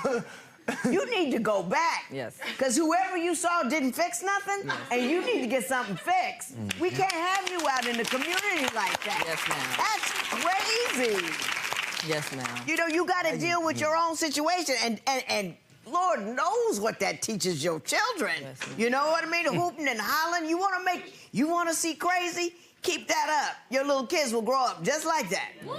Yes, holy moly, macandoli. Pudding and pie. Yes, ma'am. Mr. Caesar, you're not getting any money. Once you give the ring is hers, and you can't get any money back for it. I do see your frustration with respect to her, the way her agitation and the way that she expresses it. I think that you're agitating beyond all get out, too. But I think that you handle it a little better. I don't know what to say, you know. Always let him see his kids. Always let it be easy for seeing his kids. Always make a huge effort to do so. You need to be a calm, peaceful source in their life. As crazy as you make their mother, that's how crazy your kids will be. You need to forge a peace with this woman, because you got a little more sense than she does, which is scary. Good luck to you. There will be no recovery. It is so ordered. Yes. So, first off, are we done here, or are you guys gonna try and make this work? We're done. I don't think I can deal with his vulgar language, the inconsistency of the family first thing. David doesn't put us first. Judge Lynn, about to say, so how you feeling about it after hearing from her? I feel like she hit on a lot of good points and stuff like that, and if we was to work, things that she said do got to be worked on and taken like grown people.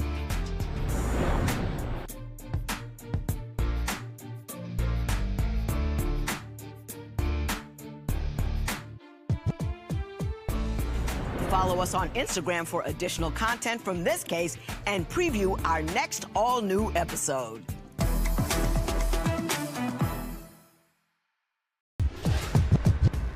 Judge, today's case, mixed signals. She has been shot.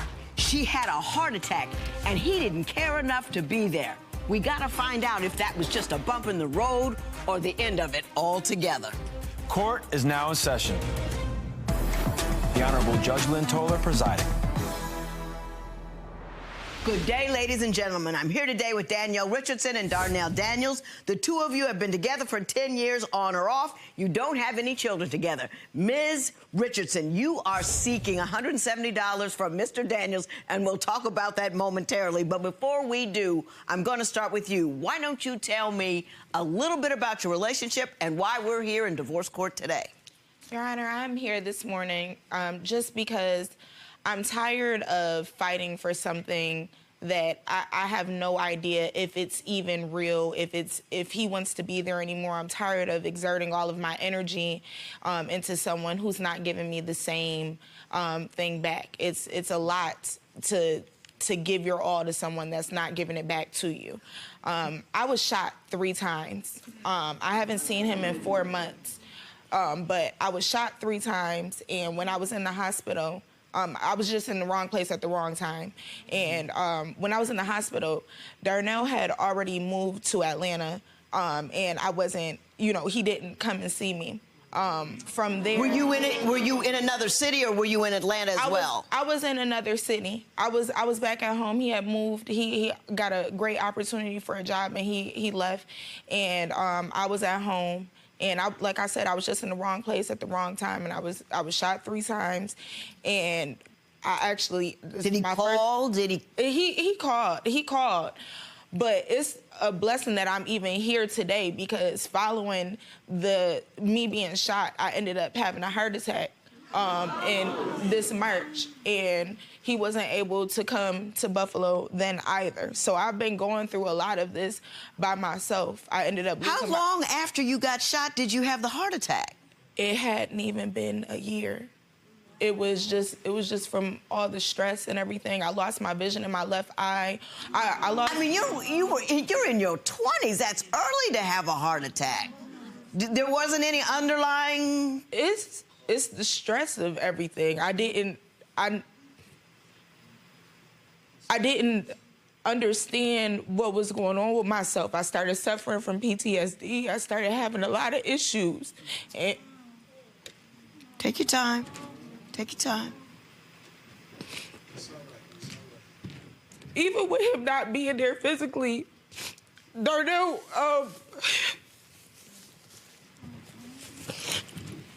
this is my first time telling somebody that I don't know. Everybody else, when I walk into the room, they already know what happened to me. And I don't have to talk about it. Even with Darnell not being there, I wanted him to be there. Darnell has been there for me in so many ways. Like, when I talk to him, he keeps me going as far as talking to him.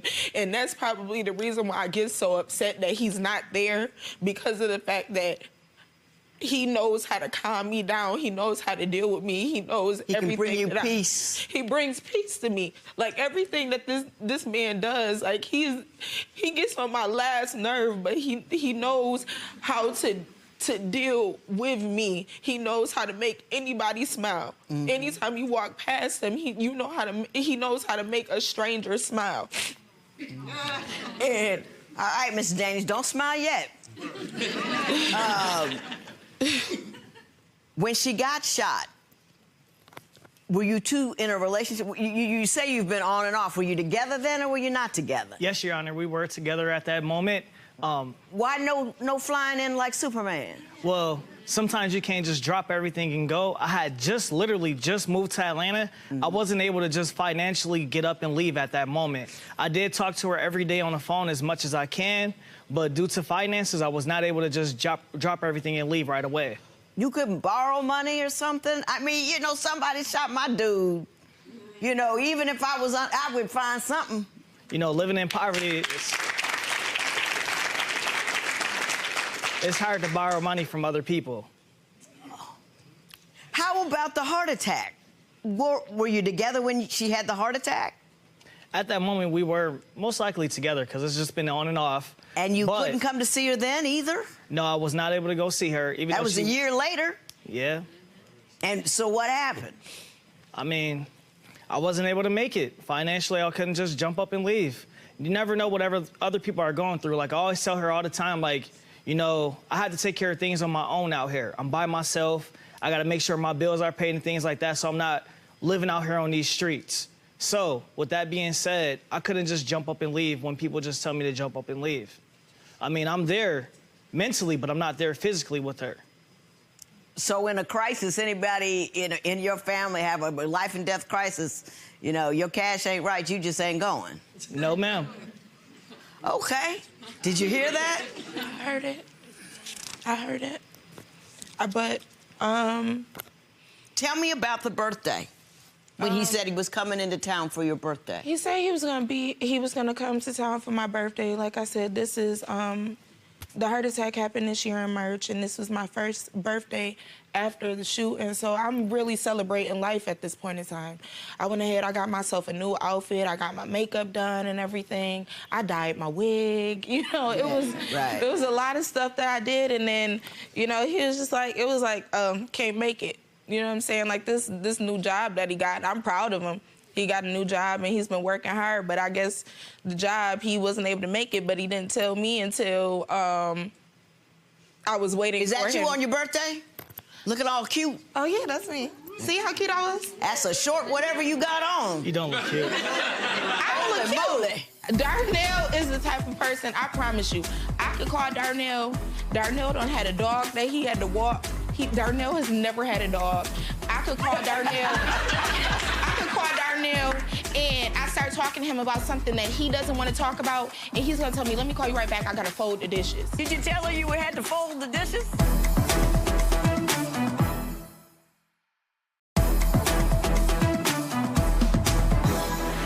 You You say he's a big liar. What do you mean he's a big liar? Darnell is the type of person, I promise you, I could call Darnell.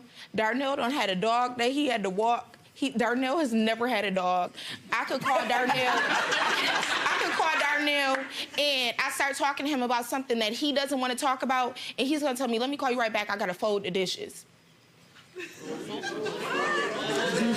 the type of stuff, exactly. And I'm just at the point, like, he lies about stuff like that, just like Darnell went on this camping trip. Darnell has never been in the woods a day in his life. To this day, I still think he was hanging with some girl. Like, I really don't. He's told me many stories. I really don't know. To his knowledge, I believe that he was in the woods camping. I just pacify him with believing that he was in the woods camping just because of the fact that I got so much love for him. I love him so much. You gonna let that go? I'm gonna let that go. Go ahead. Did you tell her you had to fold the dishes? Of course. See, what happens, Your Honor, when Danielle calls, I don't like to be around negative people. Life is like Legos. When you build something up, you can knock it back down by just saying one wrong thing. Then you gotta build yourself back up again. If I'm negative on the phone, or if she's negative on the phone, I'm gonna be negative to the next person, which will bring their spirits down. Next thing you know, everybody's gonna be down. I like to be positive. I like positive energy around me at all times. Is her energy not positive? Barely. Wow. You know, I mean, I'm just saying, give me an example of how she brings you down, like a conversation where she'll just take it negative. Give me. Okay. So you could be on the phone with Danielle. Hey, Danielle, how's your day going today? You know, today my refrigerator just stopped working, my stove just stopped working. I had to run to the store. They didn't have what I wanted inside the store. I'm just going through so much right now. I'm not able to eat. I'm not able to do this. I'm not able to do that. I only asked you, how was your day going? I didn't ask you for a life story of bad events of what's going on in your life right now, right at the moment. And there's so much of that that builds up. You know, you can only do so much, like, oh, Danielle, we're going to do this, this, and this to get you better. I can only say so much. After a while, it's just, I don't want to keep hearing the negative things. Yeah, Anna, can I say something? Please. Let me tell you something. I've been going through so much in the past 2 years. Everything has not been good. Like, you have to understand, every other day I'm in the hospital. Every other day I'm dealing with this. Every other day. Like, I ended up losing. You got to realize, with me, I was in the nursing home for 37 days after I had the heart attack.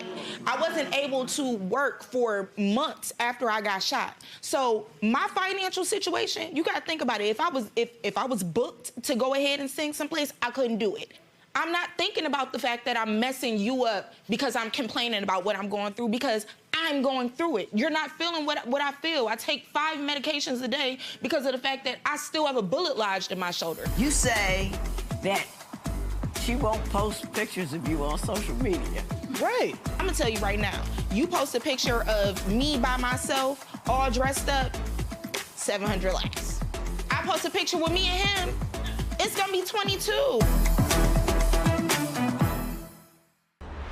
I know how I am. Right. I'm hard to deal with. But he been dealing with me since we were friends. We were friends since childhood before we even got into a relationship. He knows exactly how I am. I've been that way. Why are you trying to act like I'm just pissing you off now? You get, I don't get it. You've Mr. always Daniels, been the same way. Has her attitude changed over time? Has she gotten increasingly dark as the years have gone by? Or is that darkness a function of a particularly hectic and horrible period in her life? Danielle's always in drama. Always in drama? Always in drama. So there's not a part of life where I just don't remember her not being in drama. I mean, don't get me wrong, she was picked on as a kid and things like that, and, you know, I had to stand up for her and stuff, and she stood her own grounds. I mean, well, so maybe that is a too. part that, my apologies. Thank you. Maybe that is a part of, you know, why she grew up the way she grew up and things, but I'm just blessed and glad that she's not the same way that she was a few years ago. You say that she won't post pictures of you on social media. Right.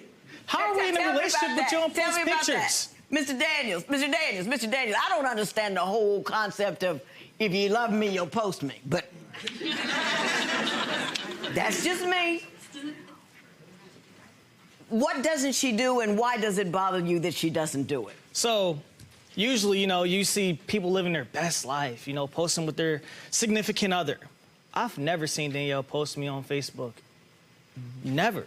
But, you know, but you're not there with her. Aren't you in different cities? No, we were together for a while in Buffalo. Before or after she got shot? Before. Okay. But after that, how's she gonna post pictures of you together? I mean, that was a couple years ago, right? True. So how's she gonna post it? Even back then. Help me out. I mean, even back then, you know, she never posted me back then. Did you not? She don't post know. him? She don't never talk about me. Did you not post him? Your Honor, I didn't post him. And let me tell you something, but it didn't stop me from, I was always tagging him and stuff, like on Facebook. If somebody was to be on my page, they would say, well, who is Darnell? You know what I'm saying? They obviously would realize, okay, you and Darnell went out to eat. You and Darnell this. We always talking about stuff, always tagging each other, always have, like, we're always. So he wasn't a secret at all? Yeah, he wasn't a secret. I just didn't want to post pictures with him. I would rather, I'm going to tell you right now, you post a picture of me by myself, all dressed up, 700 likes. I post a picture with me and him, it's gonna be 22. I know nobody cares. Nobody cares.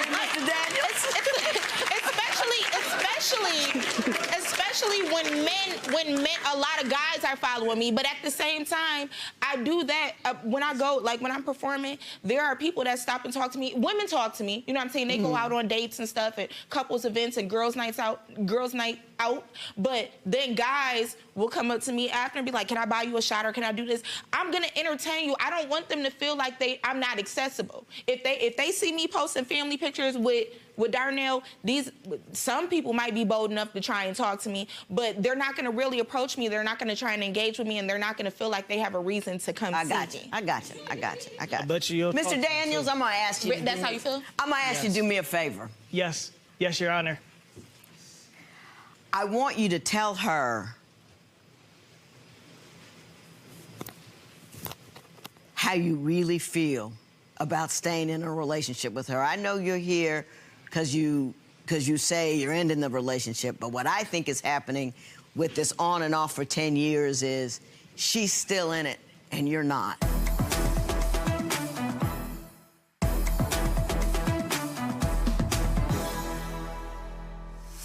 I want you to tell her, look at her and tell her what it is you want, what you don't want, what you're in for, and what you're not up for.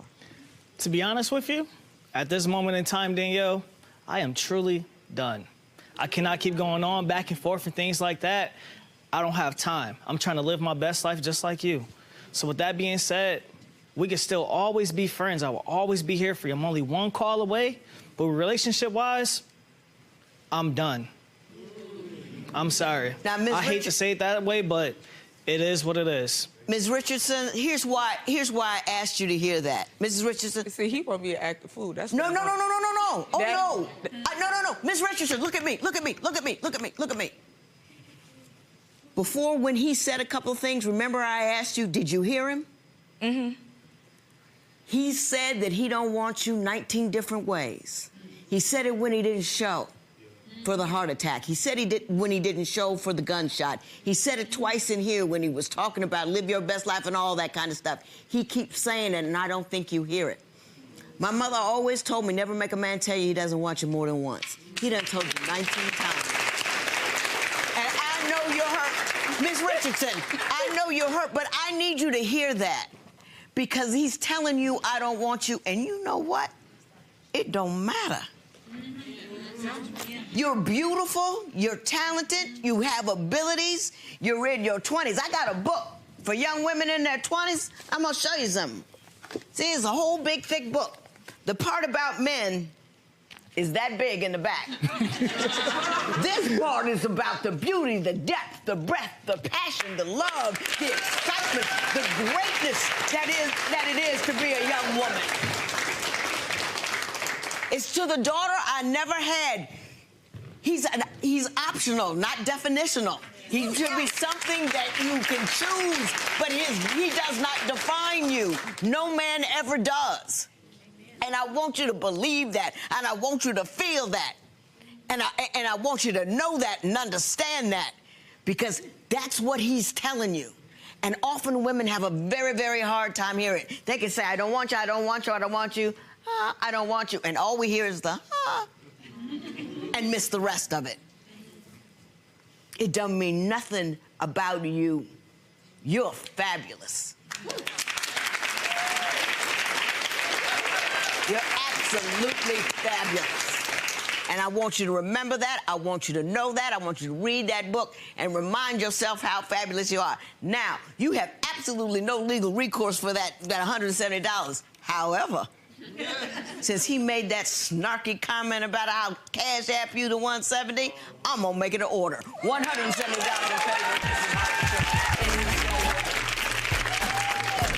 All right, after hearing what Judge Lynn had to say, what's your reaction? I'm just finished with her. I mean, I'm done completely. I don't have time for the mixed signals and keep going back and forth with Danielle, so I'll just go ahead and move on with my life like I've been doing, and that's about it. Do you regret not going to see her when she did get shot and the heart attack and all those... My biggest regret is the fact that I was actually the one who paid for that Uber for her to go over to that place, you know, but I do regret not going to go see her because I should have been there for her. Mm-hmm. What's next for you? Next for me? Live my best life, you know?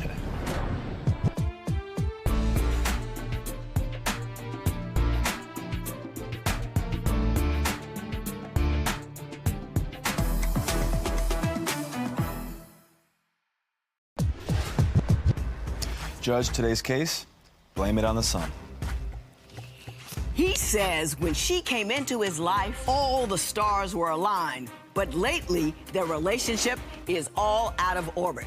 I don't know what they're talking about. Let's see if we can figure that out. Court is now in session.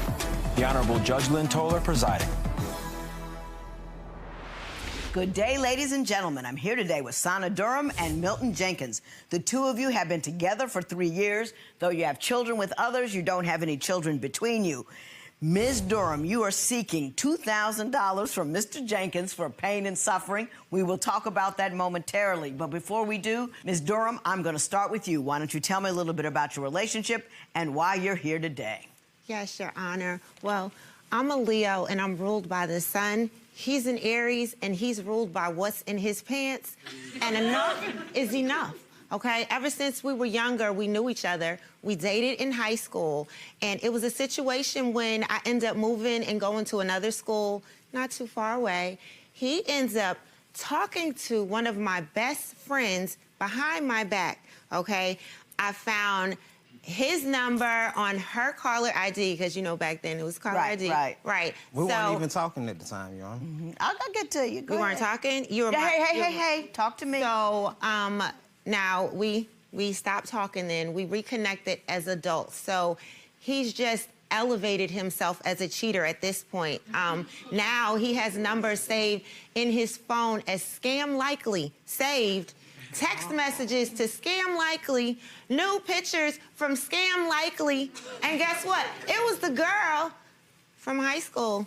On top of that, he had mommy in his phone. He calls his mother mama. So I really at first didn't recognize the difference until I seen the two in the contact list. Mr. Jenkins, what is your response to her allegations? Sana's a natural cheater, Your Honor. There was this one time when I had to go boost Miss Durham off. She was so-called broke down there. Boost Miss Durham off? Jump her off. Her car had okay. Right. I thought it was something a little more interesting. He doesn't have enough frequency It probably to was boost me something off. more interesting knowing Miss Durham, Your Honor. Yeah. But when I arrived at the residence where she had me to come pick her up at, the car was dead. Then there was also some wine glasses inside the car. So if you ask me, Your Honor, her and her so-called boyfriend were sitting in the car, drinking and listening to music, Your Honor. Oh, please. The wine glass just happened to be in there. That was a coincidence. Can you, and I'm going to ask her about all of that, but can you respond to her allegations that you have simply elevated your cheating game? Do you have women in your phone under scam likely and all of that? I elevated my mind. I didn't elevate my cheating game. Okay. Now, see, the things that she is portraying to, like me putting my mom in there. Yeah, mommy. I have 2 moms. So, of course, one of them is mommy. And one of them is mama. mama. Is mama. That's correct. I've only met one. I've met the mama. I don't know the mommy. Where's mommy?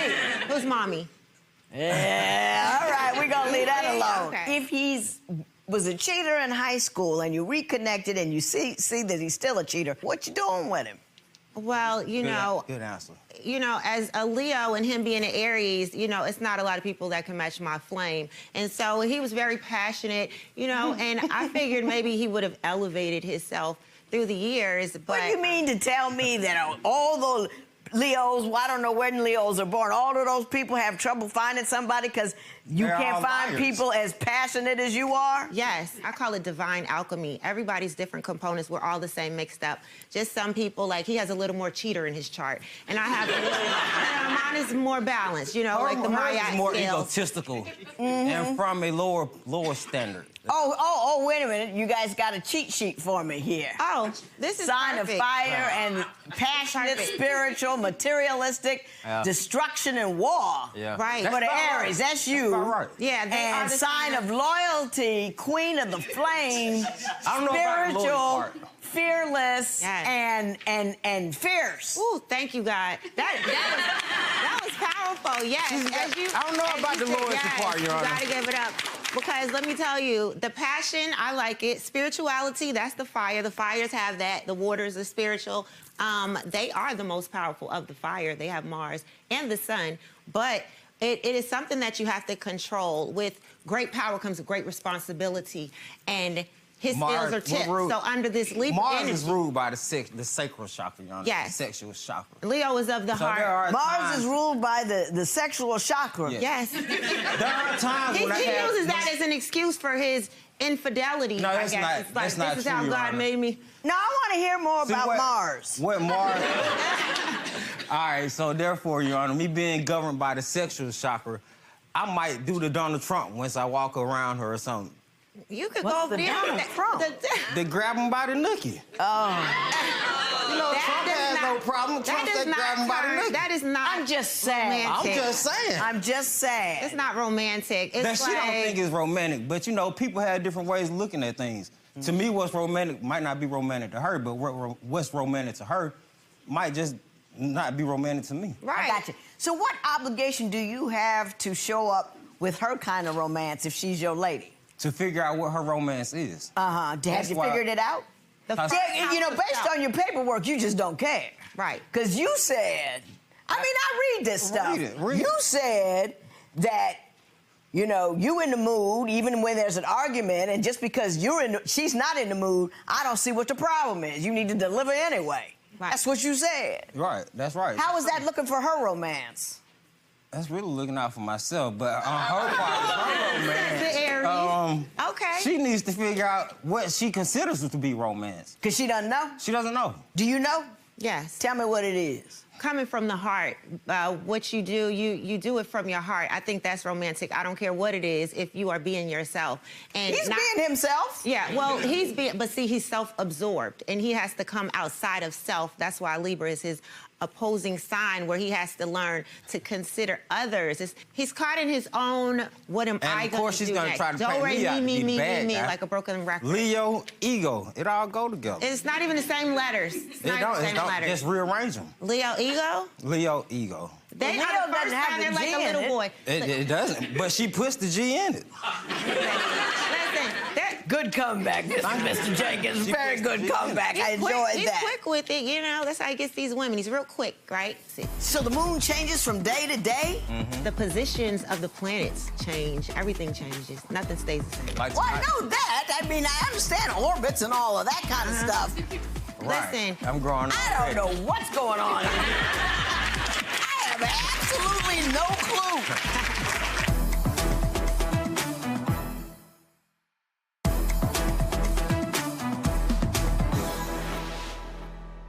With the You say that Mr. Jenkins' low vibrations make him insecure. Explain that to me. Yes. I'm not insecure on here, Your Honor. Well, I'll get to you, but you explain what you said to me.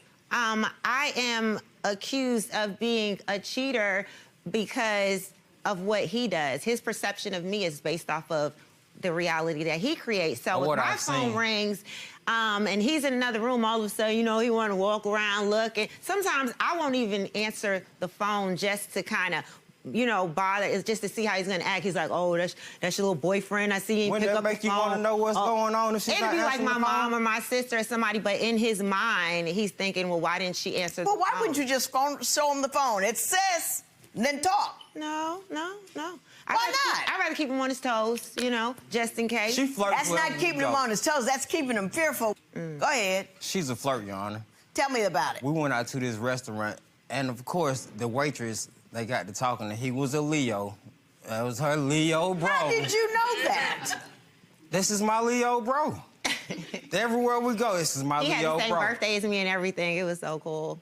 Nick and I are nothing alike. Nothing alike. And his birthday's a day after mine. Explain that. Well, everybody's chart, your sun and your moon and your rising and your Venus, all your different placements can be differently. Your sun is just what people see. Your moon is the way that you think. So if you have an Aquarian moon and he has a Leo moon, y'all are going to think total opposite. So the moon changes from day to day? Mm-hmm. The positions of the planets change. Everything changes. Nothing stays the same. Well, I know that. I mean, I understand orbits and all of that kind of stuff.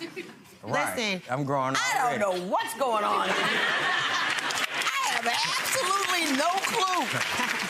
Y'all having these long, deep conversations about it, and then I want to talk about the food, because you said some interesting things about food. Yeah. About you found some chicken bones in the back of the truck. Yeah. And that he's supposed to be elevating his eating, and chicken bones do not qualify. Right. Go. So I get in the car, and usually I get in, I might kind of put my purse on the back seat, like, oh, and I went like this, and I seen a little, you know, tray of like some food, and I'm like, oh, open it up, and it's chicken bones, just the bones. We have Like, kids too, Your Honor. the kids weren't in the car. We had dogs. He just came from work, okay? He told me, now you talk about the kids. could've He been her told me chicken that bones. his friend was in the car and he had left it in there. He was gonna take it to the dog. He can have what he wants. I'm not here to control him, but I think that he's low vibing because you don't have to lie to me and tell me you're doing one thing. He was fixing chicken nuggets and French fries for the children, and I saw him eat one. Okay. She thought I was eating one. They're lying. Well, Mr. Jenkins, That's your word against mine. Mr. Jenkins, you're not allowed to eat chicken nuggets? Well, being a vegan, no, we don't eat no meat. Just straight vegetables. So are you a vegan or not? For real? At that time, I wasn't. Yeah. I was eating. You was eating. Right. But you're a vegan now? Yes.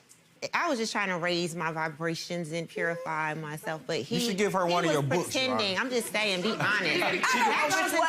She could probably use one of your Nothing books. in my world is in your world. I don't know what's going on. Bring her to your world. Y'all dealing in a whole nother orbit that I don't understand. With a child, but a Do you know what she's talking about? Coming from the drama queen, yeah. Yeah. You explain it to me. Do you think you're an emperor and a little boy? Or is that an inaccurate interpretation of whatever astrological understanding you have? You say Mr. Jenkins is both an emperor and a little boy. Yes. Explain that to me. Yes.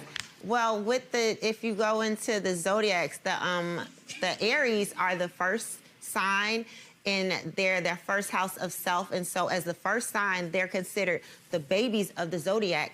But with Mars being their ruling planet, and Mars is a planet that actually projects the energy of all the planets through the light of the sun. So as Aries, they are considered emperors because they are the king of fire, the king of water. They were naturally born with all the energies that the other ones don't have. Talking to him is like telling a little bad little child, no, don't do that, put that down, put that down, put that down. And that's the baby, the grown baby. It's like dealing with a child, but a grown Do you know what she's talking about? Coming from the drama queen, yeah. Yeah. You explain it to me. Do you think you're an emperor and a little boy? Or is that an inaccurate interpretation of whatever astrological understanding you have? Well, as far as I'm concerned and the studies that I have done on it, I am emperor. As a Little matter of baby fact, boy. It's my way or the highway. Everybody and their mama think they kings and queens and emperors and empresses. If you look on Twitter, everybody. But if everybody's a king and every man's a king and every woman's a queen, that makes everybody common. Yes. Because it's common. That's the all common the same. ground. We all are. Yes. We all have to step into that. That is true. You say that Ms. Durham thinks that silence kills. Explain that to me. Silence kills relationships. Silence Her kills answer Aries, to okay? everything. Once we get into like a argument or whatever, she goes into hideout. She goes into silent mode. And to me, that's the worst thing you could do. I go into my Give lion's me the den. cold shoulder and turn your back to me. How do you resolve conflict if you den up every time you guys have a problem? Well, She goes to sleep and wakes up the same way. With that same attitude from that night, she wakes up with it that morning, carries it into the day. Okay, Ms. Dora? Okay. Well, you're dealing with someone that's not open to change. Right, As the Leo. He's definitely okay not with open to everything that he change. does because as a sign of self, he does everything that he wants to do. So he doesn't have the problem with what he does. She should learn some of my ways. It's no point of me going back and forth with him because it's fruitless. Right. He's doing what he wants to do. And that's coming from his heart. She don't even have a heart. She won't even talk. You know, the day I figured out that I was better than just average at judging was the day that my mother fussed at me about what I said when I was a judge. And I found that, you know, there's a way to reach almost everybody. Mm-hmm. And it's determined by what you say. And it's determined by what you understand about how he thinks. Right. You know what I'm saying? She don't understand the way I think, Your Honor. You understand what I said? Yes. No, you don't, but that's okay. You're saying it's determined by what I feel about him or what he feels about him. Well, if you're asking me, then you don't understand.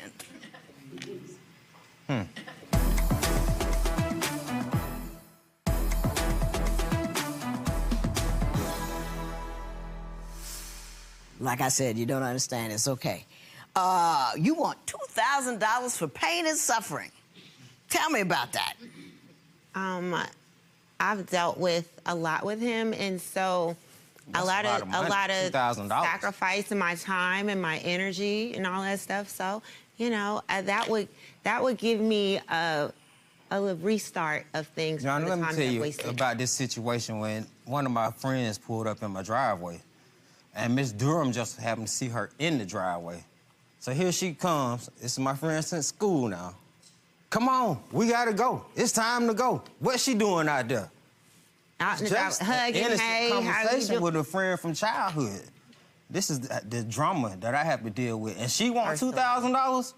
First of all, You should get $2,000. First of all, it's always somebody from school or somebody he know pulling up in the driveway. I know a lot of people from school. That's the Can't help first it. thing. Uh-huh. He's out there, and I see you giving her a hug, and y'all chit-chatting, and it's so extra. It's like, not come on, extra, would you go just to a her friendly house hug. and pull up at her house with her if she has a situation with her man and just be, it's like, come on, it's just So, inappropriate. this is what I came into she his defines as world, disrespect. and we haven't created one together. When we got together, I came into his world, and he wasn't opening to creating a new world with me.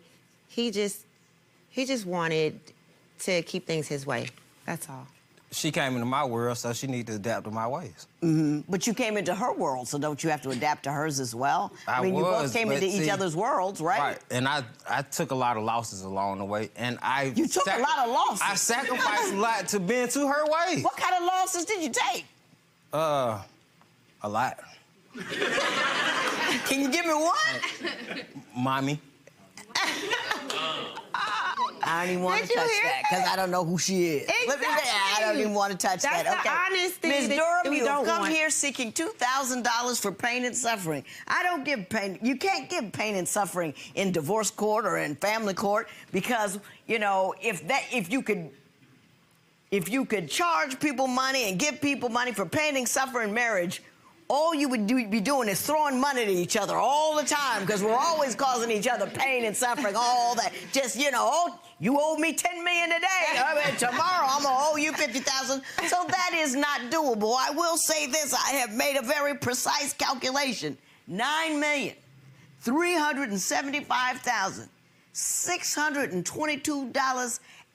$9,375,622.72. That's how much the two of you owe me for my pain and suffering. There will be no recovery in this matter.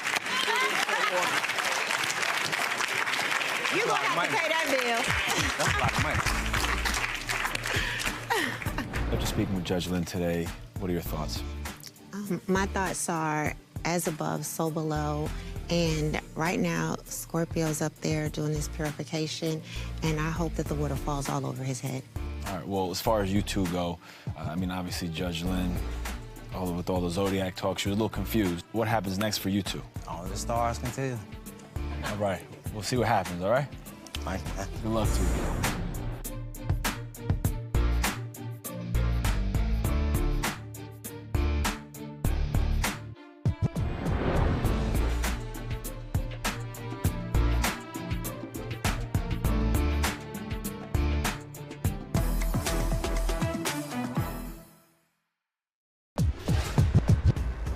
Previously on Divorce Court. My husband refuses to respect me, and he puts everyone in front of me, especially his mother. I had to go to court because you and the ex conspired to tell lies and have a warrant served to me for something that I didn't do. Court is back in session. The Honorable Judge Lynn Toler presiding. So we're back with Mr. and Mrs. Garrett. Let's continue. When he was in college getting his education, I was at home with a younger family member. I didn't finish or further my education as he did. I'm not afforded the opportunities he is to make these large numbers, salaries. Okay. So my job doesn't pay me as much. Now, there have been times that I have mismanaged my money. I will admit that. There were times I have bought lottery. I've done things that were but not last on a total. Yeah. Correct. I can admit that. But as far as the gas, yes, I made an arrangement to pay it. Because unlike him, I didn't have the money to say, okay, do this, and do that. It's one bill. Okay, how could you not have enough money just to pay the gas bill? I mean, even if your job was $8 an hour, you can pay the gas bill with that. When he gave the responsibility to me, the bill was not at zero. So I made an arrangement to pay it. It was going to come out of the account. I was supposed to pay it, but I didn't pay. I paid it a day later than what I should have paid. So you made the arrangement after 5 months? It was not 5 months behind. How many months was behind? It wasn't 5.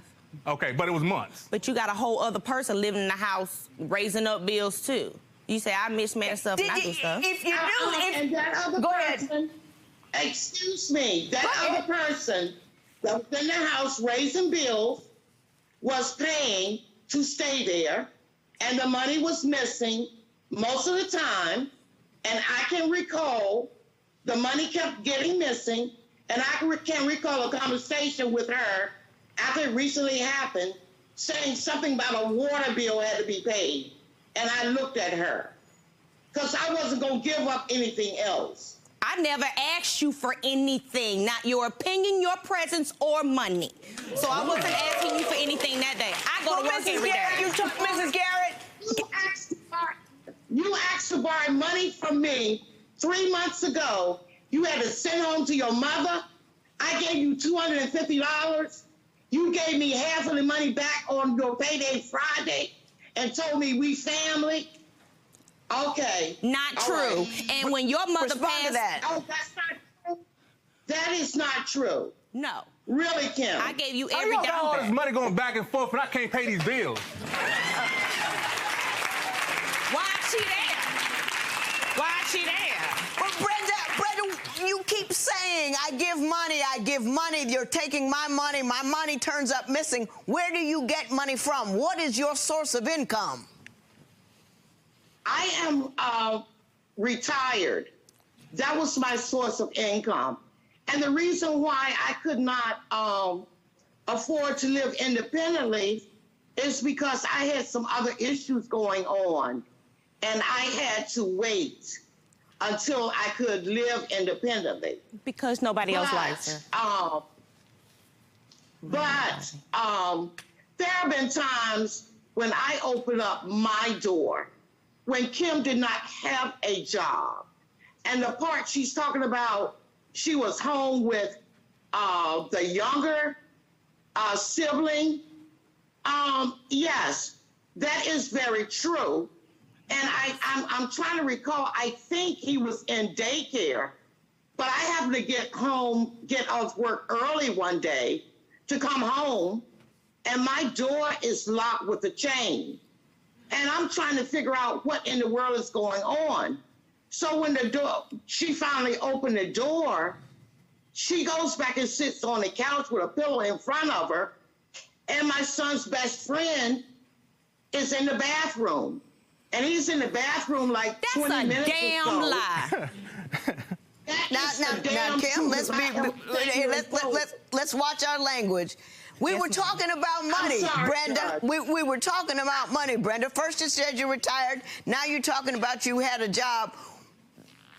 What was your consistent economic contribution to the home? How much? Give me a number. I gave him around $100 a month. I gave him $20 a month. What did you do? It was $450 a month out of $700. You gave them $450 a month out of $700. What, for rent? Yeah. I'm not quite sure I understand. So she gave me the $450 for living there. That's when she first started living there. After that, when we moved to the new house, after I kicked her out the first time, when she came back, that's when she had to pay $550 because she had to get insurance for her car, so I just added her to my insurance. Right, so she just made up that extra capital for that. But was she consistent about paying the $450 and then later the $550? No, she was not. There've been months where, I can't pay it this month, Jacob, but I get you next month. Or there'd be months where, I can give you half and give you the other half this month. What happened here with her is I found out she had payday loans, over like $2,000 worth of them, which is why she could never pay me consistently because she was paying these payday loans. And what I do as a good son, I pay them all for her. I pay all them payday loans off for her. Well, what were you doing, Brenda? You were living in a house. You had a set amount of money. They were helping you out economically. What you getting payday loans for? That was before. That was when I was working. That was before I lost my job, I got the payday loans. And you let it run for like 2 years. You paying these payday loans. I got the payday loans maybe in 2011 or 2012. Okay. Well, and it was a large amount. Okay, we're getting into the details of money. I want to ask the underlying question to you, Brenda, which is this. Do you not like your son's wife, and would you have preferred he stayed with his ex? My wife went through the phone, and come to find out, my mother was discussing what's going on in our house to my ex. I can't recall what I saw, but what I can say is this particular ex told me they was having lunch. All of this lunch stuff, I don't know anything about. I'd have been lied to by the best. Nothing you said out here makes any sense.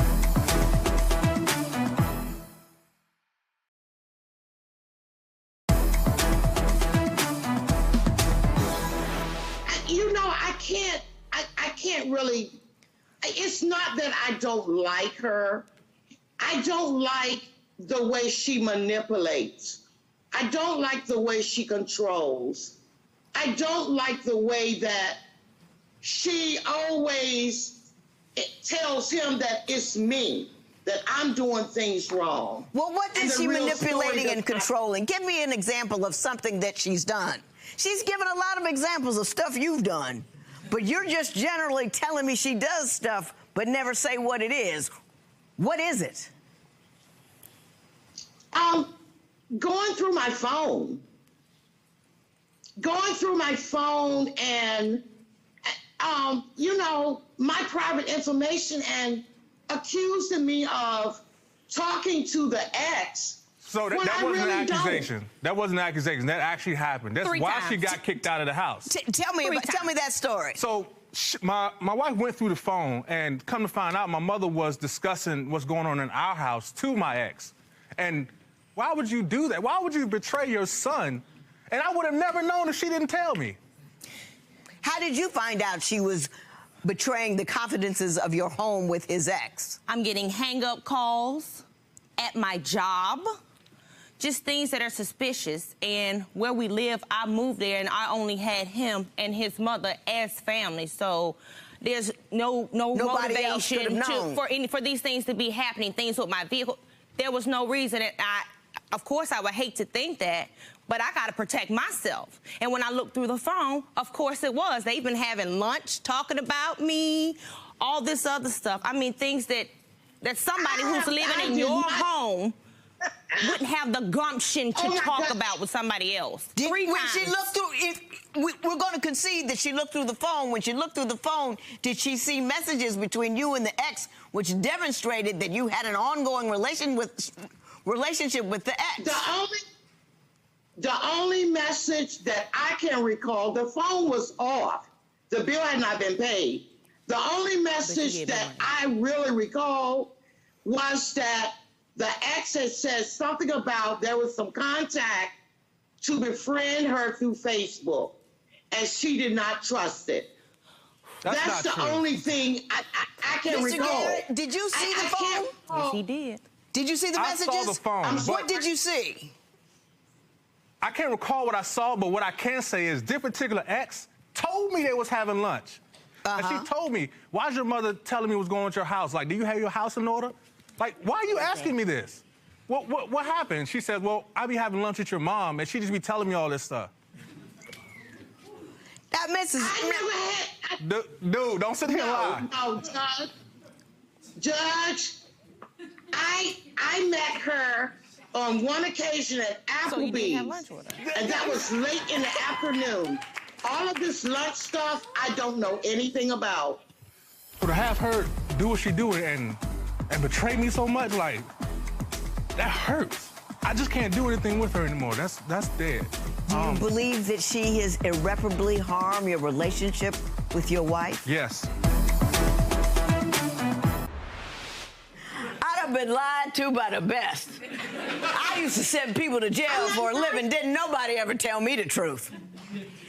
Nothing you've said out here makes any sense. Your own son, your own flesh and blood has come out here and told nothing but the truth, no matter what it was. And you don't even credit him with being the truthful guy that he is. Judge, I'm not discrediting my son.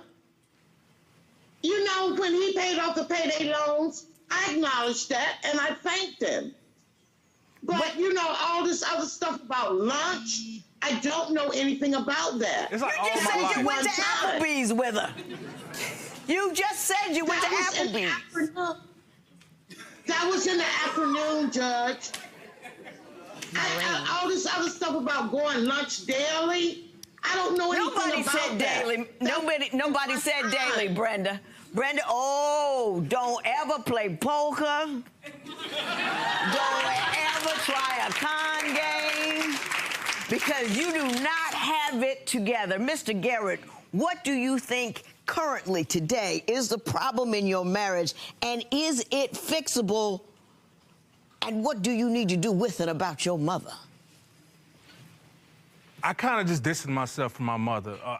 I decided once she did what she did with the younger family, my child, I had to be a father before I be her son. And I chose that, and that hurt.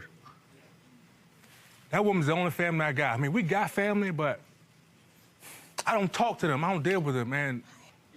So to have her do what she do and betray me so much, like, that hurts.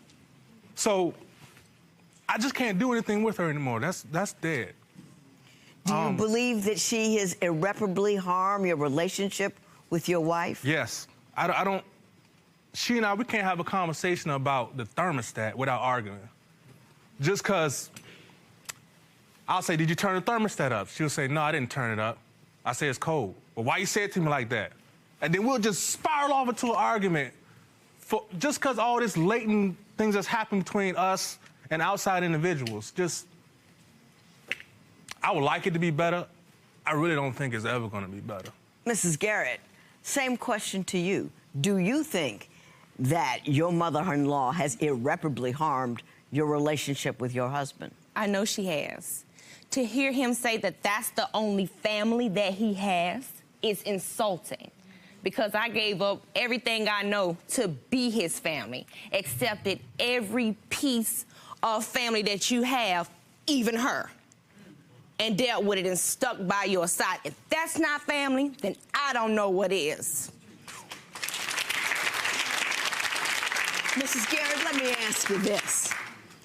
If we could just poof Mom out the picture, do you think you have an opportunity to revive the relationship with him? Or is there something happening between the two of you that's ongoing that you find impossible to live with?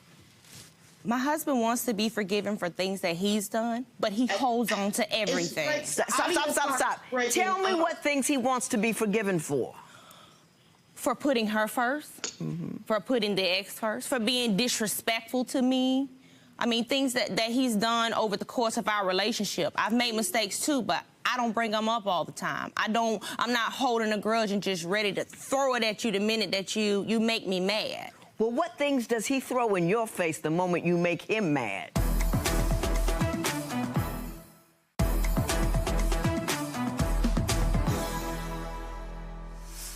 The time you lost the money for the grocery, the time I was outside and you were playing lottery in the store. But it keeps happening. That's the problem that you don't see.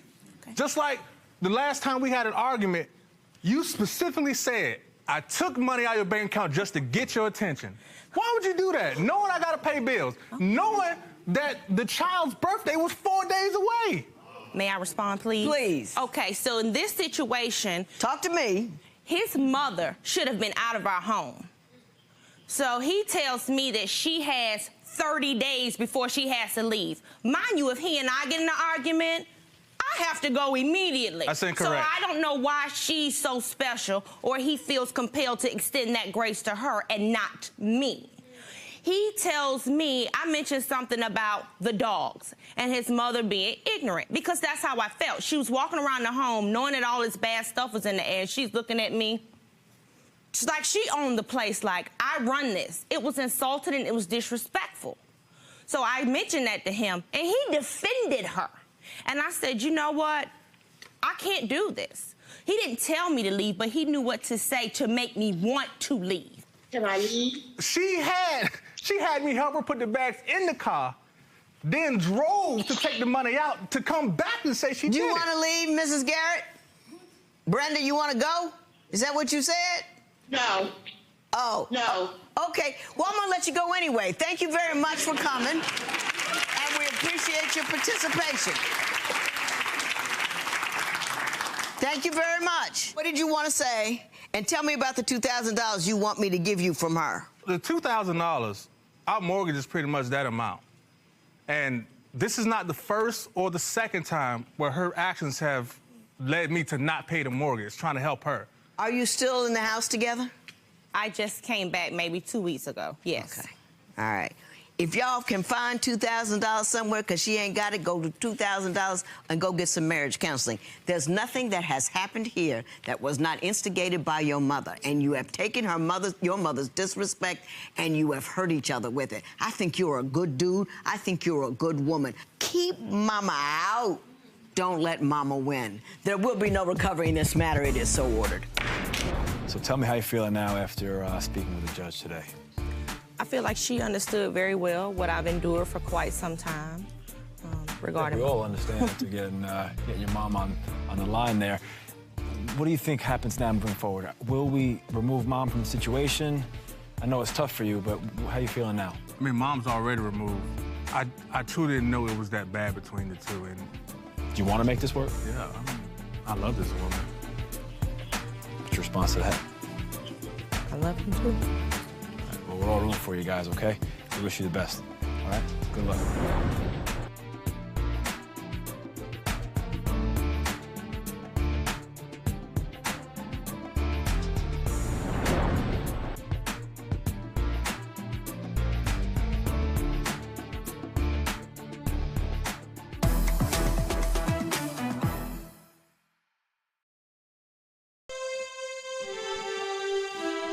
अल्लाह की ज़ात तू ऐ झोरे सदके जेड़ो कुल कायनात चलाण आलो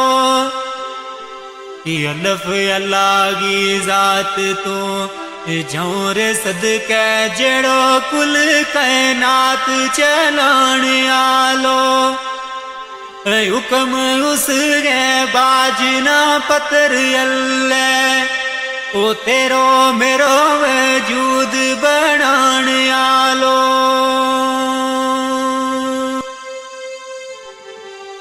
18,000 मखलूक गो ऐ मालिक सुनो रब सुनो जमीन आसमान आलो अर्श फर्श लो कलम महफूज कुर्सी जिया जून ना रिज़्क खिलाने आलो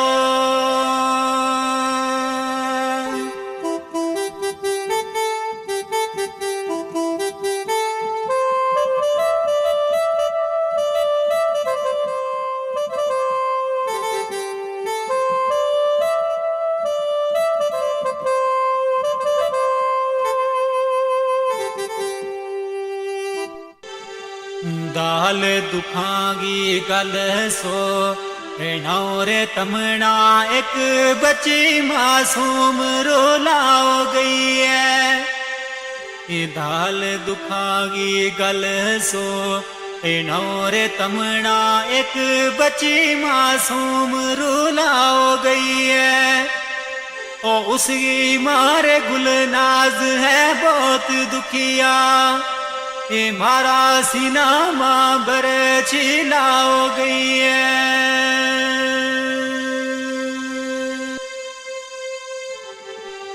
नाओ बच्ची गो अफसा में मूद सोनो रोग उमरा गो सुनी लाओ गई है ओ जिला पुणछ गिरा शिंदरा सोनो ऐ दुखिया दिलाना अफजारो लाओ गई है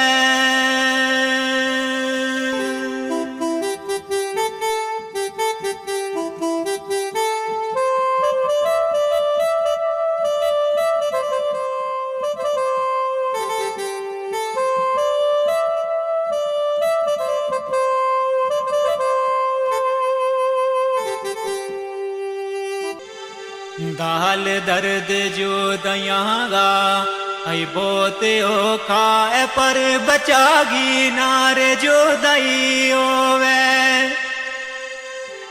दाल दर्द जो दयांगा ऐ बोते हो खाए पर बचागी नारे जो दई होवे ओ माना सबर करार फिर नहीं रहा तो दख्ते जिगर की जद जो दई होवे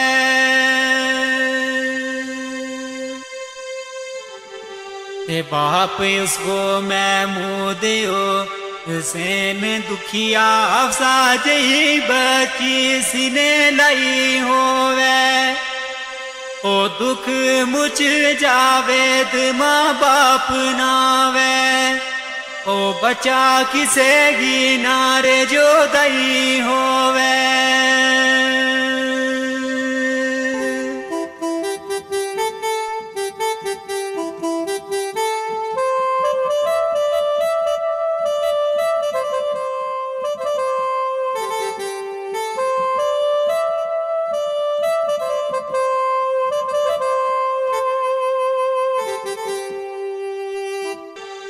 तेरे हो रब गा कर तमाम होए आस्तारा अप्रैल ना खुशी भरपूर होई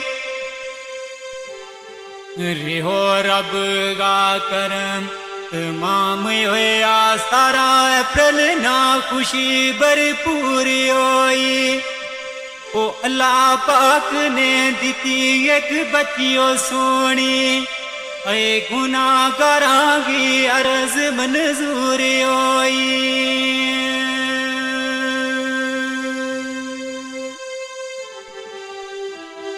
दिन माँ दाखिल रही महारात ऐ 10 बजे प्रश्न होयो ते टेंशन दूर होई ओ दीती खबर फिर आनी उन डॉक्टरां ने हो गई बची पर बड़ी कमजोरी होई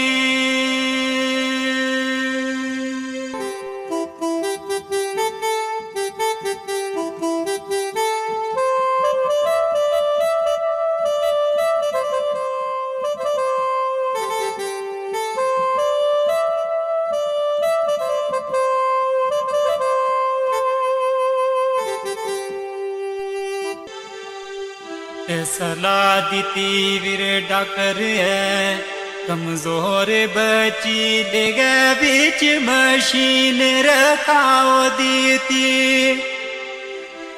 सलाह दीती डॉक्टर है कमजोर बची ले गए बीच मशीन रखाओ दीती 18-19 तक रखी पुणछ अंदर और पर इकी नर जोरी कराओ दीती आई रात 9 बजे मामू आई नानी दोए गड्डी तरफ जोरी चलाओ दीती ओ मासा देरी ना लाई ले चल गया ओ 12 बजे जोरी पहुंचाओ दीती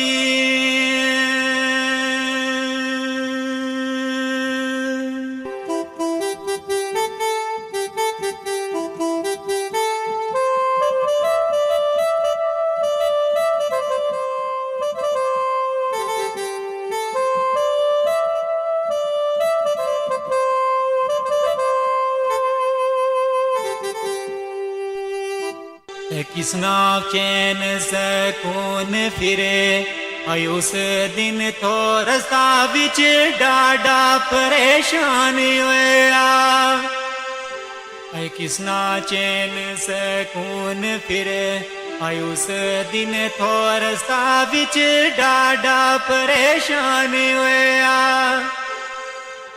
रात 12 बजे जोरी पुजया कि जल्दी डॉक्टरा कोल रवाने होया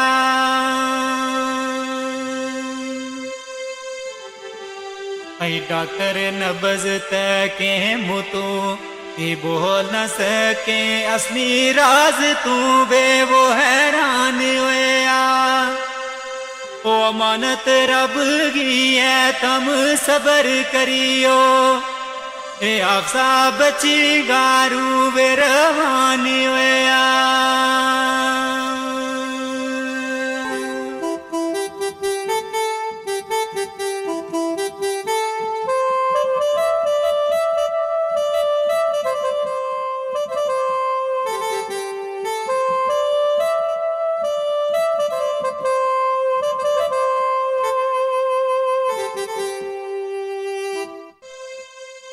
किसना होश रे ओ सुनी ये खबर जिस दम आया है आप जायमना छोड़ गई है ऐ किसना होश रे ओ सुनी ये खबर जिस दम आया है आप जायमना छोड़ गई है ये एम्बुलेंस करी वापस पुणछ चलना मारी किस्मत आज मुखरे मोड़ गई है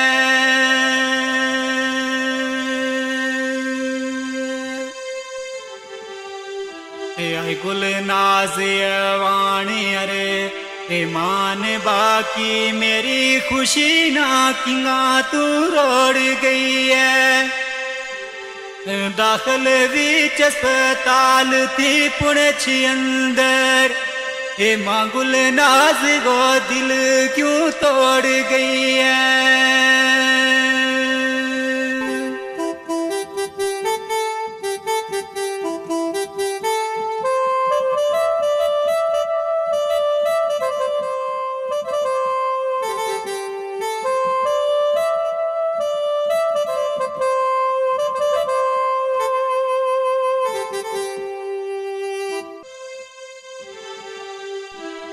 अप्रैल 22 ना सुबह गए आई 5 बजे वतन शीदरा पुजे आयान सदके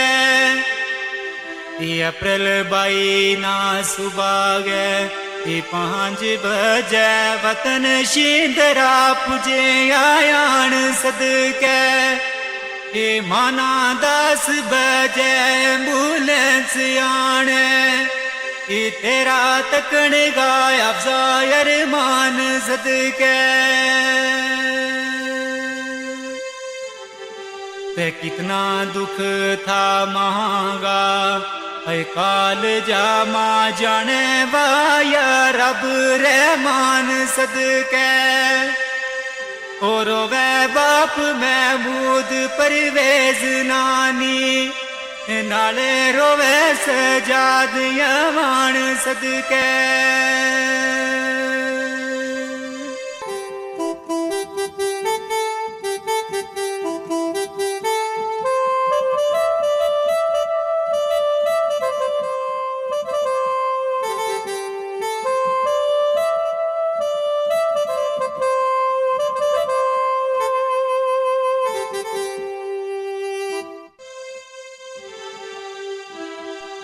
कफन दफन गो विलोणे यार गयो इना दुकाना उण मीटौरे किसरा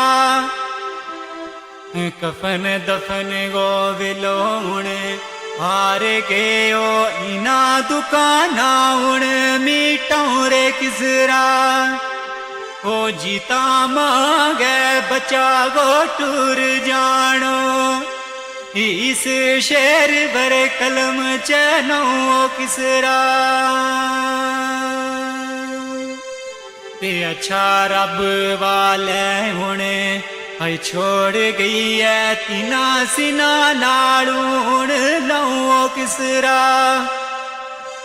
सबर या तो नी दिल मां याद तेरी रोता दिला ना चुप करूं किसरा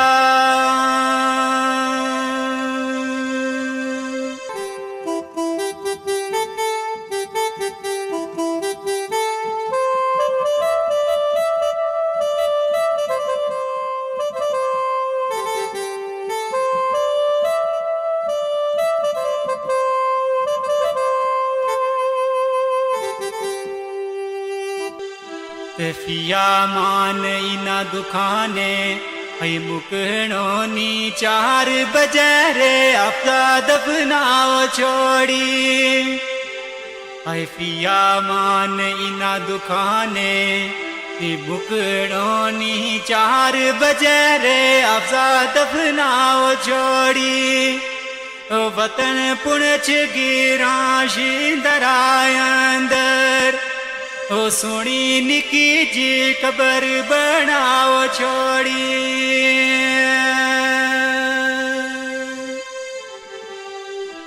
सबर करियो महमूद गुल नाज दोए मानत रब गी रब ने छुपाओ छोड़ी ओए पिया मान जावे तू इजाजत ले ले जख्म मोड़ी भी क्यों रे दुखाओ छोड़ी